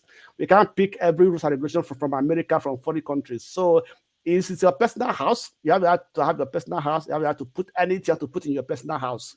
So I don't think you should be denied what you have to do in your house, or what you have to put in your house, what you have to build in your house. But there should be safety, and there should be security, at least as a child. You know what they would have done probably to fence the swimming pool around and to prevent the child from going there. Thank you. All right, thank you. Mike? I sympathize with the family, and the death of a child is not what the parent would want to go through. You understand? Even in my place, sometimes when a younger person is dead, an older person would not come for the funeral. So, but I blame his caregivers. This individual is rich enough to have 9 people working in his house. And these are not just probably 9 friends. These are 9 staff people that are staff members that get paid. You understand? So that's where I blame people that take up positions that you don't take serious. You understand? If the master was home, if the owner of the house was home, you would see everybody loving up on that child. Ah, come, kiss, hold, touch. But now he's not around. You tell me that you have a toddler in the house and you don't know where, and you just have one job. The nanny's job, that is just one job. Take care of this kid. It's not like your job is to cook food. I know they have a chef there that if you say this boy is hungry, his food is prepared. You understand? If you say this boy needs to take a shower, things are there. And you just drop the ball. You have one single job, take care of a child, and you get paid for it. You understand? 9 people in that house. That's why it's like I don't like it when I have friends who will tell me the truth, or I have people who act good towards me because of what they will benefit. You understand? That nanny probably would have been the best nanny because our guy is always at home. Madame is always at home. Now our guy is not around. You let a child wander away from you. Like when I don't know if any of you have kids. If I don't hear my kids in the next what do you call it, 2 minutes, there's gonna be a problem. You know, now I'm in the basement, I can hear them stomping around, and I know my wife is upstairs. If it's quiet, when you have children, if it's quiet, there's trouble. And you have a child that can't take care of. All right, thank you, Mike. I want to mention there's something that Nika wrote on the comments that she thinks that we should wait to gather more information before discussing this topic. You know, that more information is still coming out. What we are discussing now should be general safety and issues. So there's a point in terms of not knowing exactly what happened, the details, you know, and it's easy to blame people. And of course, you can also say that this nanny is they've been there for how long? The child is three, you know, they've been around, they've done their job for all those periods. And, you know, so anyway, but that's on the side. I just wanted to point that out. Simba, welcome to the show. Can you unmute yourself, Simba? Hello, can you hear me? Excellent, good. Yeah, we can hear you. Welcome to the show. I think this is generally smoke and mirrors, I think. No, hold on, Simba. First of all, tell us, where are you joining us from? From Switzerland. I've been watching your show. Thank you for having me. Oh, okay. I've been listening to you at the background. I just said, okay, I'm going to start participating. Okay. Generally, I think this is just smoke and mirrors. If we're talking about Davido's case specifically, of course, it's sad what happened to him. I don't know, is the child really dead? I believe they said the child was in a coma or something like that. I'm not sure on the details. But regardless, it's sad what happened to him. But putting the blames on the staff, I don't know. I think that's just pushing it too hard. These guys are, you have a point. When the guy is there, they probably will work a bit harder. And that's such a general feel in Nigeria. I think people are a little bit lazy, or they don't take their job so seriously. And I mean, it's sad what happened to him, but putting the blame and saying, oh, the parents are at fault, the government is at fault, why does he have a swimming pool and everything? I mean, I don't know. It's not my point to say. I don't have the facts, so I can't say who is to blame. Was there a lifeguard there? Swimming pool, there are regulations around it. Can you just put a swimming pool on your rooftop and say that's a pool? You know, there are different things there. So I think this is almost an impossible question to answer. So I have not much to say in that part. Cheers. Thank you. Thank you. Now, the point that I think we should all think about is laws come about as a result of accidents, situations like this. So the question is, do we have the laws in place? We are building a wider middle class that will eventually have more people having swimming pools. What are the guidelines? If you look at the other societies, it's not just Western society. Laws come into place because something happened and somebody thinks, okay, this is what we're going to do to prevent that from happening. It doesn't mean it will stop happening at all.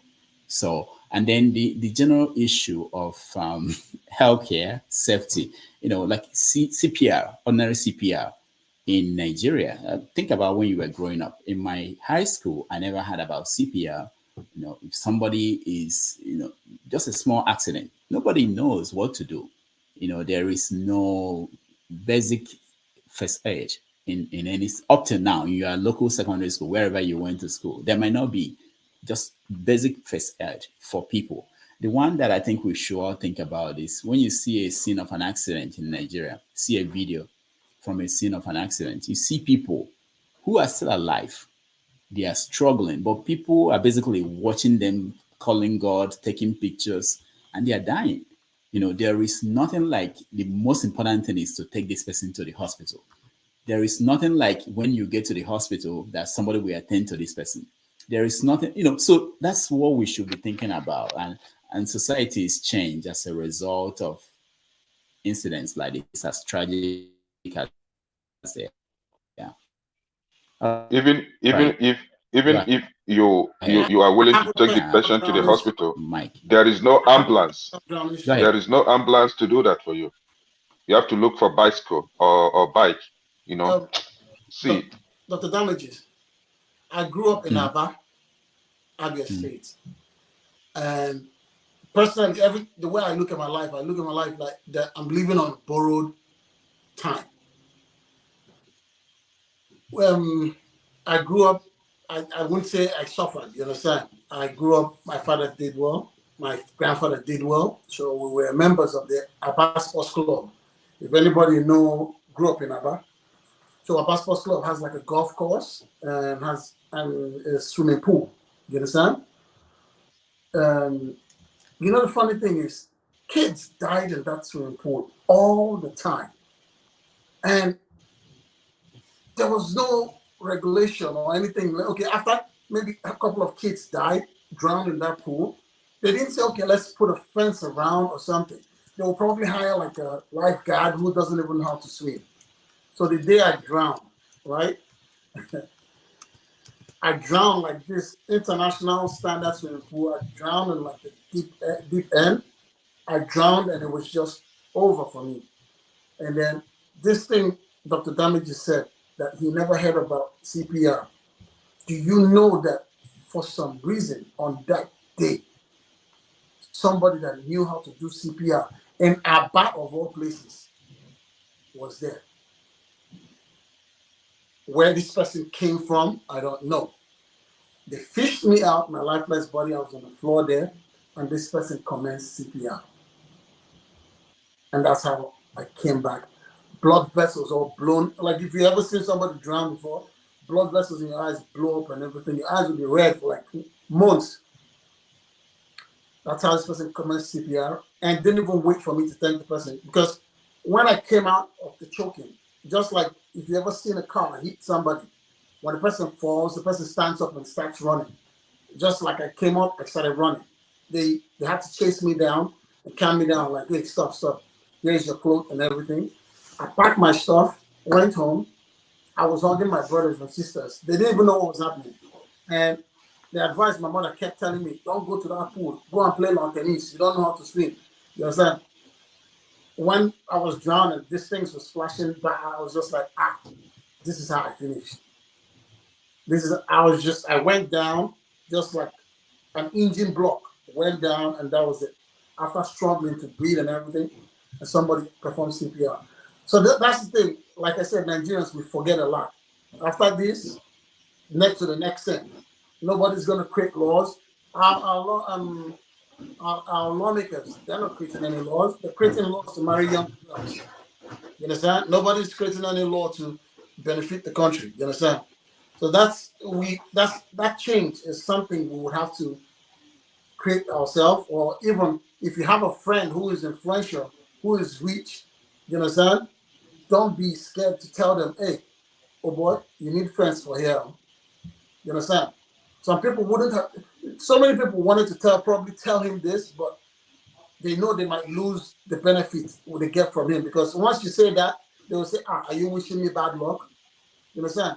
You have to have friends that you can tell things to, no matter the country. That's why we don't need to wait for friends. We need the law that will force everybody to do something. You know, go ahead, James. James, go ahead. James, I said, James, go ahead. You are hearing me? Are you hearing me? Are you hearing me? Okay, good. The laws are already in place in Nigeria because at independence, I think there's an organization they call Standards Organization of Nigeria. Okay, We are James, using hold on, the James, FCC. James, hold on. I don't want to stop you. When you said that before, I wanted to stop you. As far as I know, the Standard Organization of Nigeria is looking at items that are imported into the country. No. And It's produce. beyond that. It's beyond that. Here in the Gambia, Okay. we have it. When I was living in Israel, I also saw it there. The SON is a very elaborate organization, but they are not enforcing, or they are not doing what they are expected to do. The laws are already there in place. We use British standards. The Americans have their own standards. Germans, each country has its own standards. That's one thing. Then secondly, this issue of people taking photographs when people are in distress. Um, I remember reading a book titled Pigeon Project by Alvin Wallace. The man mentioned it there. You see, when journalists are being trained, they are indirectly um, they are indirectly indoctrinated to go after sensational events. And that distress moment is normally it creates sensation in the minds of the public. They are not told to do that, but indirectly, that is what they ask them to do.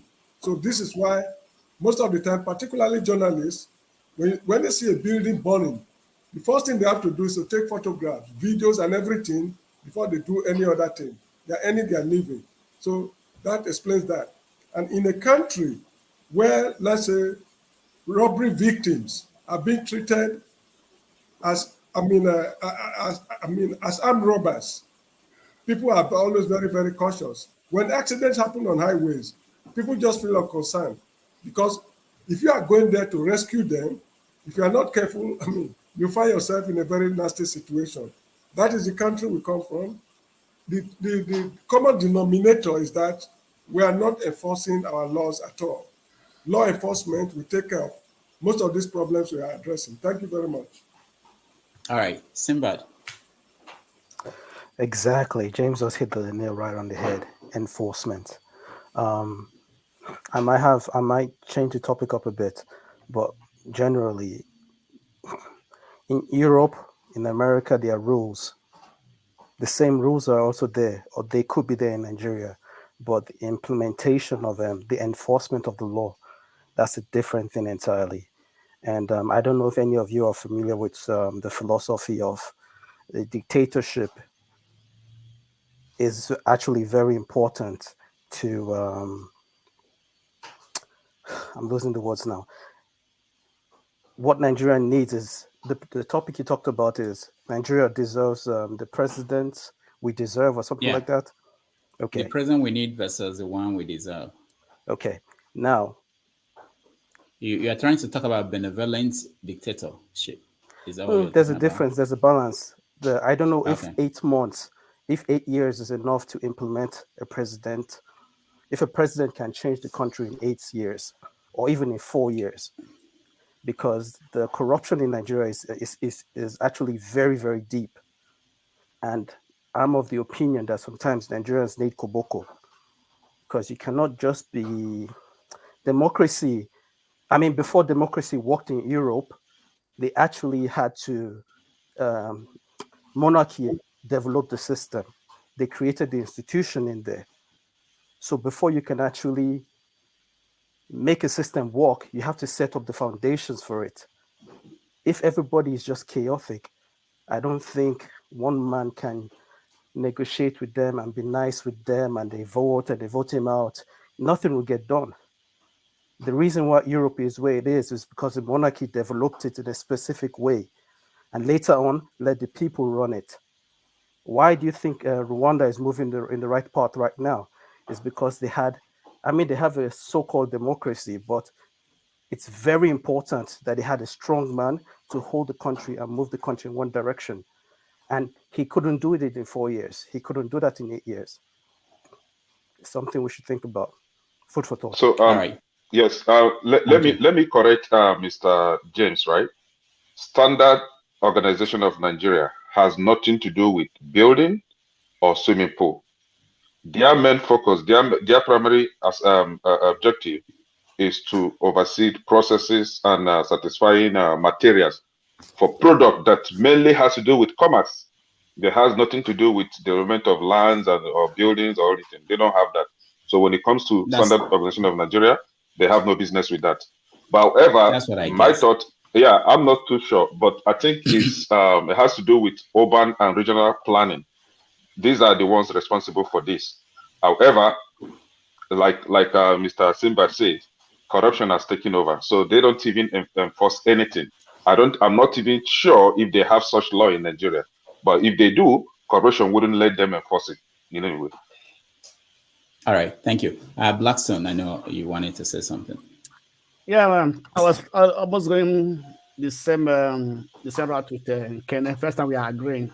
Yeah, I wanted to correct Mr. James that SON does only try to control the quality of products that come to the country. So different countries have their own quality, and in Europe we have a ISON, right? So SON will not tell you what you have to have in your house, what you have to build in your house, but to look at the quality of the materials you use in your building or and things like that. So they're not after the design on what you're going to have in your house. Coming back to the swimming pool, I can remember an incident that happened years back at the University of Benin, right? At that time, University of Benin has a very standard swimming pool, right? And there was a time somebody got drowned in the swimming pool. And after that incident, they came up and fenced around the swimming pool that no student can go in, only when they're allowed to use the swimming pool, right? So I think it depends on the administrators, right, or the individual that need to create most of the time the safety. What are they going to safeguard the use or access to the swimming pool, right? And after them, nobody died again in that swimming pool at the University of Benin. So I was trying to refer to Mike when he was saying that they have a swimming pool in the golf course and then it was drawn in it, right? So if people were always drowning there, right, they're supposed to fence it around and create such a method that whereby they can secure people or prevent people from going into the premises of the swimming pool. All right. All right. Thank you. Janaba.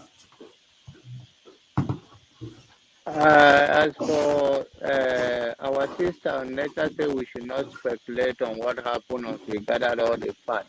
This is how we put pressure to David Doe and the family to come up and tell us exactly what happened. So it's a normal thing when it comes to journalism that people started saying this is their own view. It's left for them to come and clear the air. So there's nothing wrong in what we are doing here by talking about it. It's a child that died and we all sympathize with the family and we want to go to the bottom of it. So that such thing should not happen to any other person again. We are not here rejoicing over it.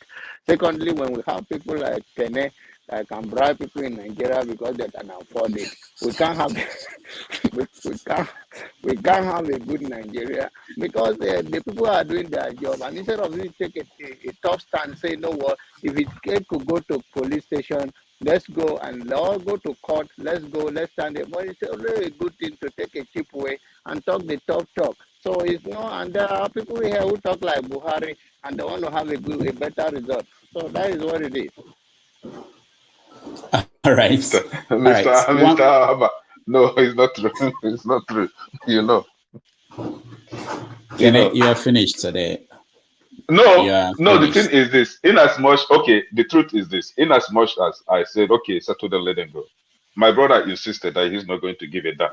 And he did not. But on my own, I asked him to just settle them. He said he's not going to because everything was intact. However, he eventually didn't. Do you understand? But if he had given, I would still stand on my point. Just give them, let them carry their while ago. But he refused. You are changing your word. He did that. You gave. You don't expect you don't expect me to push out everything in the Don't public. worry. However, no, we won't arrest you. Don't worry, you are safe. No, I'm not talking about it. I'm one person that never gives bribe. I will never give you bribe, no matter what. I will never. This is me. People that know me, can attest to that. I will never. Instead, me and you, we change them for each other. Okay, Mr. I will never. Mr. Kenen, let me ask you a question. Yes. No. Blackstone, no, we're not asking questions. We're rounding up. So one more topic before we round up. It's actually something I believe that is more important that happened this week, which was about Tinubu and how he tried to influence the politics in the Southwest. Let me find the video and play the video of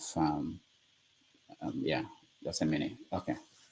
It's not just about religion, ethnicity, or even who you know. That's talking about having a godfather. How do you think we can overcome this?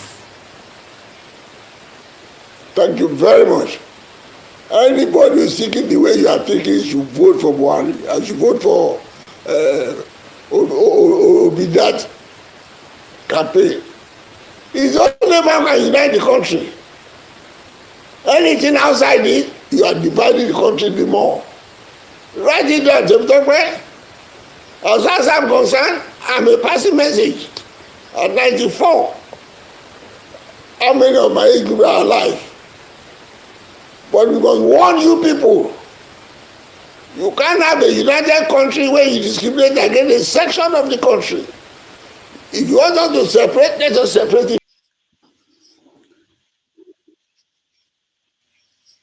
All right, that wasn't the video I wanted to play. I wanted to play a video where he was defending the position of Afenifere, which came under attack when Tinubu visited the former leader of Afenifere. So I want us to discuss the dynamics because, first of all, Tinubu was the Southwest is his home state, home area, region. And for a point, people felt that he didn't have to worry about the Southwest. But it appears as if now he has to take the campaign trend back home. Maybe he got a sense that he's losing out in the Southwest. And he came, and part of the move is basically to divide the Afenifere as a way of making sure that he will secure some votes that he believed should be his. What do people think about what the drama where there were fight over who is the actual leader of Afenifere, and then statements being issued, videos being played? I'll find the other video before we finish the conversation. Let me start with you. Who has a good understanding? It doesn't have to be everybody. If you have a good understanding of what's going on, you can raise your hand. I will come to you. Anybody? Let me hear Janaba. Hold on. Let me hear Janaba. Let me see what Janaba knows about Afenifere. Janaba, go ahead. That is the western. When you say the western part of Nigeria, the Yoruba Action Alliance. So what Tinubu did was a very smart move. because the head of it for the past 1 year have endorsed Peter Obi. And he sees that the older version of them, where he went, there is a reason for him to go. He, as Tinubu, may not be very articulate. Maybe the campaign people do that divide and control strategies. I think it's a good move for him politically, and I applaud them for dividing. That's how politicians work. It's about divide and control. In any way you can possibly to win. The end of the game, you want to win. So what he did is a smart move. And the only good thing I see up to it is that people have grown to a level that say, no, you can divide us the way you want to divide us, but this is my stand as a person. And I give Adebanjo, I give him a credit for standing his ground, but it was also a smart move by Tinubu campaign. All right, thank you. Can Doctor, I go ahead? so when it comes to Afenifere, just like Ohanese and Dibo in the southeast. So when it comes to the southwest, Afenifere is one social cultural organization in the southwest that mostly speaks for the Yoruba people. Their leader, which is Pa Adebanjo, anointed Pitobi, and that is where Afenifere stands. Before the former leader, what's his name? Fasoranti, right? Yeah. He was the former leader. So as it stands today, he has no right. He has no legal authority to adopt anybody. He may do that on his own personal ground, but not for the Afenifere. The only leader that Afenifere has who can anoint anybody or adopt anybody is Pa Adebanjo, which he already did. The latest news that came yesterday was the same Fasoranti, the former leader, made a U-turn, coming back again to agree with Pa Adebanjo. Maybe we've not heard that. What Tinubu did wasn't a smart move. Tinubu is a troublemaker. Tinubu, he's a tout. So what he did, just as he has been doing it, is to cause confusion within the Afenifere. As it stands today, Tinubu did not succeed. And I don't think he will succeed dividing Afenifere. Afenifere that I know are too smart for that. Tinubu is too small. It's just an aboro to divide Afenifere. That's all I can say. All right, thank you. Paul, Ekene, this issue is a little bit complicated, as you can think. Fasoroti, if you could remember very well, the bandit killed his daughter. And when the bandit killed his daughter, then Igboho was still out. Igboho was still in Nigeria. They all came out and fight and every other thing. So they were very, very mad that Tinubu could not even go there and everything. You know, that's Tinubu is not doing anything for the fight of the Southwest, the Yoruba people. Tinubu couldn't do anything. So Tinubu is using this move. He go beyond Tinubu asked Fasoriti for him to anoint him. He also went behind the scene. He's begging to plead back. And Fasoriti actually is the leader of the Afenifere group. But he gave this position to Ayo Adebanjo. Adebanjo, who owns the position. Fasoroti now just set back again. I think it was yesterday or Thursday evening that he has taken his position back. So it's very, very complicated right now that he has taken his position back. I think they did it. They don't do it like in terms of vote, state, or anything. They do it based on age. Because he's still a little bit older. When he gave Pa Ayo Adebanjo, he gave it because of he was struggling with his health so bad. And now, due to the issue that is coming when Pa Ayo Adebanjo said he did it and he did not even talk to Fasoroti before he did what he did, Fasoroti now just take his position back. So it's a big drama going on now. That I can tell you. Okay. Thank you, Paul. I think Kene has the current situation because there was a U-turn again at the end and he issued a statement, this time not on a video. I'm trying to find that video where he said he took back the position that he had. CM, let me come to you. You have anything to say about this? CM? No, no comment.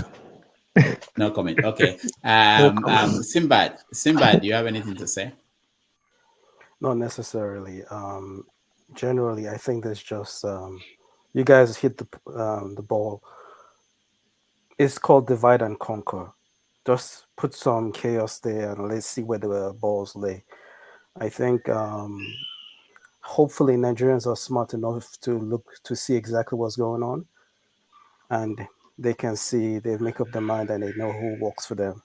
I don't know, saying they should vote for Tinubu just because he's Yoruba. I think the Yorubas are smarter than that. I think so. We'll see. I don't have much to say in this topic actually.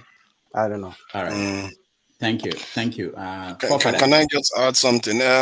I think that it's marks of desperation on the part of Tinubu, and so far he's been trying to catch up. That's all he's been doing, and having a former leader endorse you is not a valid endorsement. It's like going through the for Obasanjo to decide something for Buhari is crazy, and that is this thing invalid in the first place, and. I think this whole thing is coming. You see, Tinubu shouldn't have to be groveling like this. It tells you what is going on in the higher echelon of society right now. And all those people that are saying that Peter Obi doesn't have, they will be surprised what happens. Because there are a lot of people in APC, PDP that will support Peter Obi right now. And this is what you are seeing. And even a Yoruba cultural group feels the need to support Peter Obi because they understand that Peter Obi's election alone, for better or for worse, just his election alone is going to bring the Nigerian family more closer together than it has ever been since the 70s. Because the Igbo people have not been in such a position for a very, very long time and they felt marginalized for decades now. And that will help heal that rift. Just on that alone, he has not even done anything yet in office, and then he goes on to do some of the things he's talking about. Then this is why old heads think that it's a good idea to have him, Peter Obi become president. I have so many other reasons that I believe in than what most people like to, different from what most people like to describe. And I think that's what these elites are seeing too. If you see Obas IBB saying that he doesn't want these two old men, and in short, just ask any of them. Just ask any of them. Even Peter, I don't even think Wike wants any two of them. Autumn doesn't want any two of the Atiku and Tinubu. They don't want them.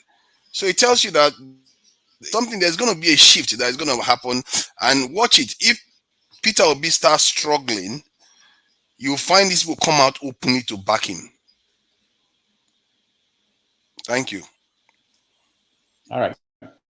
Any other comment from anybody else? All right. So, okay. Oh, okay. The Blackstone, go ahead. Okay. What I just say is that we all should know Mr. Tinubu is a very desperate man. And I guess that he's trying to do everything possible to gather support from all the Yoruba elites. That is why he backed the Apinferi leader, present leader, to go and meet the old leader, in that for him to create a confusion within that group.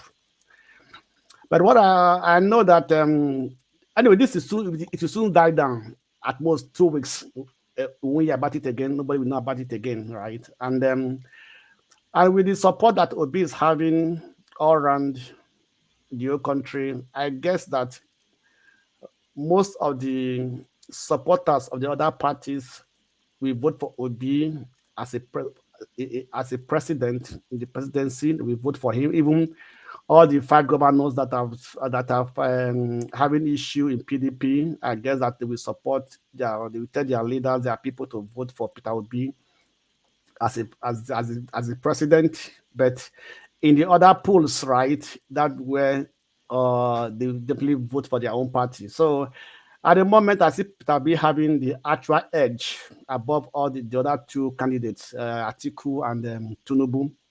because from the precedents we are seeing that though everything now the march and everything is not more there, but I think that the support is coming in. They are just being silent. They want to talk, like I said before.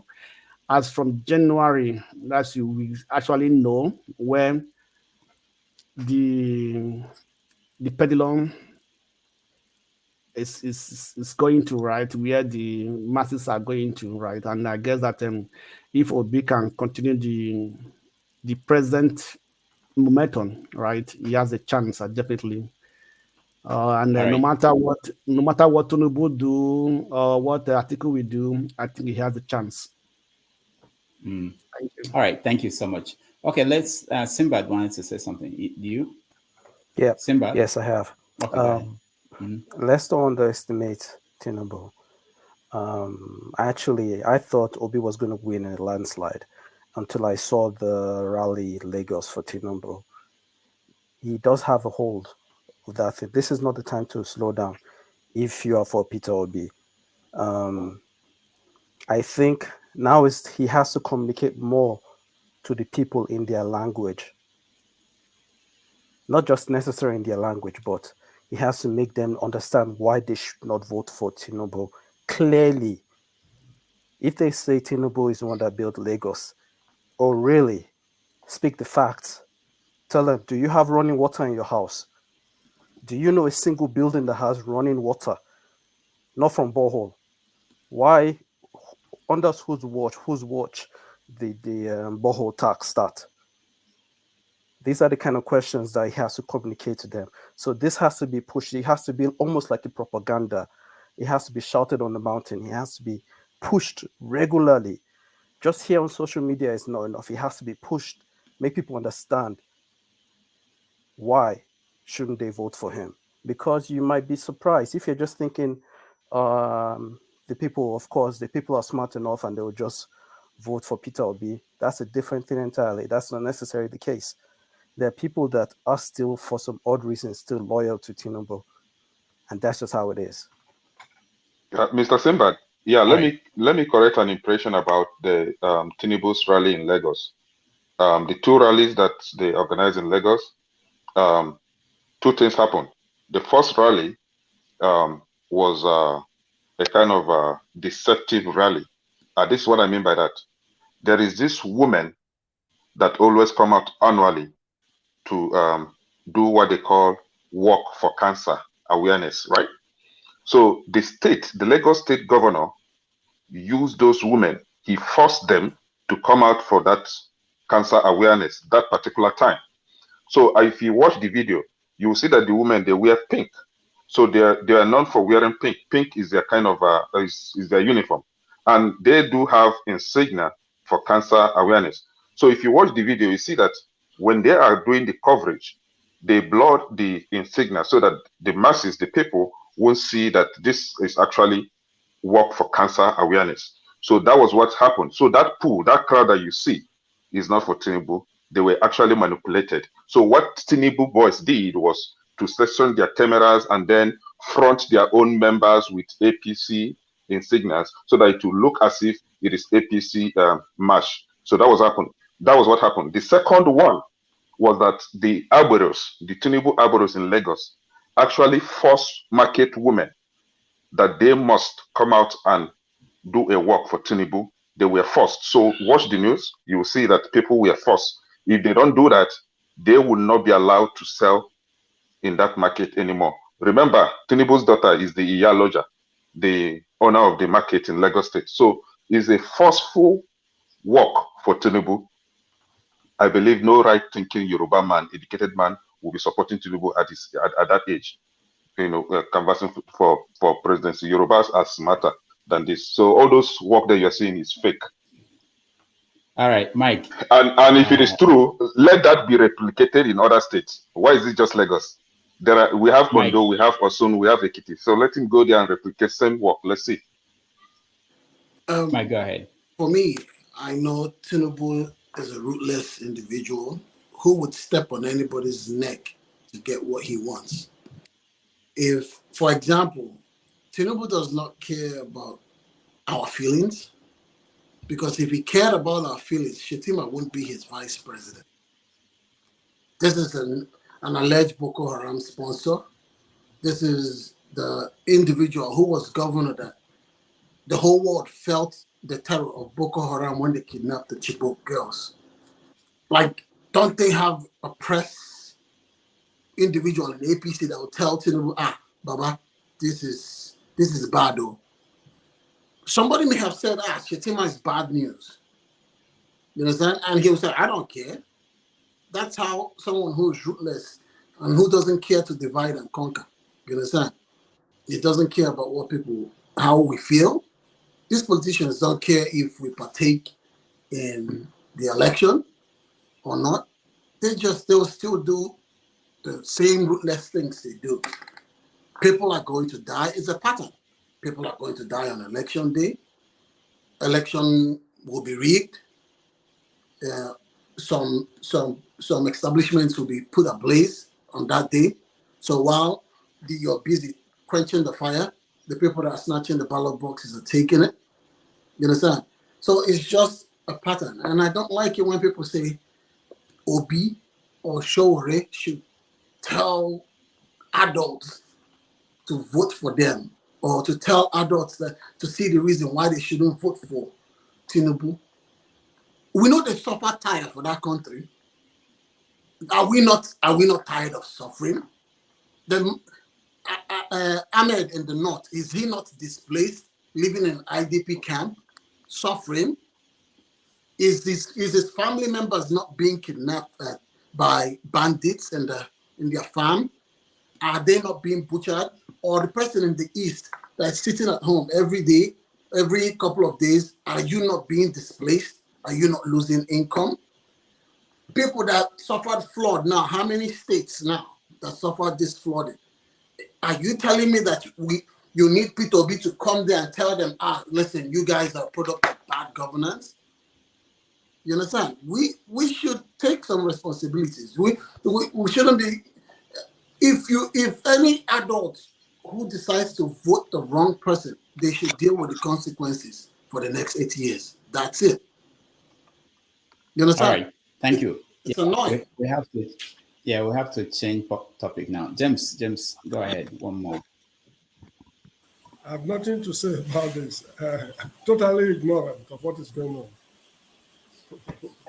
Okay, but you were raising your hands. I thought you had something to say. I was signaling that. Okay. I'm so sorry. Okay, all right. Who wants to say one more person, and then we have to go? Who? Okay, Simbad, go ahead. Okay, the people are ignorant. If the majority of people are smart, Nigeria will not be where it is today. Period. Just how it is. You have to make them know why. I saw some interviews where people were asking, well, who would you choose? The people that picked Obi, they actually sometimes knew what to say. Some people that took Kwankwaso, they knew what they were saying.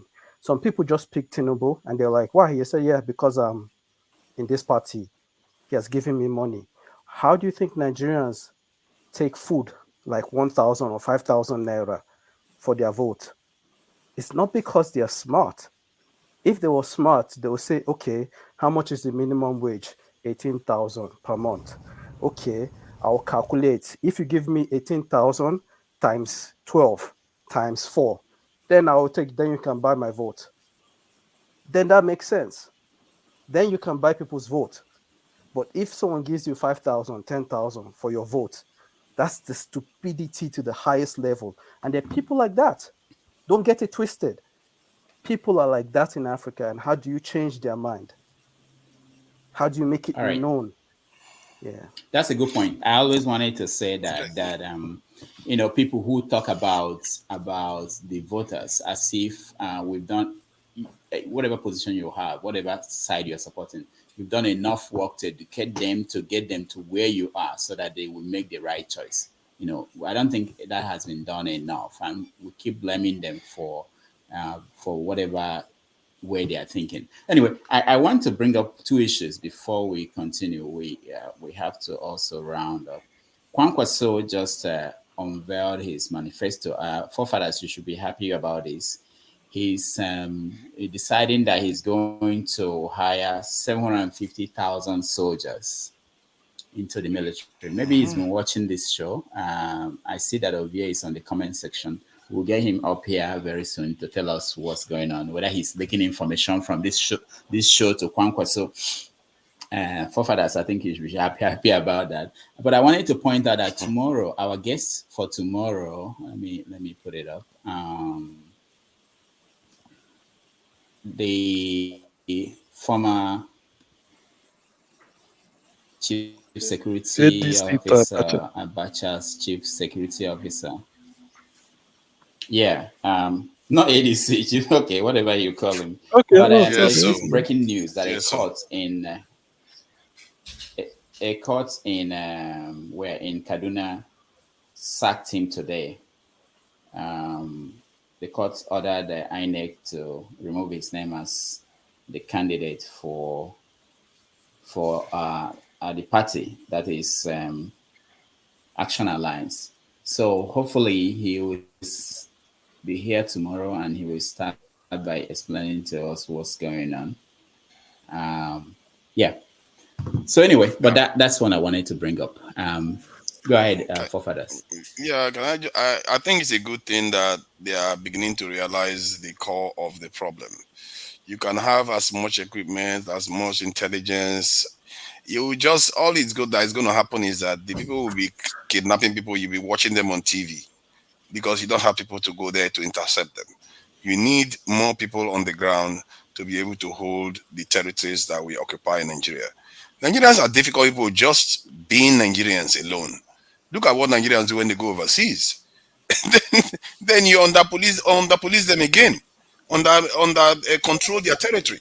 So we definitely need to fix that, because if we fix that, you'll find that stability will return, and most of us that are in the West right now will be able to return to Nigeria and actually feel at home. What I wish for Nigerians is that they are able to come out in the middle of the night and not blink and worry twice about their safety. That is how a country is meant to be. And I'm glad that Kwankwaso is doing this now. At least it's coming out openly, and I hope he keeps repeating it so that other candidates, if they see that this is a winning idea, they too will start heading in that direction, because that's the only part to our salvation. Everything we talk about here, that part, if it's not fixed, the rest is just waste of time. I can tell you that if I was the one sitting at the other side of the fence, I'm from a different country watching Nigeria, that's the one I would never want to be fixed if I'm an enemy of Nigeria. Because if that part is fixed, I can't manipulate Nigeria as easily as I would if that area remains as it is right now. So I hope that that is a sign of things to come. In terms of what the previous gentleman said about, educating Nigerians, one experience I had this week was they were complaining about a hospital that people were lying on the floor and they couldn't do anything about it. Terrible conditions at the hospital. People are dying. And I said, you know what? If 50 million Nigerians put 1,000 naira, you can build a reasonably good hospital that can prevent all that nonsense from happening almost every month. And most Nigerians spend a long time pushing back against that. Why should we do that?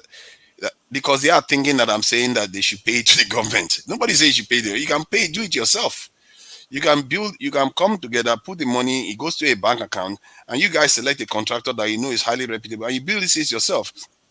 When you start taking control of your system, watch how the government reacts, watch how the authorities react. They will rush in because they don't want to lose legitimacy.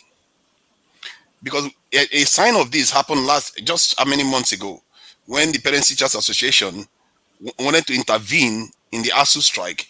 They wanted to start paying for the students. Guess what? ASU rejected it, and within a month, the federal government and ASU has fixed the problem. You see how people are. You see, when people start taking control of their system, you see that the authorities will pay attention even more. It's just like everything else. If you don't make yourself worthy, why would anybody serve you? It's just when I was saying that, people were pushing back, and some of the guys in the East were like, we are already doing this in the ground. We are doing it in Igbo. We will put a street light and all the rest. We will do that. I say, I'm asking for 1,000 naira. And if you're already doing it, you should be agreeing with me. It tells you that this, and one guy was telling me this was impossible in Nigeria. You can't, but I told him, you're already doing it in Nigeria, but you're not doing it in a sustainable level, because he was complaining about this in the maintenance. But if it was 1,000 naira, you are building hospital every month, and you are at the same time paying, repairing, and fixing things, it's not going to break the economy. And I'm talking about 50 million, not the entire workforce even now, not the poor ones that cannot afford it. And I know we can afford a lot more than that. If they tap into the diaspora to fix these things, we can do them. And I'm more solution oriented. I'm complaining is not going to solve our problem. And to get those Nigerians in that meeting, funny enough, we ended up agreeing, because it turns out that they've already been doing it. It's just that they were not doing it in an efficient and a sustainable way. And the solutions are right there on the ground. I just hope that when we're having this discussion, we are looking at actual practical solutions. Thank you. All right. Thank you so much. So what we're going to do now is I want to get can we get two people to give us a room to get Ovie to come and talk about Kwankwaso and this idea of 700,000 soldiers? Is interesting to me. I see 750,000 precisely. Let's not reduce it. That is very funny. Yeah, it's interesting too. So let's get. But Rudolph, let me ask this: is it proper for people that claim that Nigeria is caused, is useless, and all the rest, and they are not going to die for Nigeria, to even have an opinion? Because their opinion, they don't care about the country. No, they don't care about the country. They care about an opinion.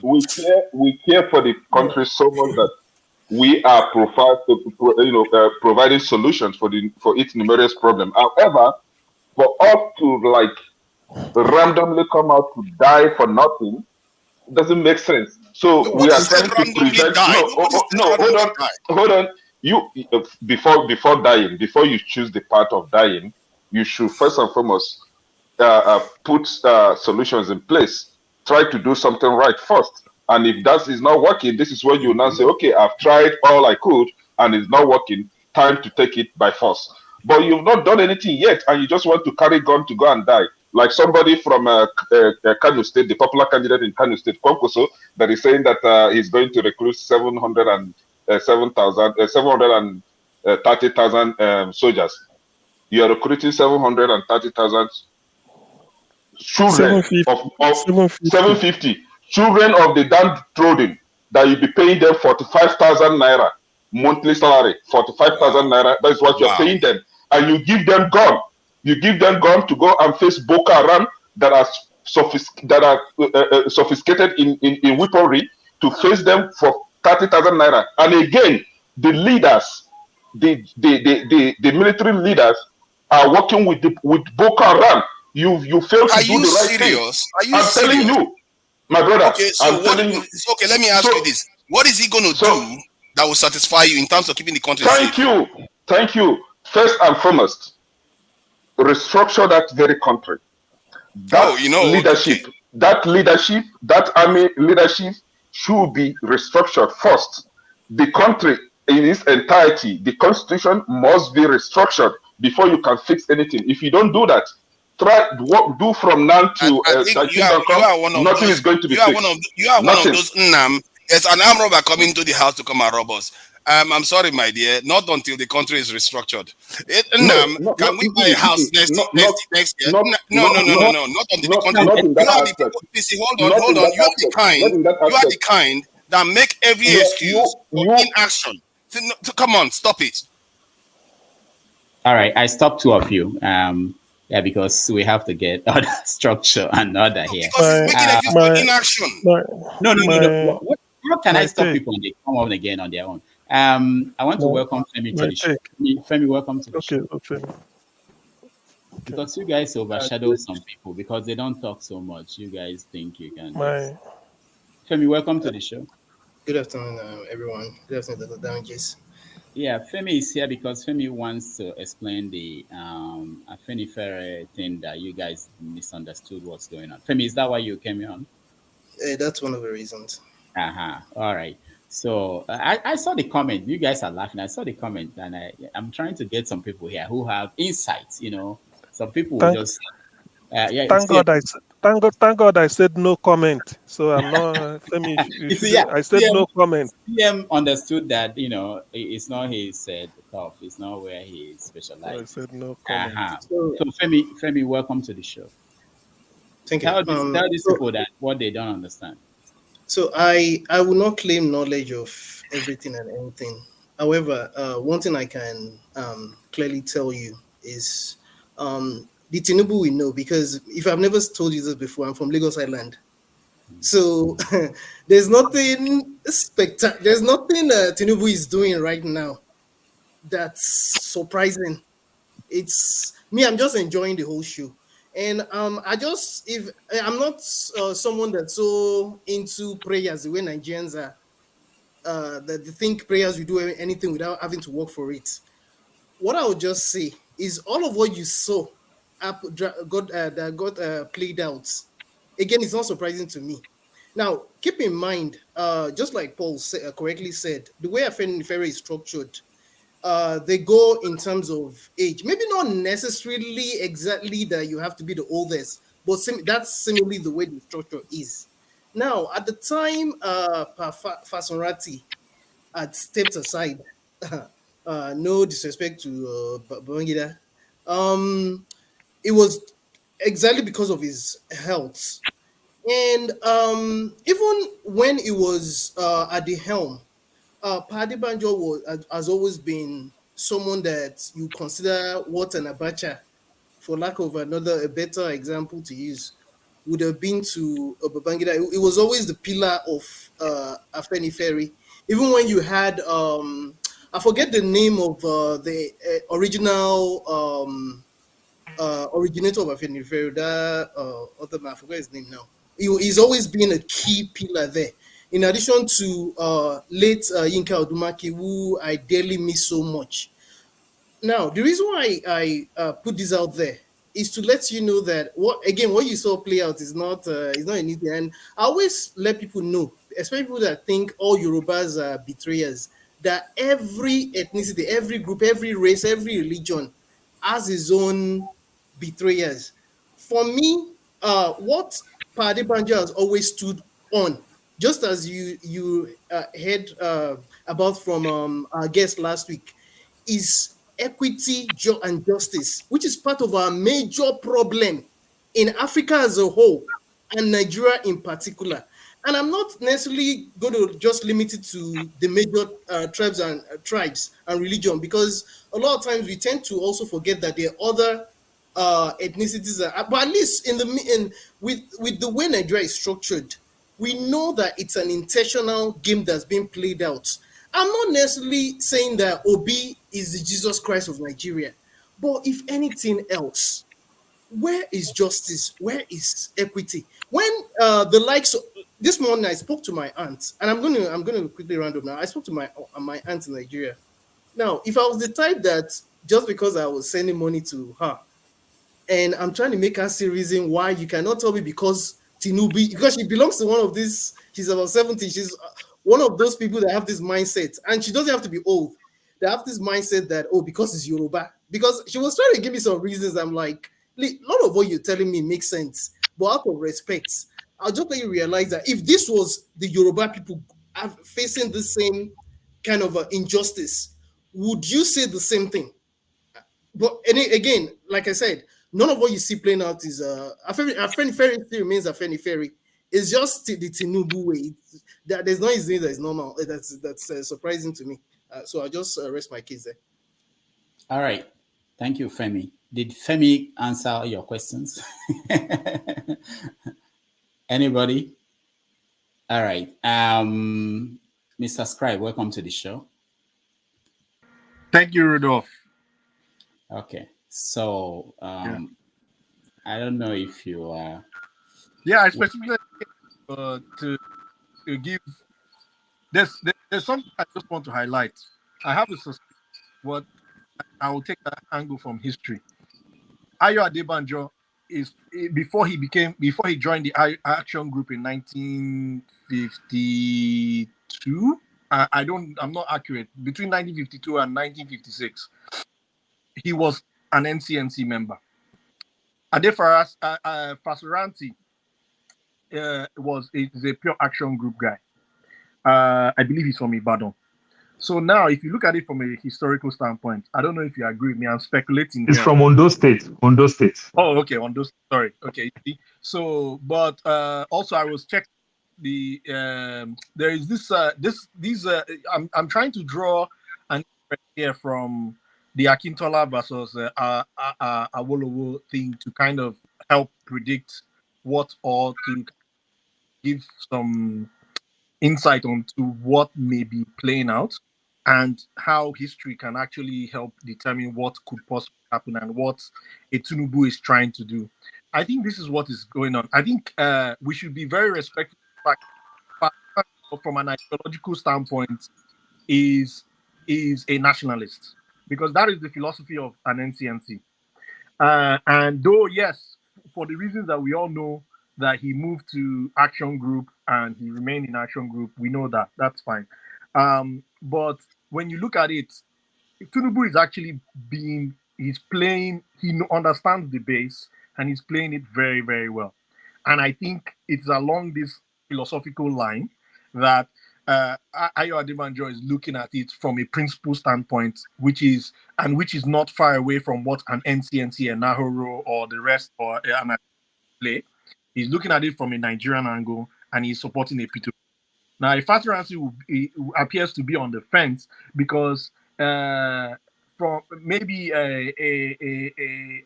Adebanjo has already wooed in the majority of the Afenifere. So, like last week, if you listen to the tone from what's our guest last week? Dele Farotimi. And if you heard what he said that it was not just Afenifere, it was also a joint session between PANDEF. Actually, PANDEF were supposed to host it, but because Sir Edwin Clark had a bereavement, so Ayo Adebanjo held it. It was PANDEF, the Middle Belt, and Ohaneze, right? So this is NCNC playing itself out again. I don't know if you guys see the pattern here, and I just wanted to highlight that this is NCNC playing there. So what Tinubu is actually doing, in my opinion, from a historical standpoint, is trying to follow the path and hinge on that sentiment. That sentiment is not gone, right? The Nigeria, what it means to be a Nigerian does not exist. What it means to be Yoruba exists. What it means to Igbo exists. And that is what Tinubu is playing the cards on. And I feel from a historical angle that makes sense. And I wanted to highlight that in the debate as we were going along, that we shouldn't overlook that. And so if that is going to be overlooked, that means that the closer we get to the election, the more local pressure can actually be inferred. Then the likes of Adebanjo will just keep a facade. When you look at it, they might only hold it in terms of a facade. They will continue saying what they are saying, but they are only saying it in their own personal, for their own personal selves and their own ideological belief. But is it, looking at the overall of Nigeria, the reason that we don't know what Nigeria is, and that Tinubu could still also sway based on tribal sentiment. So it's still very, very potent. That's my... All right. Thank you, Mr. Scribe. Kwankwaso, welcome to the show. Ovie. Okay, he's not on camera. Kalata, welcome to the show. Well, I want Ovie to talk. We came to push the same candidates today. Assalamu. Ovie, welcome to the show. I know. They wanted to come together and they will live together and they will fight together. Can I just tell Ovie, Shege Mutum? So, Ovie, unmute yourself, please.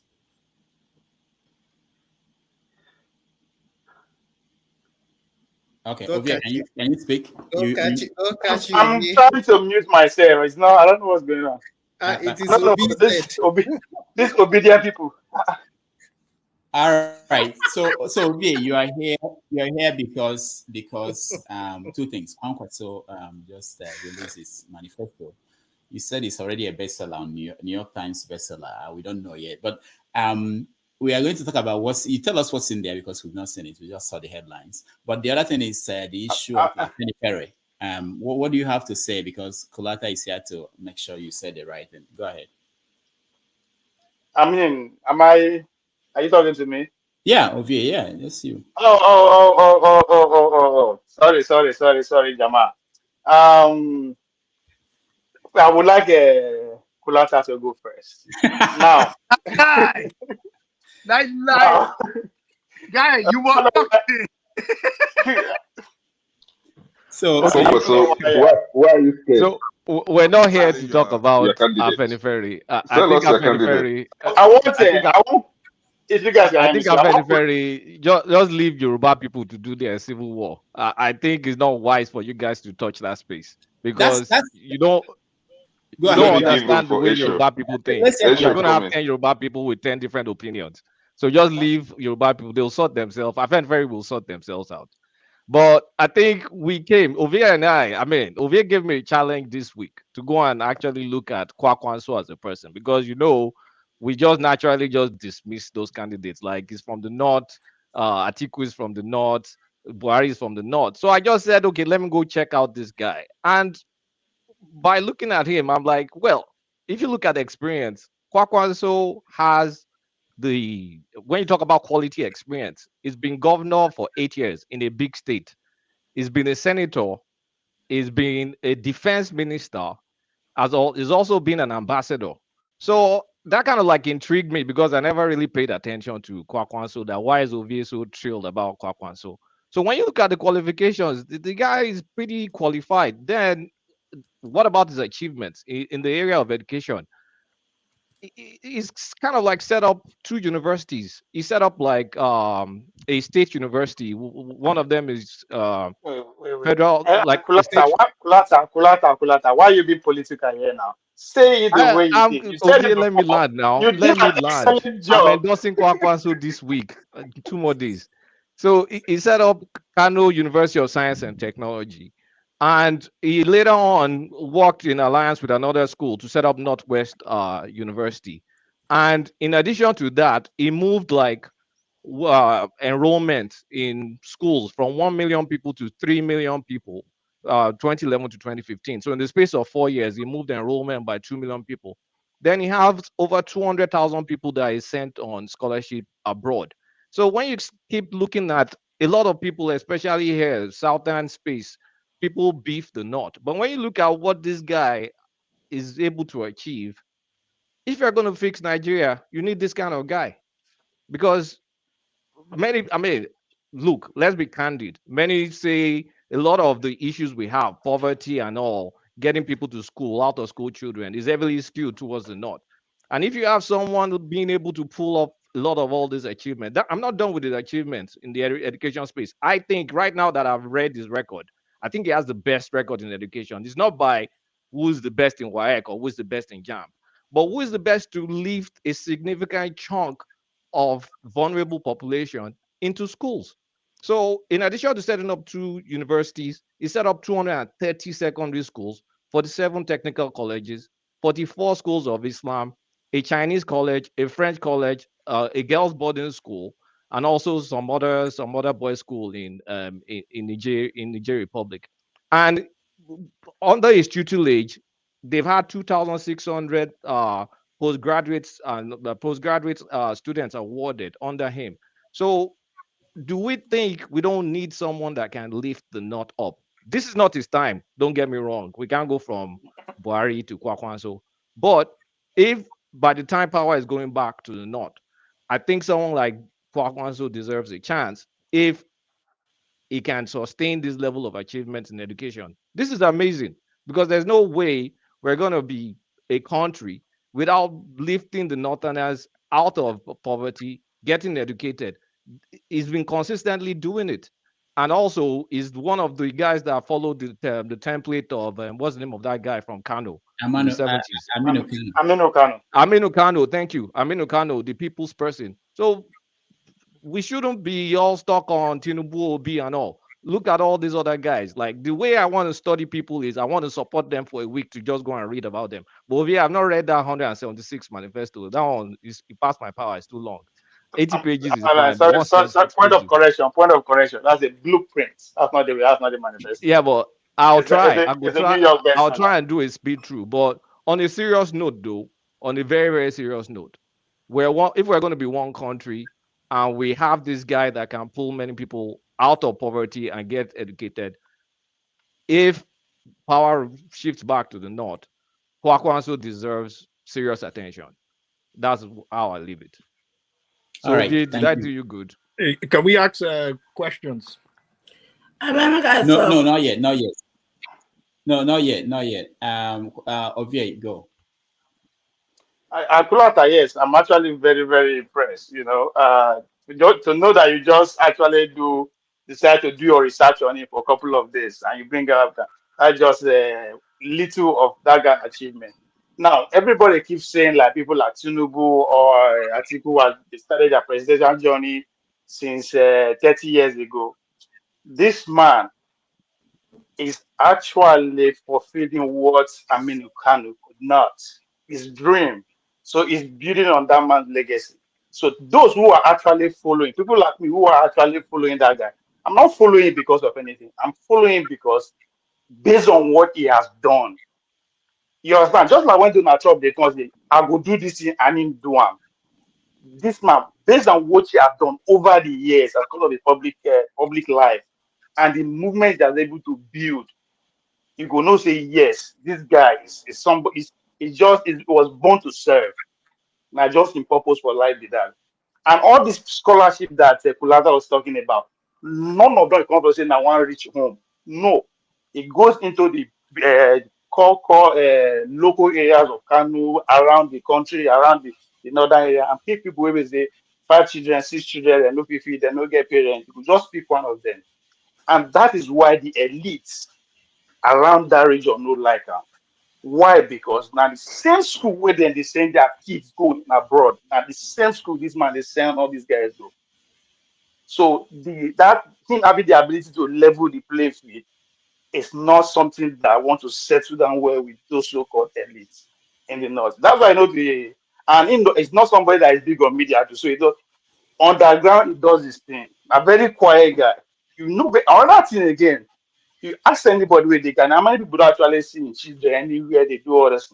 But you go see and they go with other people where visit their family, no get family, follow them graduation and all that. So over the years, he has done something remarkable with it, little that they give me to him in terms of public life. So when I see person like that, just like Kulata put it, at this point in our nation, a person like that we need person where go actually say, you know what, it's not about the elite, it's not about no. I will focus on people that actually will grow this country. That's why even though you ask them, because you know I don't know it all. That's why about economy, I don't know it all.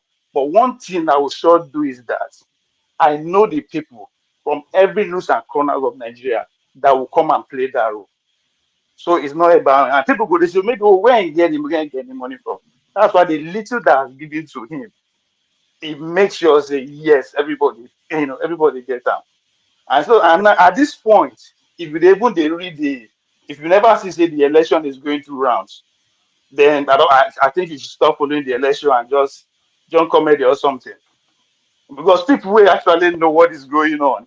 They will tell you say if you ignore Concoso, it's at your own risk. So but as we know, times is the 2 months is a very, very big change. Now talking about the blueprints, aka manifesto. Now book it detail everything. No be say oh waiting in go do. Whatever that say him go do, he don't do at the small scale, the place where he dey. Talking about the school when he talk and he said when he say jam, it doesn't make sense if you write jam after 1 year it don't expire. Does it make sense? He said why he said jam supposed to take for 4 years, and that is what he's going to do. In case you graduate, you no one go through and no get the resources, you don't have to worry about writing jam again. It's going to last for 4 years. And he said, why, with the kind of resources that Nigerians have, why a Nigerian would they pay to write WAEC? Why then Bola Tinubu they brag, say, at the point, Lagos people no fit pay WAEC, he pay for them. That's an insult. That is your job. Those are legal citizens. So if you pay for it, it's not an achievement. So this man said, no, in Nigeria, as far as you are a Nigerian, you are not supposed to pay to write a WAEC. That should not be your problem. Just focus on how to make the result. Those are just the lazy things that they take care about. So if you go into the details of the blueprints, you're gonna say yes. No be saying pay people do our overnight night and right now. No. Now, but it's a doctor. He's a very well read person. According to Galadima, no be doctor she will get on that tree. He got it in the lab. So he know what he's doing. So I go appeal to anybody who never get candidates where he wants support. Just take time, study that guy. You don't have to. I don't challenge Mr. James before. I challenged Mr. James that go and look in terms of education in the whole country. Nobody has done what he has done. Thank God, Kulata has confirmed it. I challenge James to go to Gorilla.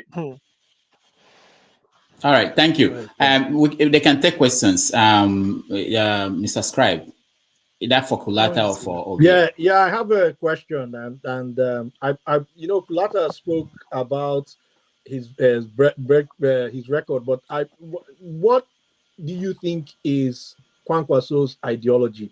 From everything that you've mentioned, and the idea that it looks like he's looking more on a center left kind of guy. He seems he wants to help the proletariat in some way. So what would you, in your opinion, say, from what you've read, His economic ideology and his social ideology is definitely conservative. Sorry, political economic ideology. But his economic ideology is leftist, is on the left side. And really, when you look at the country, when you look at Nigeria, the Southeast, South is mostly a capitalist ideology. The Southwest is mostly mixed. And when you go up north, especially the core north, is mostly socialist leaning towards, socialist, let's just say left. So that's how the country is kind of like structured from an ideological perspective. But since it's a single country and it's going to rotate from the north and the south, everybody wants education to be lifted across. This is a guy that has done it.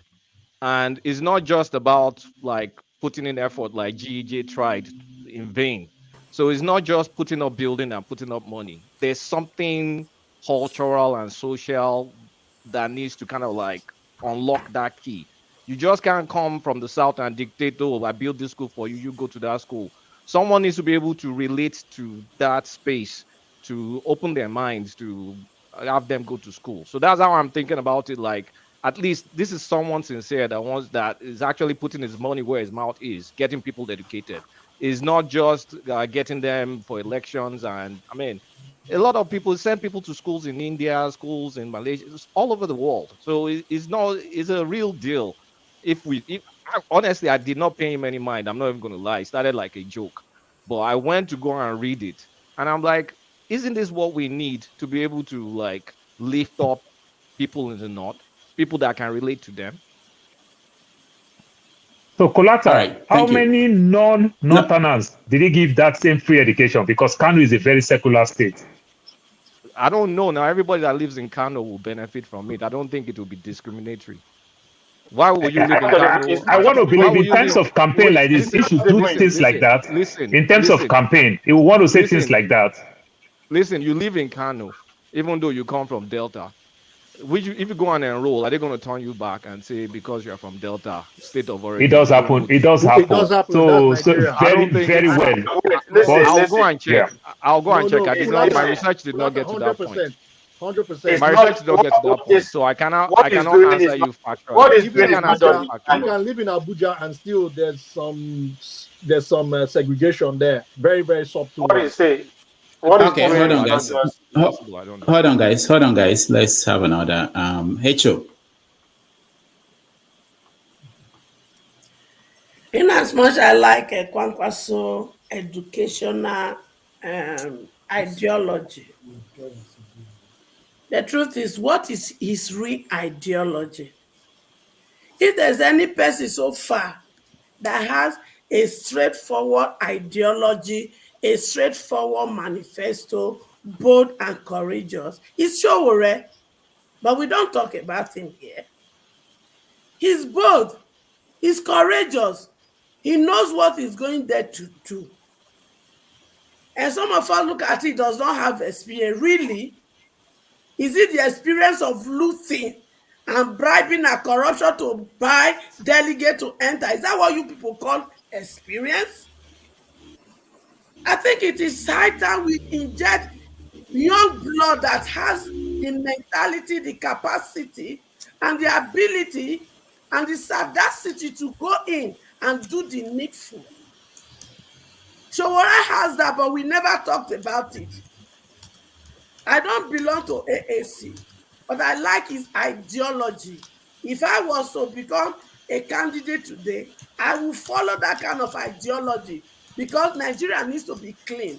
And our looted resources that are stored in the Western world, making them to look that they are better than us, needs to be retrieved and brought back home.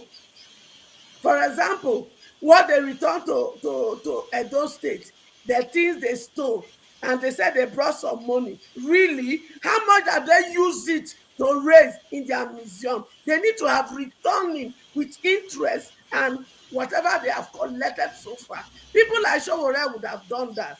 But here we are. We are here promoting and talking of people who are supposed to relax and apologize to us for all they have looted from us, turning our daughters, our children to become olosho and become yahoo boys and girls and become kidnappers and become bandits. And we are here pretending we don't know why they are doing what they are doing. When you steal people's destiny and you give them poverty and lack and you make them useless and hopeless, and they now decided to vet on us in form of kidnapping, in form of banditry, in form of Boko Haram, in form of Yahoo plus that they are doing, and in form of Olosho and hookup that have turned our girls who are supposed to be mothers and queen and princess, we've turned that to non-entity, and we are here talking of Tinubu, we are here talking of Atiku, we are here. Yes, I like the Kwankwaso, but the question is this: is Kwankwaso, is he doing it for every Nigerian? And yes. There is something that must be eradicated from Nigeria. This ideology of saying some people are minority and some people are majority. No, because if that is the case, I won't belong to the minority. But I refuse to take that from anybody because we are all human. None of us decided to become from this aspect of Nigeria, you call minority. None of us make that decision to God and say we want to come from that. So why will you describe some tribe as minority? And those of you who claim to be majority, yet you are the one crying every day, you are marginalized. So if we want to come marginalization, it is some of us you call minority. So let us remove that title and see ourselves first as human beings, then second as Nigeria. There are only two tribes in Nigeria: the tribe of the oppressed and the tribe of the oppressor. Every other thing you are describing is just nothing. That is not what is happening. Because in the tribe of the oppressors, they marry themselves, they go to parties together, they dine together, and they come into our midst, the oppressed, and they use religion, tribe, and any other thing to divide us. Because they know if we unite, all these things have been a bygone story. For how long are we going to pretend and be so stupid for them to continue to deceive us? If you are still there deceiving yourself and allow them to deceive you, I refuse. And I'm coming to educate our young people to know they belong to the tribe of the oppressed so that we can unite and find a way out of our poverty so that in 2027 we will have the economic power and the number that we will sit them from councillor to the presidency. That is my goal. That is my mission. That is my dream. Thank you. All right. Thank you. Thank you. It's 2027. Congo will hold that space first. So, thank you. Okay. Any question on Kwankwaso? Yeah. All right. You have to become president. That's when don't reach to become to make it. I don't get money. To go to the I don't get money. now you go to for that No goal. face fast. I no get money. Mama, I no get bar. I no get Don't bar. worry, we go back you up. When I just talk of money, money there everywhere. Area, yes, we go back you up. But if you go out there, go steal, now we go bring you pan and beat you like this. I Where I promise want you. to see go now. Where I want to. No be I still be out of Caracas. I no carry go anywhere now. Area, Babo Jerry, area. Yeah, now school now you go use the money to. If you not do one, now we go bring you up and beat you because it's enough of this stealing. But two condition. Hmm? One, I go contest under NNPP, and two, I go marry them anywhere because I no go fit take country as president. Me, I get one president, get one pass me. That's If not you not allowed. be Muslim, All right. if you All are right. not a Muslim, it is a no. No, Okay. you can be I'm a a traditionalist. Traditionalists I'm allowed a multiple traditionalist. wives. Oh, you be Okay. traditionalist. I must Hold say on, your guys. shrine first before I permit that. Hold on, guys. I'd like to hear different viewpoints. Father military, I right? want to hear different viewpoints. Yeah. Ovie, hold on. I know. Forefather talked about the military thing. But let's welcome. No, I want to explain that of Concoso 700 and how many number you put out that you are going to 50,000. 750,000. He's talking out of experience. He was the former minister of defense, and so many times he has acted as the minister Why didn't he do it then? Huh? Why didn't he do it when he was? He doesn't have the executive power. I mean, you know how this thing works now, Dr. When the president was also a military general, then it is easy to convince because he was a minister in Obasanjo's government. He did, but there's not. I mean, just as somebody now, Obasanjo now, but just say you can only advise one thing, not to advise me, one thing for me to take out, right? So, but we are that number is coming out of what he has seen on the front of everything that is going on. Did he talk about how he will pay for that? How you pay for that? Let me read his manifesto first, Rudolph. I've not read his manifesto, so that 750,000 sounds clownish without telling me how you're going to pay for it. So let's leave that one first. Okay, all right, let's leave it. All right, Alaro, welcome to the show. Why would you just leave it because Kulata says you should leave it? Something that is so vital to the nation. No, I don't understand you people. Why would you just leave it because simple one man Kulata tells you to leave it? What kind of people do that? They're telling you about defending your country and you just left him. He says clownish because he calls it clownish. Who gave him the authority to call it clownish? Father, he said he has not read the manifesto, so he cannot speak. Who cares if you have not read it? See, let me tell you something. There are some people out here. Let me tell you something. Hold on. Forefathers, hold on. Let me. Can you explain how he's going to pay for that? Do you know the answer? Okay, I can explain about that. Let me say something. You don't know the answer. I need to say something here. Can I say something? Go ahead. People around, they are willing to talk about Tinubu, Afenifere, and all kinds of conspiracy theories that amounts to nothing for our people. But when it comes to something so vital, now I have to go and read. We have to be careful about the people we listen to. Okay. So people are weird. And also, when we talk about payment for these in items, the reason why maybe our former leaders have never done this, because when they want to recruit people, they have to go to get funding from outside. What people don't understand in Nigeria is broke. They have to get funding from outside, and those people will tell them, you know what, we are not going to give you funding to fund your military because they know it's not in their interest for that to happen. But if Kwankwaso can convince the people to contribute to their military, and he convinces them that it's going to be handled transparently, there's no reason why he cannot succeed there. All right. But thank you. No, Scribe. No, Scribe. No, you don't talk to forefathers that way. Always says No. Citizens. What? No. That once you alone, mention your it logic now, alone has defeated you. No, for Scribe. If you say anything, you guys are unbelievable. Just unbelievable. Hold on. Now I see why there's so much bloodshed in the world to change societies, because some people have realized that some people will never change. They do some constant silliness. What kind of men are these? You can't even defend your territory, you can't defend your home, and somebody's talking about doing it, and you're like, oh, let's find another solution. Jesus Christ. Hold on. You have a friend that I want to bring you on in a moment. Alaro, welcome to the show. The Alaro of Peter Obi. The P2B people are feeling left out, so they are trying to get in here. So welcome to the show. Can you tell us? I heard that P2B had something yesterday. How did it go? Absolutely. So he had a meeting with all the support groups worldwide, and he was online for 3 hours. And in this 3-hour period, he basically did what you're doing right now. So we had a chance to ask him questions, and he responded. And this lasted for a 3-hour period. And I wish at the end of the day, he said he wanted to do that more frequently, and he promised to do it every 2 weeks because he wants to keep people informed on progress and based on the questions they have, so he can react to whatever he has to do now and by the grace of God after election.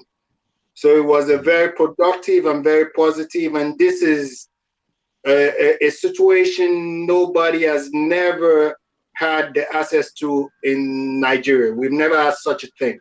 So, I'm very thankful and very humbled that he even gave us the opportunity to speak to him on the same level. So were there any concerns raised? I heard that there was an issue with the bank that was closing accounts of your people. Did it come up? What did Peter say up to that? Basically, there's no such thing as a bank now that people are putting money into, but in the future, there's going to be 3 accounts where people can, if they choose to, fund. And that's not been done officially yet. And there was an issue with a support group that had their bank closed just out of the blue.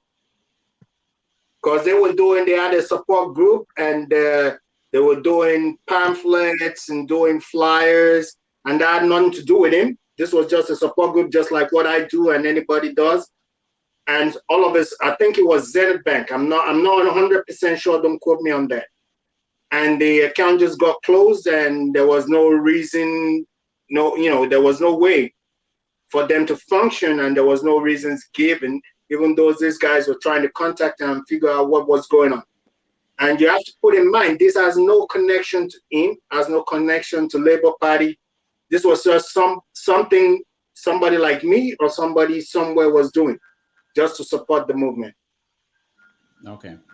So there were people who watched this were raising concerns about the Labour Party, that there is a disconnect between the Labour Party and their candidates. Essentially saying that Peter Obi didn't know much about the party. Is that the impression you got when you Absolutely not. He knows more. We're talking about an extremely intelligent man. He knows everything. They were coordinated. There's no disconnect whatsoever. But guys, keep in mind, Peter, we're talking about something that took off 3 months and just shot up like a rocket. Was the Labour Party prepared to even have this massive infusion? No, nobody expected this. They had a gradual growth. This is a party that's been dormant for so long. So for having somebody of this character that came in to lead, they did not have what it took. But they caught up on a massive level, and the way forward is what we've done and what we are doing. You can be rest assured we're ready. All right. Thank you. Omoye, welcome to the show. Based on it, you've asked your questions and I answered. But I wanted to refer to the things that have been commented. So that's why I'm being looked. Okay. Go ahead. Okay. So, and I'm speaking to you guys as brothers and sisters, and I really do appreciate it. And I want people to be very realistic. And I love my sister when she speaks aggressively. She's very aggressive in the way she expresses herself. And I want people to realize people are suffering. The state of Nigeria, yes, because in this diaspora, we relate it to what we know, which is okay. Because we, the ones in diaspora, are going to be the ones to fix this nation. And I appreciate and respect the views of everybody. My brother over here, I love you more than anybody else. As an opposition, you know that. And we have to be very realistic. What is the future of Nigeria? What do we want? What is our situation today? Our situation is not comparable to any other nation. More than 50% of the population are literally suffering. No choice. They are. Hello. To answer your question, sorry, you say where is the future of Nigeria? The future of Nigeria is in our hand. We the Konkosias. I understand your political view. I understand your political view. It's okay. I understand your political view, and I'm being very sincere and very honest, really. And to really, when we call a nation Nigeria, I'm a Yoruba man. We call a nation Nigeria. Even though it's worse enough that we ignore all the other tribes and we stick to these 3 tribes. And from the 3 tribes that we stick to, now we've segregated one. I'm being realistic. So now you go between Hausa and Yoruba, Hausa and Yoruba. So you segregated one. And you now have a situation where the most qualified person we've ever had in this nation happens to be an Igbo man. And I beg to differ with you, Ovie. Today, if Kwankwa Show had the qualification that was better than Obi, which it doesn't, if he had it. Because just to say what has been quoted, what is Nigeria's problem? Is it just building schools? Is it just sending people abroad? Is that Nigeria's problem today? No. Nobody is wired brag. All of a sudden, you know what I believe you heard me say enrollment, school enrollment increased. That's significant. Whether they pass WAEC or not. Whether it's significant or not.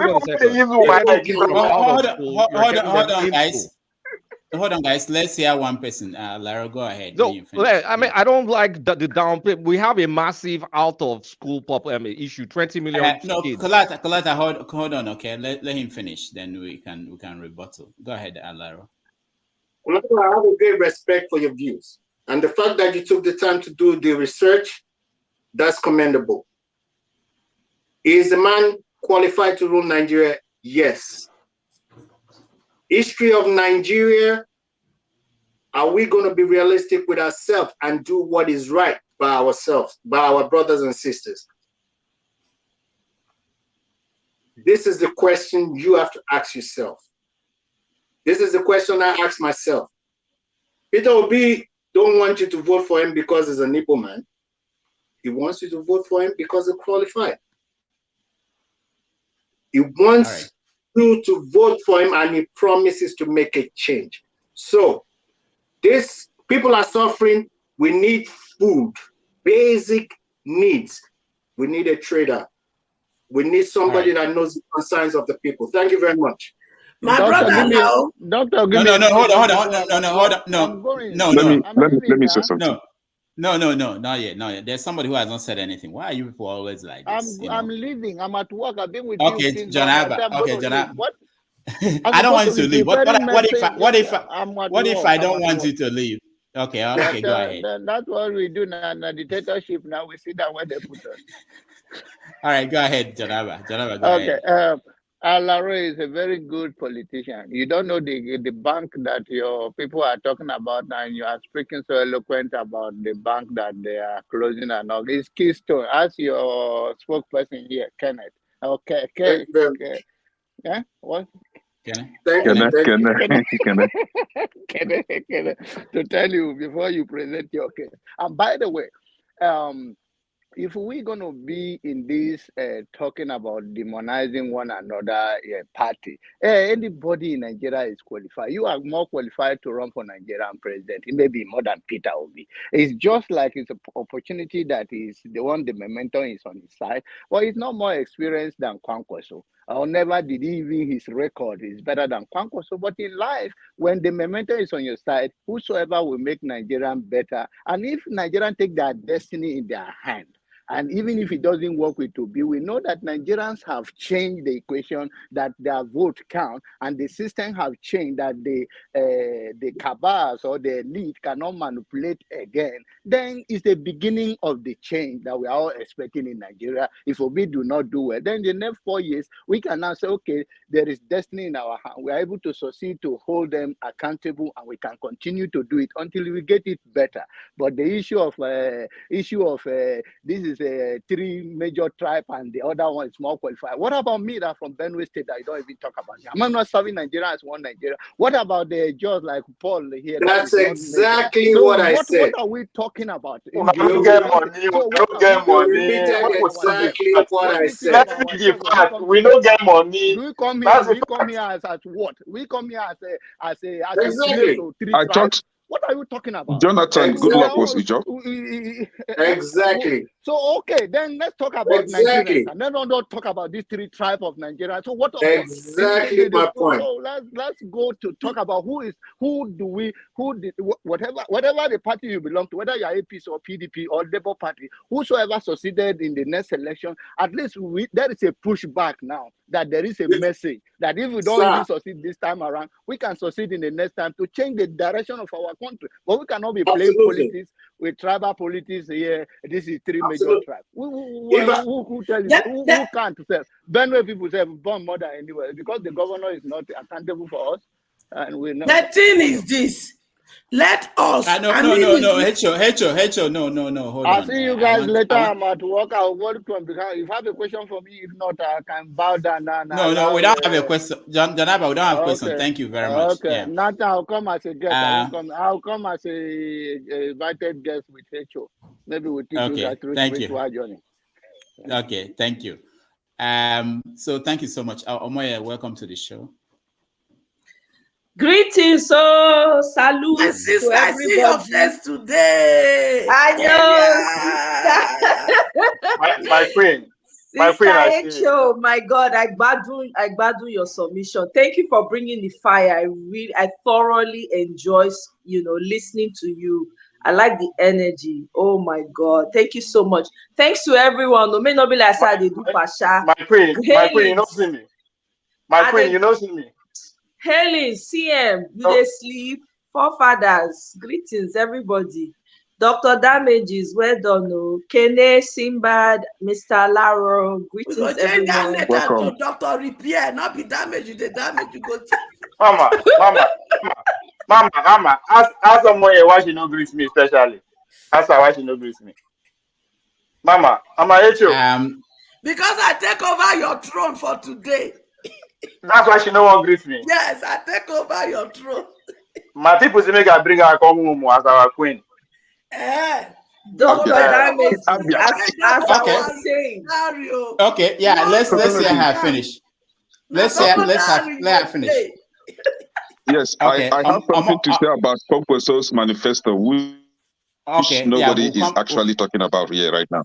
Okay, we'll talk about that. Omoye, go ahead. Yes. Let Omoye speak. Yeah. Thank you very much. Thank you very much. So I want to start by saying, first of all, I'm very happy, Sister H.O. Mama, thank you very much for saying what you said about other tribes in Nigeria, because I'm tired of it. Thank you, Mr. Alaro, for mentioning it. Thank you, John Abba. I know he's not here, but thanks to him as well. Because we spend so much time talking about 3 major tribes in Nigeria. We forget the multiple tribes that we have in Nigeria that has a lot of qualified people, but they never see the light of day. Until we detribalize this whole thing and realize that we're one people fighting for a common good of all of us, all black-toned people, Because when you leave the shores of Nigeria, nobody asks you which tribe you come from. All they're saying is the color of your skin. We have a bigger fight to fight. This one are just tertiary. We're just starting. We're in the field. We have a huge, it looks insurmountable fight to fight about the black race. It's not even about whether you're from one tribe or another tribe. You see this push that we're all pushing and we're all wanting something good for Nigeria. We think that we're fighting simply because we're trying to secure our countries or our communities or our tribes. No, the fight we're fighting is much bigger than that. It's about the black race here. The black race is in trouble as we speak. There are people literally hunting for your life, my life, on a daily basis. I don't care where you are in the world. There are people that are marking you out to ensure that they do away with you for good, so that there'll be no color like you and I, yours and I, existing today. We are here still playing small children. We did they do 10-10. Now 10-10 we did do. I want us to refocus. We are playing 10-10 right now. If we do not get our houses in order, and what I mean by that is getting the right people, common sense, not tribe, not religion, somebody where in head correct, when you know say if blood they flow for my vein, blood they flow for the other person vein. If this person is a pain am, they pain me. Until we stop talking about this nonsense tribe that we keep talking about, Yoruba are to this, Igbo is to this, Hausa is to this, we go see they swim inside this mess when we find ourselves. We have not even started. The reason why I personally am coming out, putting my face out there and screaming from the top of my lungs that we should vote Peter the Rock Obi, not because he's the most qualified. I guarantee you, most of you on this panel today are more qualified than Peter Obi. But guess what? You get 100 million. Why you not buy the form? Did you tell anybody you were interested in coming out as president of Nigeria so that we can support you? Now, people buy the form for Peter Obi, by the way, not being using money buyer. People who believe in you. Okay, so at the end of the day, wetin we dey fight today na our very existence. We think we are fighting because we want one particular person to be president. It just so happens that Peter Obi comes from the eastern part of Nigeria that has suffered greatly, as well as many other tribes in Nigeria that don't have a voice or don't get to see the light of day.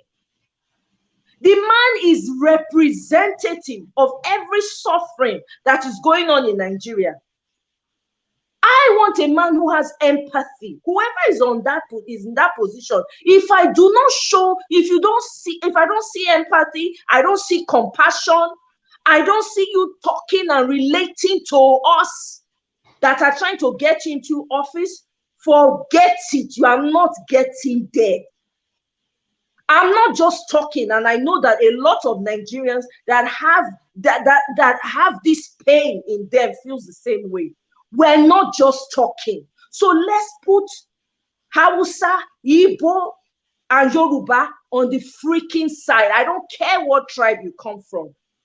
Let's get somebody with common sense. When you know what thing they do, when they feel the pain of my brothers and sisters back home and understands what it means to be a black man on the face of the earth.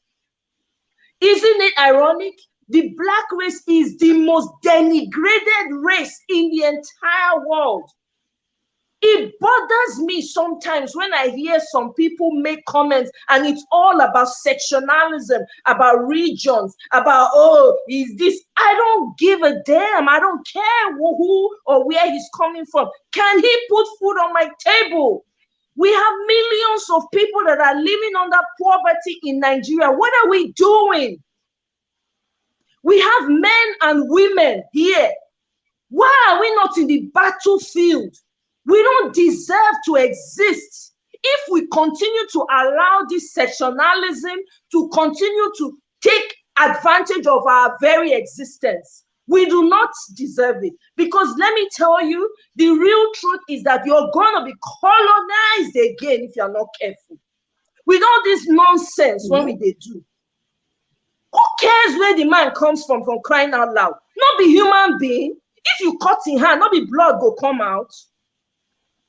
I don't understand also as a people, if we do not get it right, and I was on a live some days ago, and I asked the men on the platform, what are you people doing to secure your families, for crying out loud?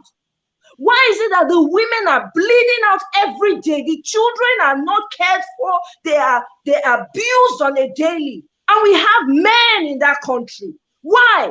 I grew up in a home. My dad had a hunting gun. He had a gun to deal with anybody that came close to his home. Where are those men, for crying out loud? My dad and his friends, they became security for the estate we lived in because there was threat of armed robbers. They were ready to put their lives on the line for their people, for their children, for their families. My dad was ready to fight on the streets for his family. What the heck are we doing? Why do we sit here on a daily basis and talk about flimsy things? We don't realize that our lives are at stake. We don't know that there's an imminent threat on our lives as Black people. We don't know that. We've not even started. Peter Obi is just the beginning. There's a lot of work to be done. Is it the mentality of the people alone? It's not even about the leaders. Now, even when you go to the market in Nigeria, you want to buy a basket of tomatoes, a basket that will cost you, now the dollar is almost $1,000, 1,000 naira. A basket that will cost you 500, 1,000. The market woman that is selling it for you will cut the basket in half, so you don't get a full basket. You see the assignment what we get, it has eaten deep into the citizens. Nobody had pure. You get to the airport, they're asking you, sister, have fun, anything for us? You just come, I beg with the lawyer now, help us. If you pay them money, they will not set you. They will let you go by. We are sitting literally on a time bomb. And we are here talking about flimsy and unnecessary things. What is wrong with us as a Black race? They curse us. Even if they curse us, our eye never reached to open. I don't understand though. We have able-bodied men. We have able-bodied women. What are you doing? People are being slaughtered every day. Why is Nigeria not? Why hasn't it been shut down so that nothing moves? We just allow. Look at the lady, the policewoman in force that was assaulted by her boss in the office. Where was the outcry? Where was the outcry? Families are selling their children for food in Nigeria. Have you heard that before? They are selling their children. Please take for 500,000 so that my children can eat. People are selling their spouses. They are selling them into slavery on your borders. And we are here talking about flimsy things. If we do not get it right, if we don't have the sense to do what is needful for our countries, I'm sorry. And I said it in one of my lives. I said, what is the point as a woman if you do not have a man that is capable of securing your life and protecting the lives of your children and does not have compassion for you, does not feel your pain? What is the point of getting married? What is the point of bringing children into this mess? What is the point? We're talking about, let's increase our numbers. What about the lives that you have? What are you doing about it? And then people come here and are talking the same talking freaking points about ancient people that have not done anything for your life, for my life. What have they done? What is the proof? You live in civilized countries. For crying out loud, our people are dying every day. And you're coming here to tell me that one ancient man is the best because he has strategy. What freaking strategy is that he could not use? What strategy? People cannot go to the farm. Your Bobo said if you're hungry, go to the farm. How many people can go to their farms? Bandits have taken over. Boko Harams have taken over. Students were recently captured. They were kidnapped. 2 of them were slaughtered. One of them, the family sold everything sellable. 4 million to save their children. Are you guys freaking kidding me? This is an outrage. If you guys are not outraged, I don't know what else to say. If it is not Peter Obi because he's the most sensible person, let's just shut the country down and let everybody just die. May all of us just kukuma because there's no point. I see us being colonized again, not because. You people, there were rumors of, oh, Chinese people now have police stations in our countries. Well, it's not far from the truth. Even if they come out and deny it, it's not far. Your leaders are selling you out. They are selling you out for pennies and for dollars. If you don't know, they are waiting to sell you out like they sold your sisters and brothers back in the day. This is what we are seeing again, repeating itself. They are selling you out. They are collecting money so that you can be slaves to their children and to their children's children. And we come here and talk about tribe and talk about this. I don't care. I don't care. My tribe has problem. If it is that one, let's start talking about the issues about our tribes. What is it? What they can do us? Not only us. We have a much bigger, if we don't get it right as a black race. Oh my God, we are in trouble. We are in trouble. That giant of Africa go turn to ants. No, we are already ants, my sister.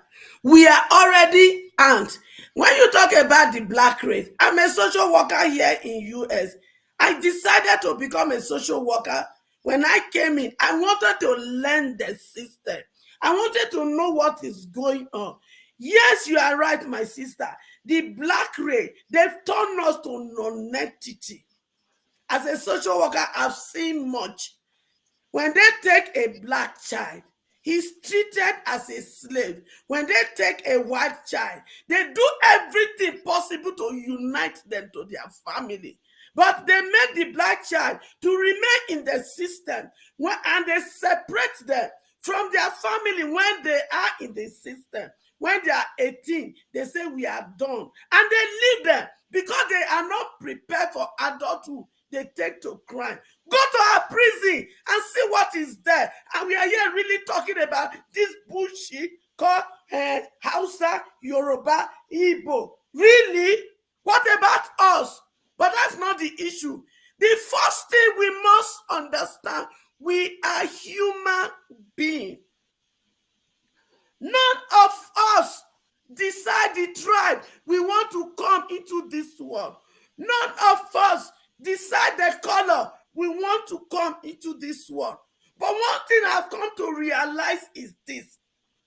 They know the day we realize that we are kings, we are queen, we are princess, and we are prince. They know that that day, everything they have taken from us, we will get it back.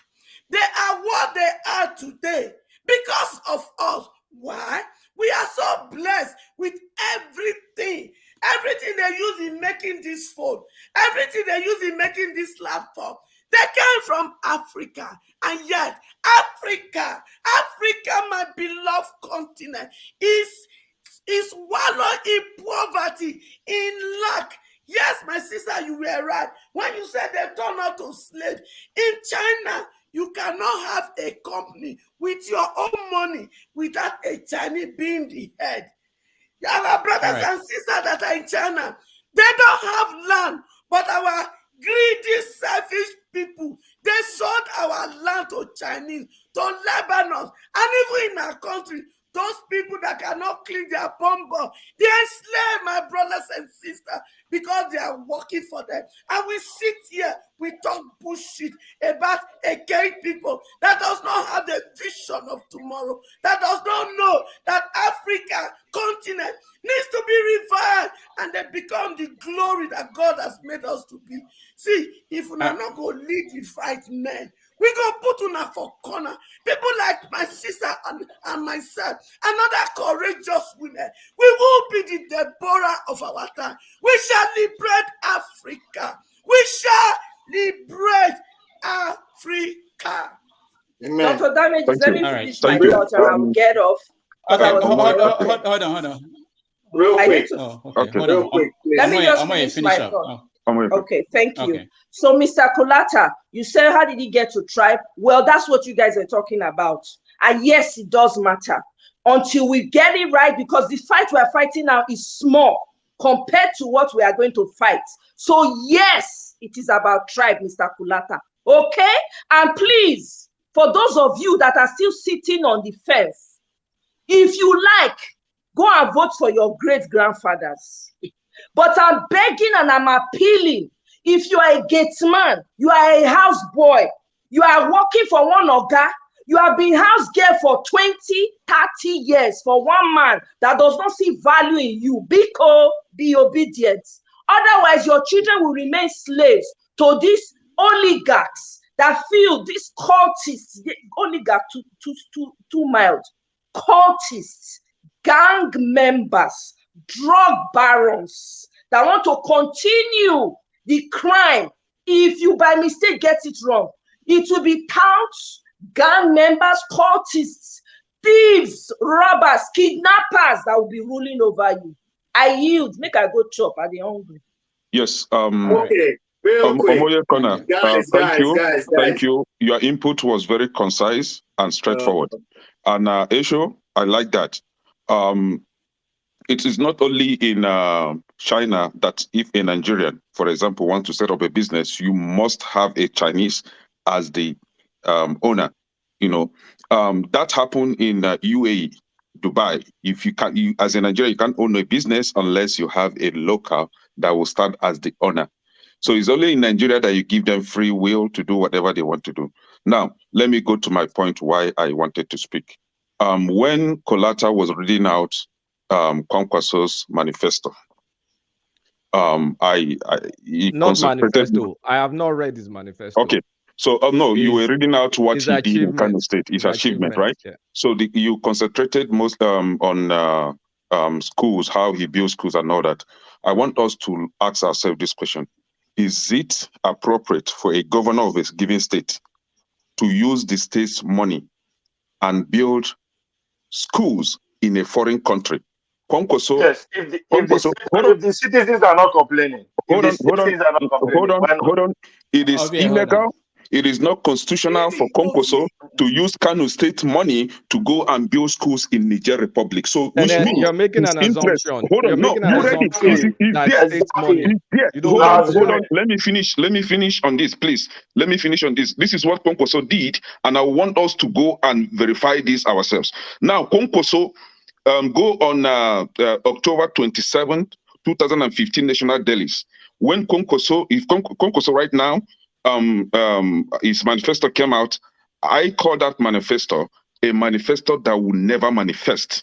Because as far as I'm concerned, this is the same political jobbers that are out to deceive and lie to us just as they normally do.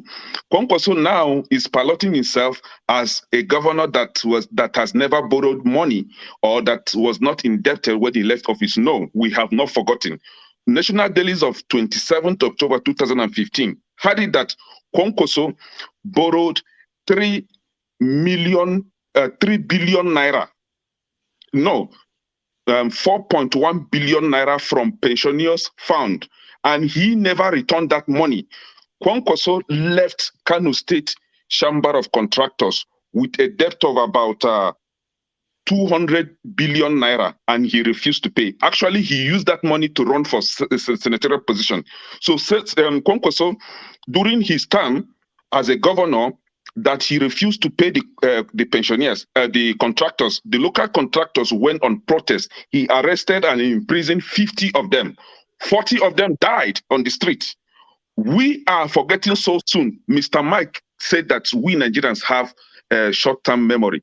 Kwankwaso imprisoned 50 pensioners for protesting for the payment of the work they did for him. He refused to pay. He built 200 schools. 200 schools that has never manifested to anything. During Kwankwaso regime, that was when exactly P2B was the governor of Anambra State. While Anambra State was becoming first in educational rating, Kwankwaso, Kano State was in 31st position. Anambra State was first position, and he was spending billions on school. What is the achievement? Nothing. So this guy left Kano State with a debt of 3 billion naira. Ganduje said it on the national daily of May 2015, I think. He said it. He's there. So let's not forget, Kwankwaso is a liar. He left Kano State indebted with about 3 billion naira. He borrowed 4.1 billion of pensioners found, and refused to pay them till today. And then 200 billion naira from the local contractors that he refused to pay. He crippled them, then used the money to run for a senatorial position. And this is the same person that we, a well-thinking Nigerian, will be campaigning for to become what? The same political criminals that will come and lie and take a position and do the worst. So as far as I'm concerned, Kwankwaso's interest is in Niger Republic. Write it down today. Rudolph, can we have a dialogue here, All right. rather than a monologue? All right. Thank you. Okay. So hold on, guys. I want Kalata. You want to go first? Or yeah. So you see, a lot of stuff you're kind of painting. Like, first of all, you say he borrowed money. There's nothing wrong for a state governor to borrow money as long as there's everything wrong when a state governor comes to lie that he never borrowed money. Can I hold on? Can I hold on?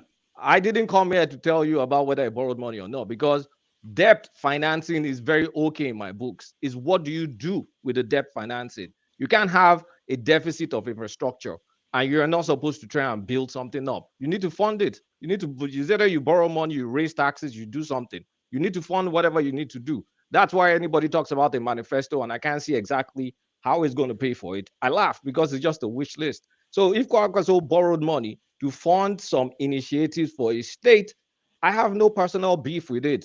Debt is debt. America has debt. Everybody has debt. You need to use debt for something. Just don't use it for recurring expenditure. Don't use debt for your normal, like salaries, for example. But use debt for infrastructure. If you have a debt of infrastructure, you need to borrow and fund it. Do you think you're going to be able to raise everything? As long as whatever you're investing in is making more money for you and you can finance those debts, you can renegotiate those debts, there's nothing wrong with debt. But when it now also comes to, you're comparing, oh, Anambra came first, this.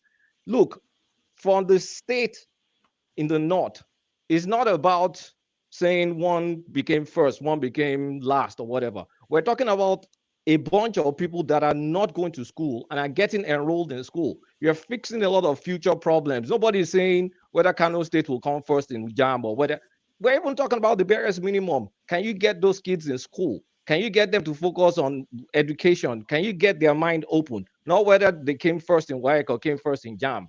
The Anambra, Southern states can go and do with that. We're talking about trying to cover a gap. If we're going to belong in the same country, you need people that will be able to elevate the north, to enroll them in school, to get them educated, to get them in line. Otherwise, we'll just keep complaining, oh, we don't want this, we don't want that. But if someone wants to address that problem and he has the capacity and the ability to address that problem, let him address that problem. But from my perspective, the debt issue is a moot point. As long as you know you can qualify what is used the debt for. I'm not supporting Kwaka, so I just sparked my curiosity and I went to check his record. So his issue about corruption or not paying salaries, almost every governor, including some governors you're supporting, had a period where the workers went on strike and they did not pay the salary. So I don't want us to start picking and choose, or otherwise we'll go into non-entities. Okay, Mr. Coletta, there's nothing Hold on. wrong with borrowing money. Can I? No. hold on. There has to be other. Otherwise, it will be two of you back and forth. We need to get other people involved in this conversation. Kokozo is here. When I just this plan Kokozo. Yes, it is here. Okay, Ovie, say something. Then I'll move. I'm heartbroken. I'm heartbroken. I thought we are brother in the struggle. No, it shouldn't be, because I'm pouring out the truth here. We are not mugus that they always come and lie to. Make I talk. I'm going somewhere. I'm heartbroken because I thought we are brothers in the struggle. I was with you when we were there to cheer Obi up. I was there with you. But we are supposed to stand for it. It was one person that sponsored me to that event to come and add glamour to it. But look at you. I have never come to this show and use the way you are using muzzle to attack Kokoto, to ever attack Obi. I've never. You know why? Because see, I'm somebody who is big on issues, policies. That's why I don't come and say Obi don't take money. Obi. No, I don't care. He's not in jail. He's facing me. Obi is campaign. He has one leg in the presidency. So I don't care. You understand? Yeah, so that's why I face on policy. That's why you see, whenever I come here, I talk about what Konkozo don't do, what he's doing, and what he's currently doing. You understand? But does that mean that maybe the allegation where they try there, I'm saying, oh, is a said or no? I don't know. But on the idea that he's building school in Niger, first of all, if it did that as an executive, it is not left for the citizen of Kano to raise hell, right? If that's the state money that you believe that is using, you understand? Which maybe it doesn't hold me and you any explanation, right? At this point, because that kind of money he use. So you think he will not use Nigerian money to do same, to replicate that's a good question. Now, if he's using Nigerian money as a president to build school in Niger, then you sit him down. Why is he doing that?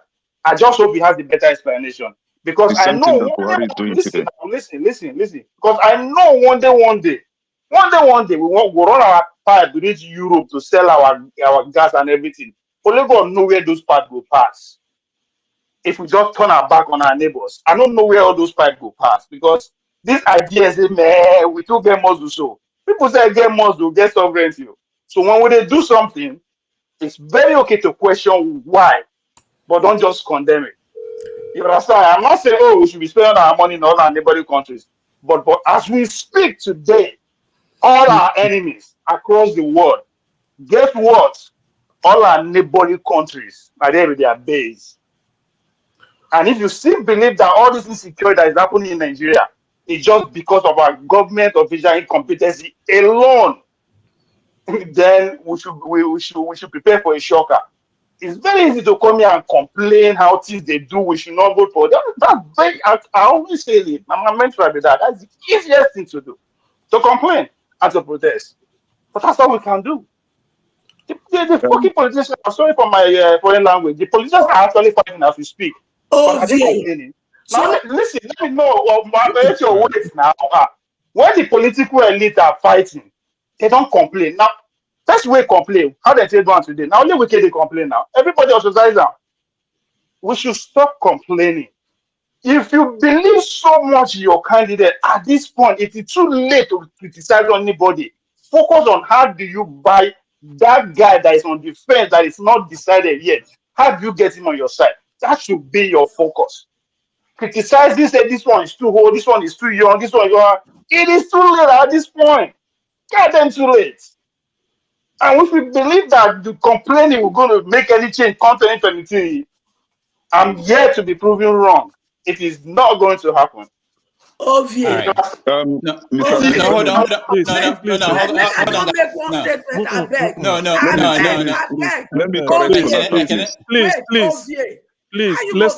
let me say something, please. For the past 1 hour, let me say something. CM, hold on. CM, hold on. Wait. Hold on, you say nothing wrong for Kwankwaso to use Kano money go build school for Niger. I bet not what they talk. Now they provoke. If the citizens are not complaining, why are you go complain? As you be so, you marry, your children they're hungry.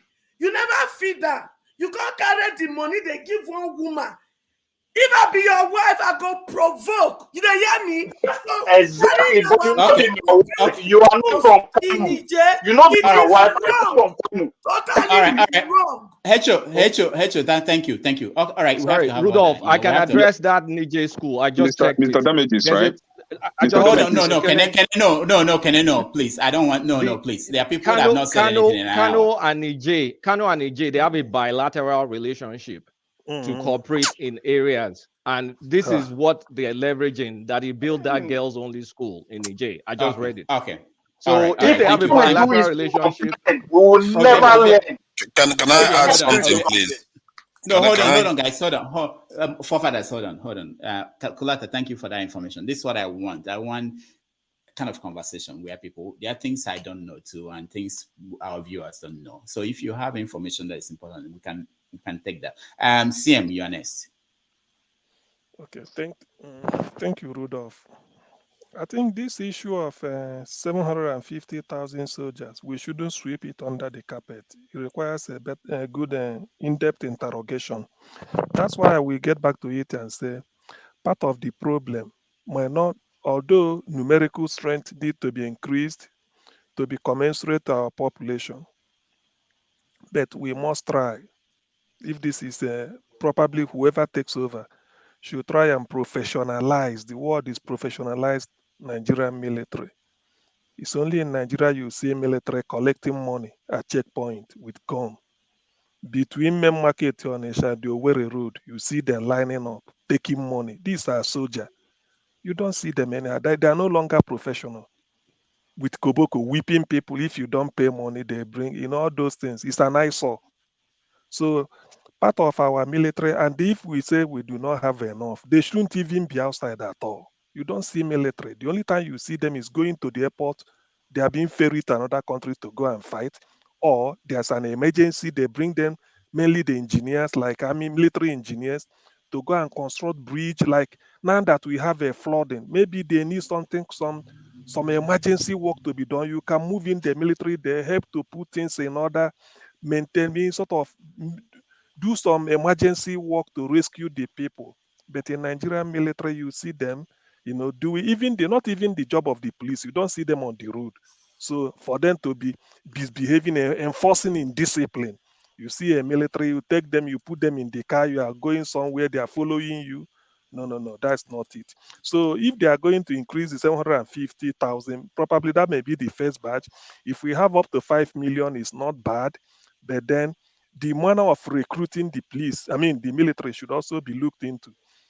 Why not use our university graduates? When you finish, you are doing military, national youth service, they check, sort of, they call them, like career talk to them, take some people that are willing, you recruit them because they're already university graduates. They can enter into different places, everything. Those that are even in combatants, remember in the 60s when you have graduates in the military. So you recruit them because when they go there, they're not going there because somebody brought them in. They went there because they're career choice. They already graduates. They want to see what they will make out of it. So that's one. Then secondly, this issue of Kwankwaso something, the way I always ask my question is, with all these things Kwankwaso did, the purpose of education development is to develop the people and create wealth. What is the poverty index of Kano State under Kwankwaso? Because until you look at this thing, if you can't wipe poverty and deprivation in the society, no matter how lofty your goals may be, it makes no sense. It has no impact on people. That's why World Health Organization, UN, they always talk of HDI, Human Development Index. That is why this Africa is backwards. We are backwards not because we don't have population, not because of not because of our climate or mineral resources. It's because of that human. When you have that HDI, when you have 200 million people, but you do not give them skill, either through vocational education or otherwise, they are just mainly population. They will now count when you've given them skill. So in Kano State, with all that Kwakwanso did, they did this. What is the poverty index of the state? Until you lift it up, you have no, if not to me, when you give example from here to thy kingdom come, even some that are even frivolous, you haven't done anything. So if he's coming with the intention that he wants to increase the military strength, fine and good. I like that. He can even take it more. But then military should know. They should professionalize it and tell them that you are coming, not that when they recruit you, go to one southeast state and be collecting money. That is not military. So you have to be in the barracks and do the work you are supposed to do and defend the country. You'll be trained, professionally trained, even if when you are lured into doing something that is not on military, you refuse because it's a profession. A lawyer cannot, no matter how good you are, you can't go to the theater and start to operate on a patient because you're not a surgeon. So you'll be proud that you're a barrister, you do your own, a surgeon will do his own. A military man should be respected the way they respect a surgeon because you are in the army, you know what you are doing. You are, in fact, you are even doing a better work because, like they say, when we are sleeping, you are awake. So that means a lot in our life. But they have to know that. So please, when we want to channel this, but that's why I felt that though corruption, you can't weed it out and all the things we've been hearing here. One thing I've noticed is that no matter how good a candidate is or how lofty whatever he presents, that is the way that's my own. This is personal to me.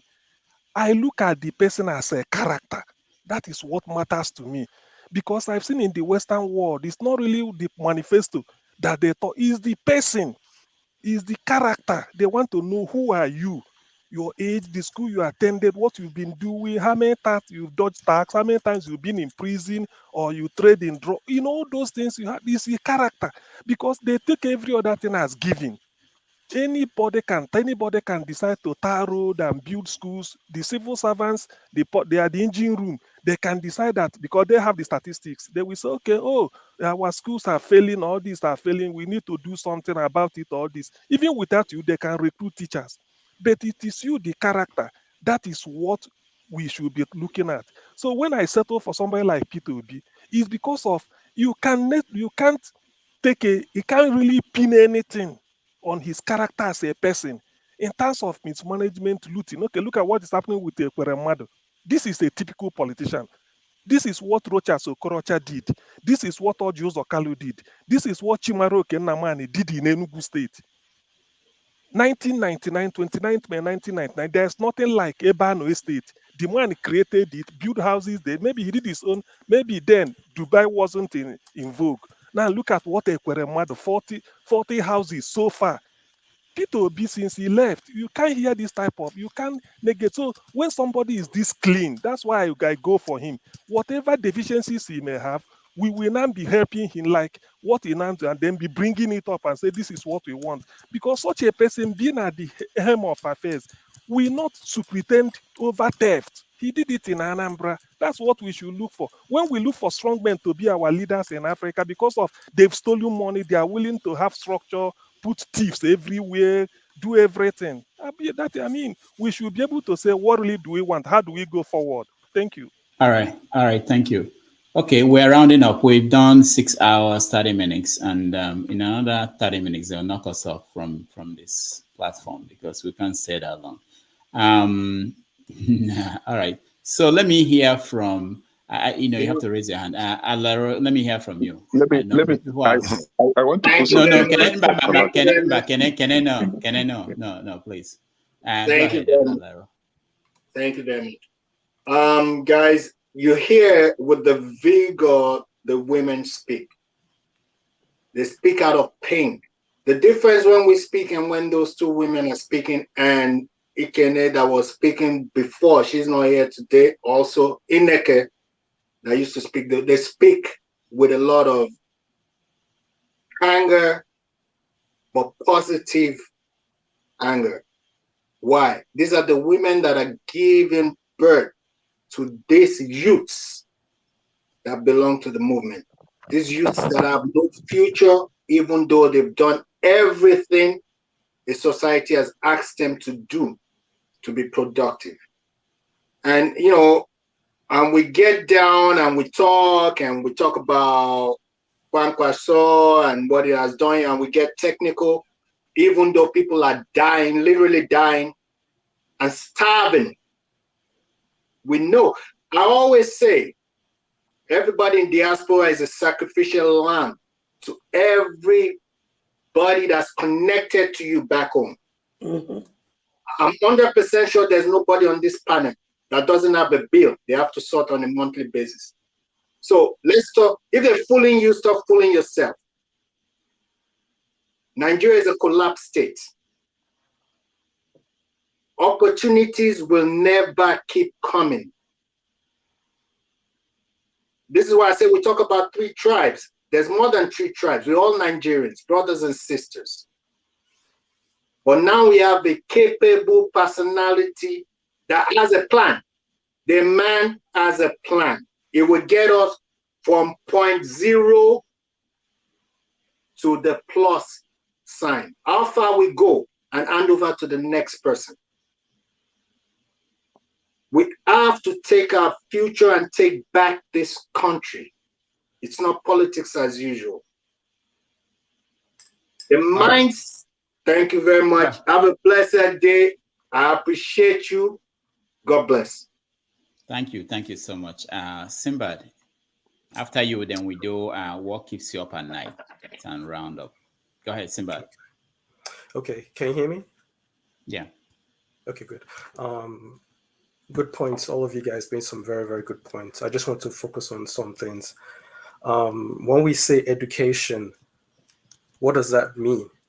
Because education in Nigeria or education in America is even different than education they do where I am right now in Switzerland. In Switzerland, they focus more on industrial engineering. And I think in Nigeria, we have more go be lawyer, be doctor.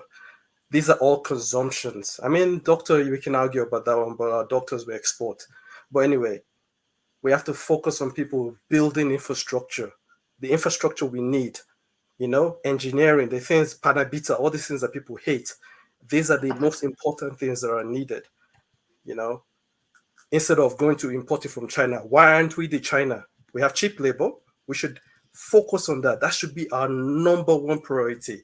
Education reform. Education that works for us, not what works for the colonial masters, but the education that works for us. That's the first part.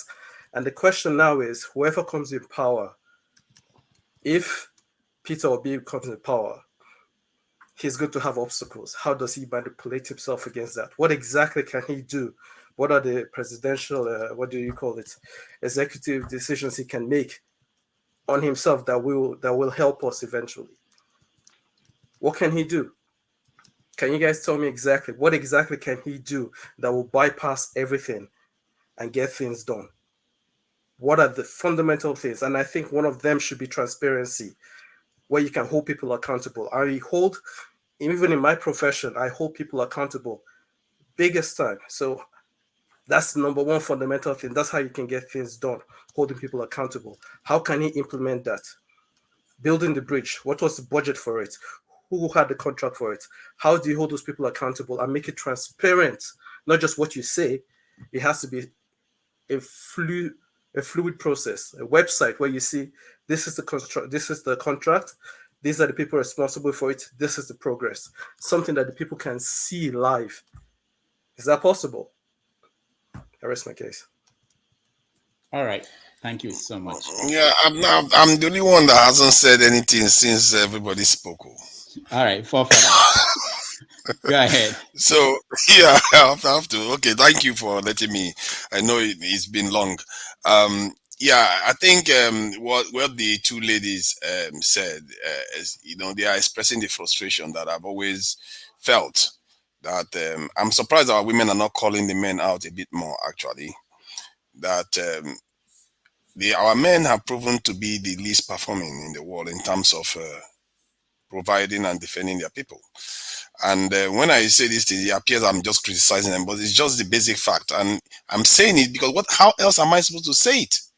To tell you that we are performing well? Look at the results. All of us are overseas. Most of us here are overseas. And many of us don't even realize the need to even defend our heritage at all anymore. That's how far it's gone. For women to be the ones shouting this now, it shows you that the men have failed. Whenever women start talking about defense, you know that the men have failed. Even when Queen Amarinas of Kush fought the Romans to a standstill and they got the peace deal from them, that was because her husband died. The man died, but the man trained his daughters so well.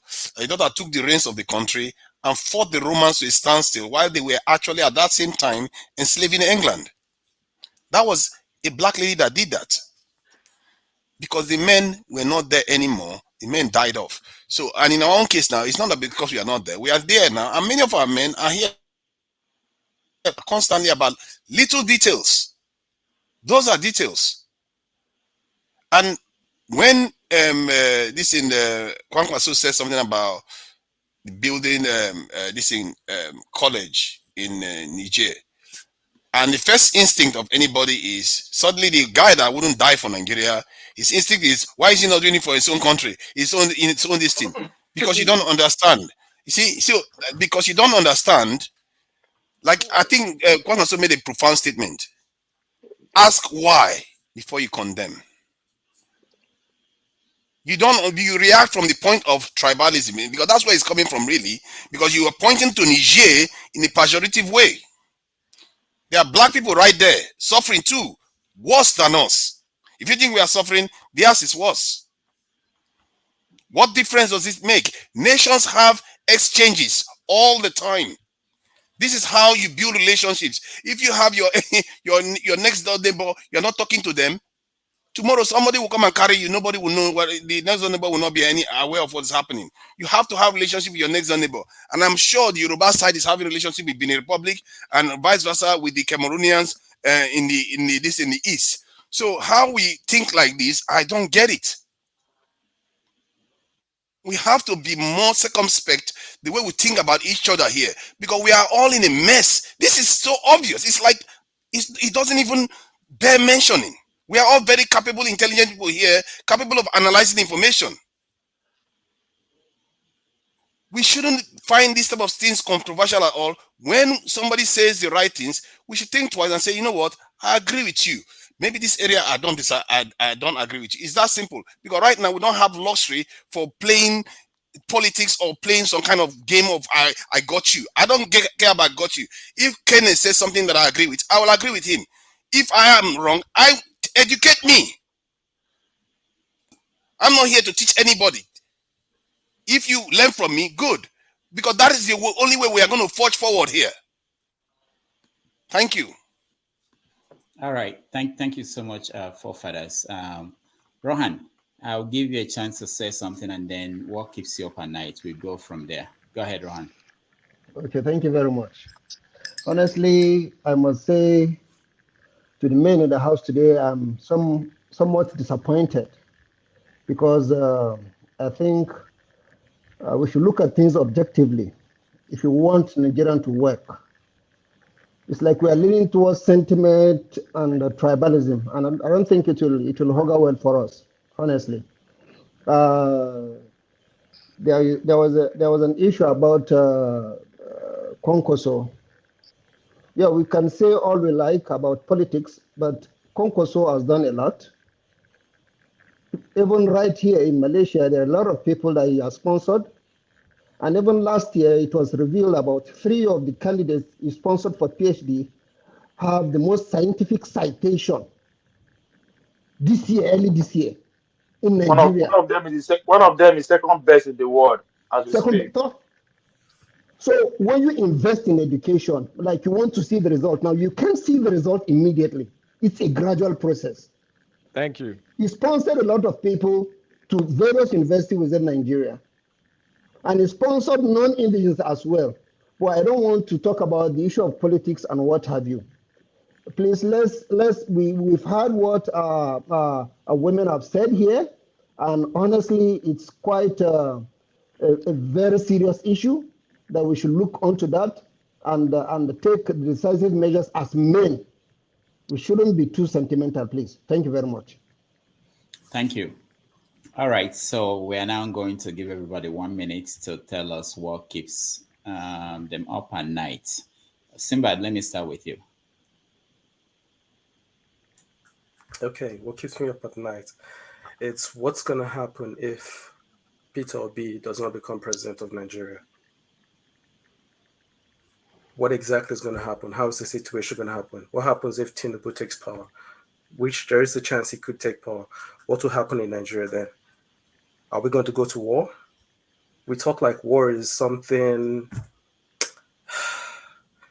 War is not something to play with. You know, the price of bread, the price of flour during wartime. We shouldn't pray for war, man. We should do everything in our power to make sure war doesn't happen. Why do you think it will lead to war? Somebody winning the election, if they win. I mean, no. I mean, if it's free and fair election, that's a perception, okay? If it's free and fair and it's transparent and people can accept it, then okay. But the moment we start hearing stories, and we're living in a social media era, I don't know, man. I hope not. But that's just one thing I'm praying for. I'm like, if it goes bad, how do we fix it? And we should stop. We should find solutions and prevent that from happening, because war is not something to play with. All right. Thank you. Kene, what keeps you up at night? What keeps me up at night is why Nigerians are so sentimental to every questioning. When you question lies, when you try to expose lies, it becomes tribalistic. Personally, somebody like me, more than 60% of my friends are Hausas.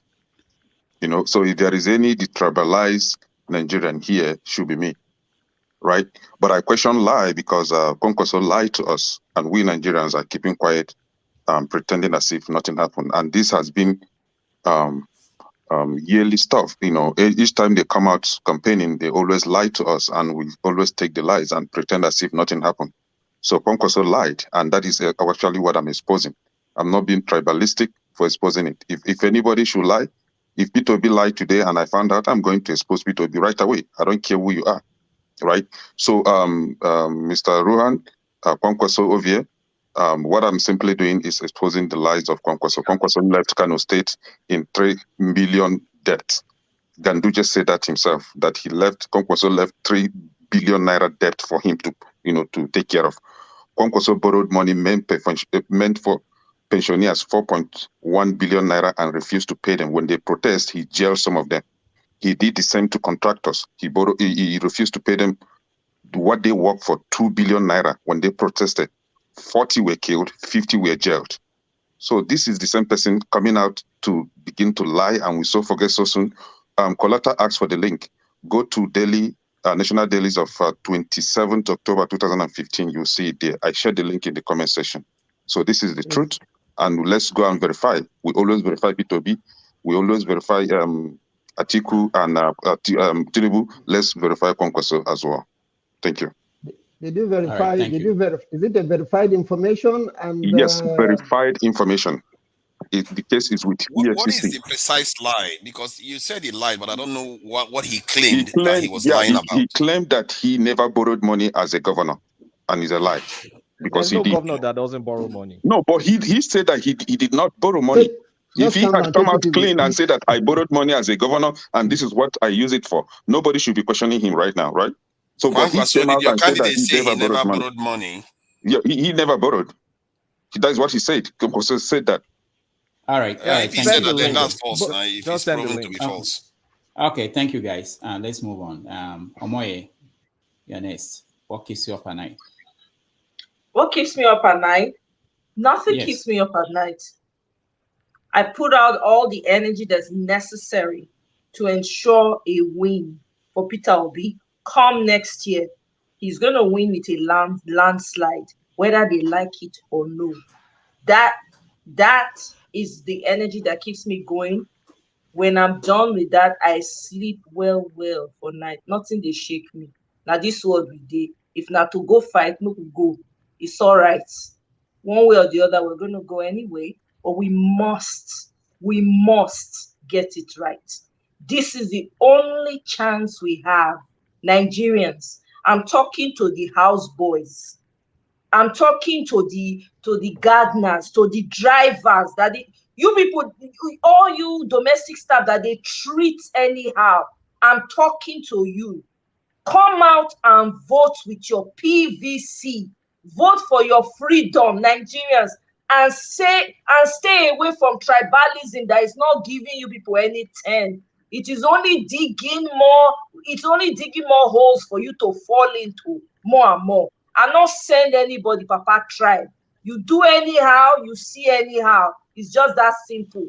We are supposed to live in this world, in the space that we've been given, in peace. Let me live in peace. You live in peace. Thank you. I yield. Thank you. Thank you so much, Omoye. Hecho, what keeps you up at night? What keeps me up at night is my sons, my daughters, my brothers and sisters, that they've stolen their destiny and given their poverty and lack and hopelessness, which turned them to Yahoo boys and girls, which turned them to Olosho and hookup girls, which turned them to kidnappers, which turned them to banditry, which turned them to Boko Haram, until we do it right, so that our children can fulfill their original God-given destiny. We are in trouble. Let me tell you, we are sitting on a time bomb. The only thing that suspended it for now is that the people gravitated towards Peter Obi. If that which of the people did not come to pass in 2023, be ready for bloody revolution.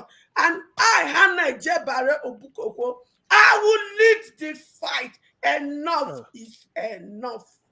Okay. Thank you so much. Kulata, you're next. Nothing keeps me up at night. I'm fine. I sleep fine. The bottom line is we have 4 people that can be presidents. I've been hearing tribalism. I don't even know how we dwelled in tribalism. I'm not in Northerner. Last time I was there, I was pushing Obi. I'm not Igbo either. So I know we have a potential of having 4 presidents. In my own best interest, I need to know what exactly each and every of those 4 presidents stands for. Basically, what have they achieved? What's their pros? What's their cons? What's their plans? I will go and read that 176 manifesto. I'm a sucker for punishment like that. I'll go and read it. I've read the Tinubu 80 page. I'm waiting for Peter Obi's own. Alaro that you said Obi has a plan. I don't have a plan. I can't rely on news interviews as a plan. I need something on paper. So I'm going to read it. So I want to live in every Nigerian space to feel what they feel, to know what drives them to support whichever candidate. Don't think everybody's head is directed in one place. It's not an echo chamber. People support different candidates for different reasons based on interest. So not everybody can do all this righteous indignation or appeal to emotions. It doesn't work for everybody. 4 people can be presidents. We need to know what each of those 4 people what they're about. And you can make your choice. I'm not going to vote, but I need to know exactly what my country is going to experience. What are my relatives going to feel? So I want an educated I want to educate myself and each and every candidate. And the best way for me to do that is to walk in their shoes for 1 week so I can absorb everything I can absorb about the candidate and I'm better informed. That's how I take it. But I'm sleeping very fine. Thanks. All right. Thank you. Thank you. Thank you so much. Ovia, you're next. First of all, come 2023, the election will be peaceful and nothing will happen. One thing I know is we'll do any, we'll see any, but there will be peace. Now let's start the time for my rants. Let me focus on where I come from, the southern Nigeria. I have problem with sleepless night because of southern Nigeria. One, we just read our Bible, we know the understand our Bible. Bible tells us there's time for everything. You don't expect me to complain the day when Buhari enter power. First year, complain, second year, complain, third year, they complain. When will you have time to ask simple question? Why? Why is this thing happening? Nobody they ask question because we always complain. How many of us know say the world biggest drone manufacturing industry is situated right behind us in Niger? World drone, the biggest one in the world, America is doing. How many of us know? Anybody asking why? It could be for our benefit, but at the same time, it could be for our own people where they prophesy they will be colonized again. That's an easy route. When our government or anybody do things to our neighboring country, ask question. Everybody go come here and analyze how we would sell our gas and oil to Ukraine, to every Europe and everywhere. Where are those goddamn pipes going to pass?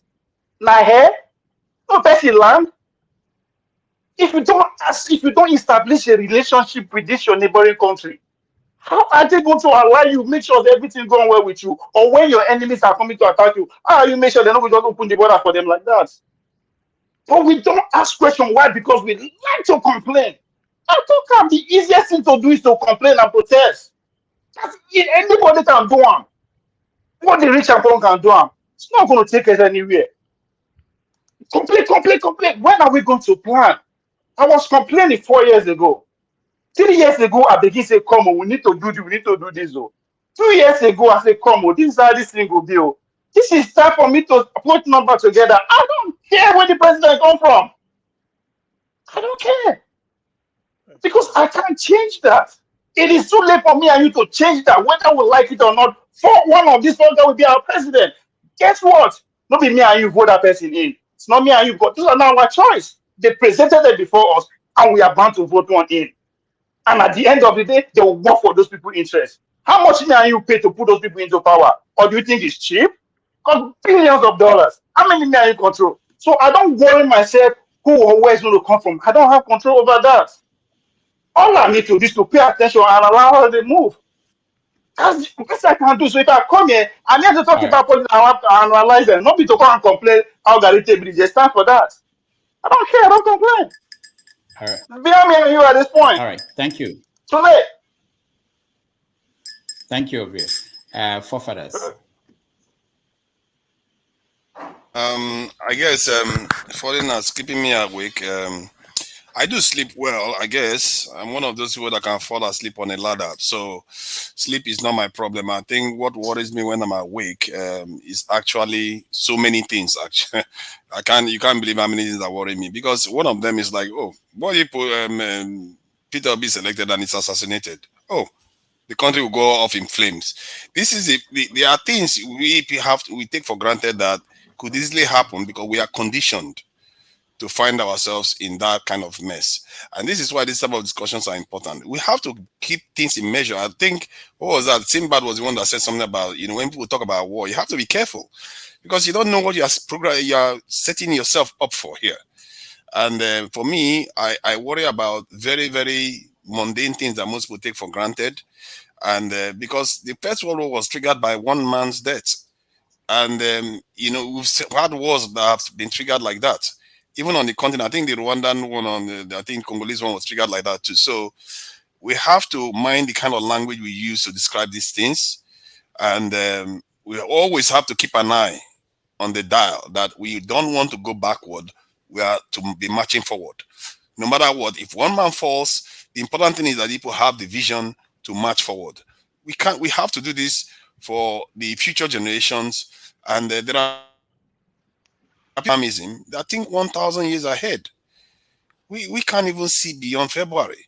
We really need to start projecting ourselves and seeing ourselves in the future because that informs the way you make decisions. You see what I mean? Thank you. All right. Thank you so much. Rohan, you're next. What keeps you up at night? Nothing keeps me up at night. I'm only worried about insecurity, a lack of industrialization in my country, Nigeria. And I will also reiterate again, if we cannot stay together, if we cannot rub minds together, if we cannot think about the solution of our problem and we keep castigating each other, we'll go nowhere. In my language, it is being said, let me translate it. You don't agree with me and I don't agree with you. Then we will find ourselves in the West bin. What language is that? Sorry. Let me explain. If I keep dragging you and you also keep dragging me, then we will find ourselves either in the incinerator or in the dump yard. So the only way we can progress is to sit down, discuss issues critically, rub minds, and find solutions to problems. And lastly, the issue of we have about 4 people coming up for presidency. We like it or not, one of them must be the president. What do we do? How do we checkmate these people? These are some of the things we need to be bothered about at the moment, because one of them will definitely go. At the end of the day, how do we hold them accountable? Because some of them have their plans already. While some of them, when they get there, they'll be able to put things together again, call some members, form some committees, and what have you. So we, the masses, how do we checkmate them? I think that should be one of our major concerns now. Thank you very much. Thank you, Rohan. Alaro, you're next. So I had to get a charger because I have some problems. I'm not sure if I'm being clearly heard. I'm going to go under the assumption that that is the situation. We could hear you, yeah. Perfectly. So we have to stay with the reality of the situation. What keeps me up is we wake up the next day after the next election, and Peter Obi is not the president of Nigeria. We all are still going to be Nigerians. And all of you will be here. I think CM was on the meeting last night. I thought I saw him. I'm not sure. But I'm not 100% sure. But I was there. I saw you. Okay. Yes, I was there. Yeah, I did. I was. Okay, good. We now are going to have the burden to lift the suffrage for the next 4 years. Be ready. You have to do a lot of overtime wherever you're at. And that's the fact. God bless. Thank you.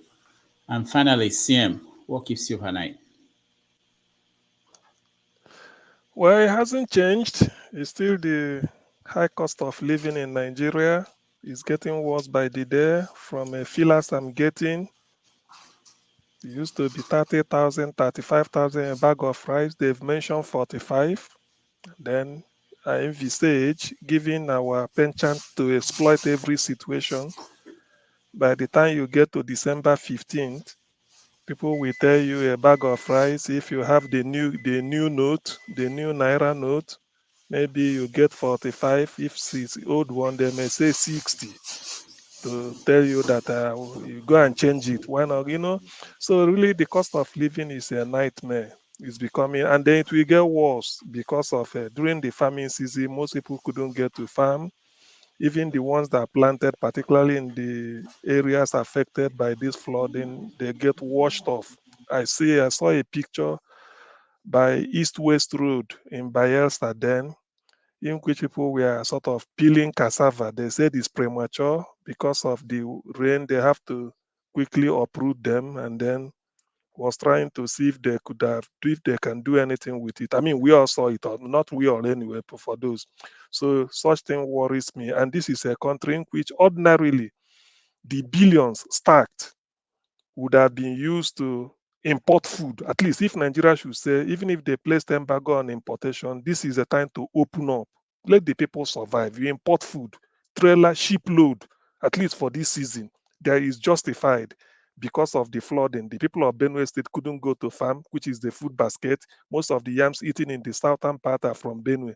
So they couldn't farm. Adamawa, Taraba, and all the rest. And even Bayelsa, fishing, everything. So people are even homeless. So this is the time, if really we have a conscientious government and all these things, then you will see. Then against this background, you heard that a senator is having 40 houses all over the world. I mean, so that tells you that our people are really not conscious. I mean, they haven't got the conscience. They are really not having the feeling of the people at heart. You don't leave this type of thing to chance. Nigeria should import food now. at least to save the people. It's just no matter how many billion the seaport is there, go to Thailand, bring shipload of rice, because just to help people, even if between now until May next year, until the farming season comes, and then subsidize it so that to help the people feed. But your guess is as good as mine. So it keeps me, it worries me. It keeps me All awake right. if I do so. Thank you. All right. Thank you so much. I really appreciate everybody that joined us today. And there are so many people. Let me just announce that tomorrow on 90 minutes. Mustafa. Yeah. Okay. We have the presidential candidates of Action Alliance, Major Mustafa, will join us at the time changes today in America. So we are going to start at 10:30 a.m. tomorrow instead of 11:30 in New York. But it's the same in Nigeria, 4:30 p.m. And that's it. I really want to thank everybody that joined us. Those that watched at home, those that are on the comment section, you guys are wonderful. It's been we set a new record today. This is like 7 hours. I thought they would cut us off at 7. It's beyond what we paid for. But CM, thank you so much for joining us. Thank you. Thank you. Forefathers, thank you so much. Thank you. Kulata, thank you. Hecho, thank you. Alaro, thank you. Rohan, thank you. Simba, thank you. Kene, thank you. And so many others that joined us, and they are not here. We'll see you if you can join us tomorrow, and then next week also we'll see you. And thank you for giving us a talk. Rudolph, before you pull off, No, hold on. It's CM. What do you want to say? What I wanted, there was a message I sent to you. I said, forefathers, Paul, I, and who is the other chap? We wanted to do a mini seminar, if you any of the days, on how rich is Nigeria really? Because last week during the after talk, we did a lot of analysis and found out that look, Nigeria. I mean, is it not California we said, or is it New York? It's even richer than the whole entire California. Is all richer. right. Let's do that after we're still live. And let me go off, and then we can do that. Okay, we can talk about that. Yeah. We're still live. I thought you wanted something on air. Yeah. No. All right. Paul is not here. I should have mentioned it. And your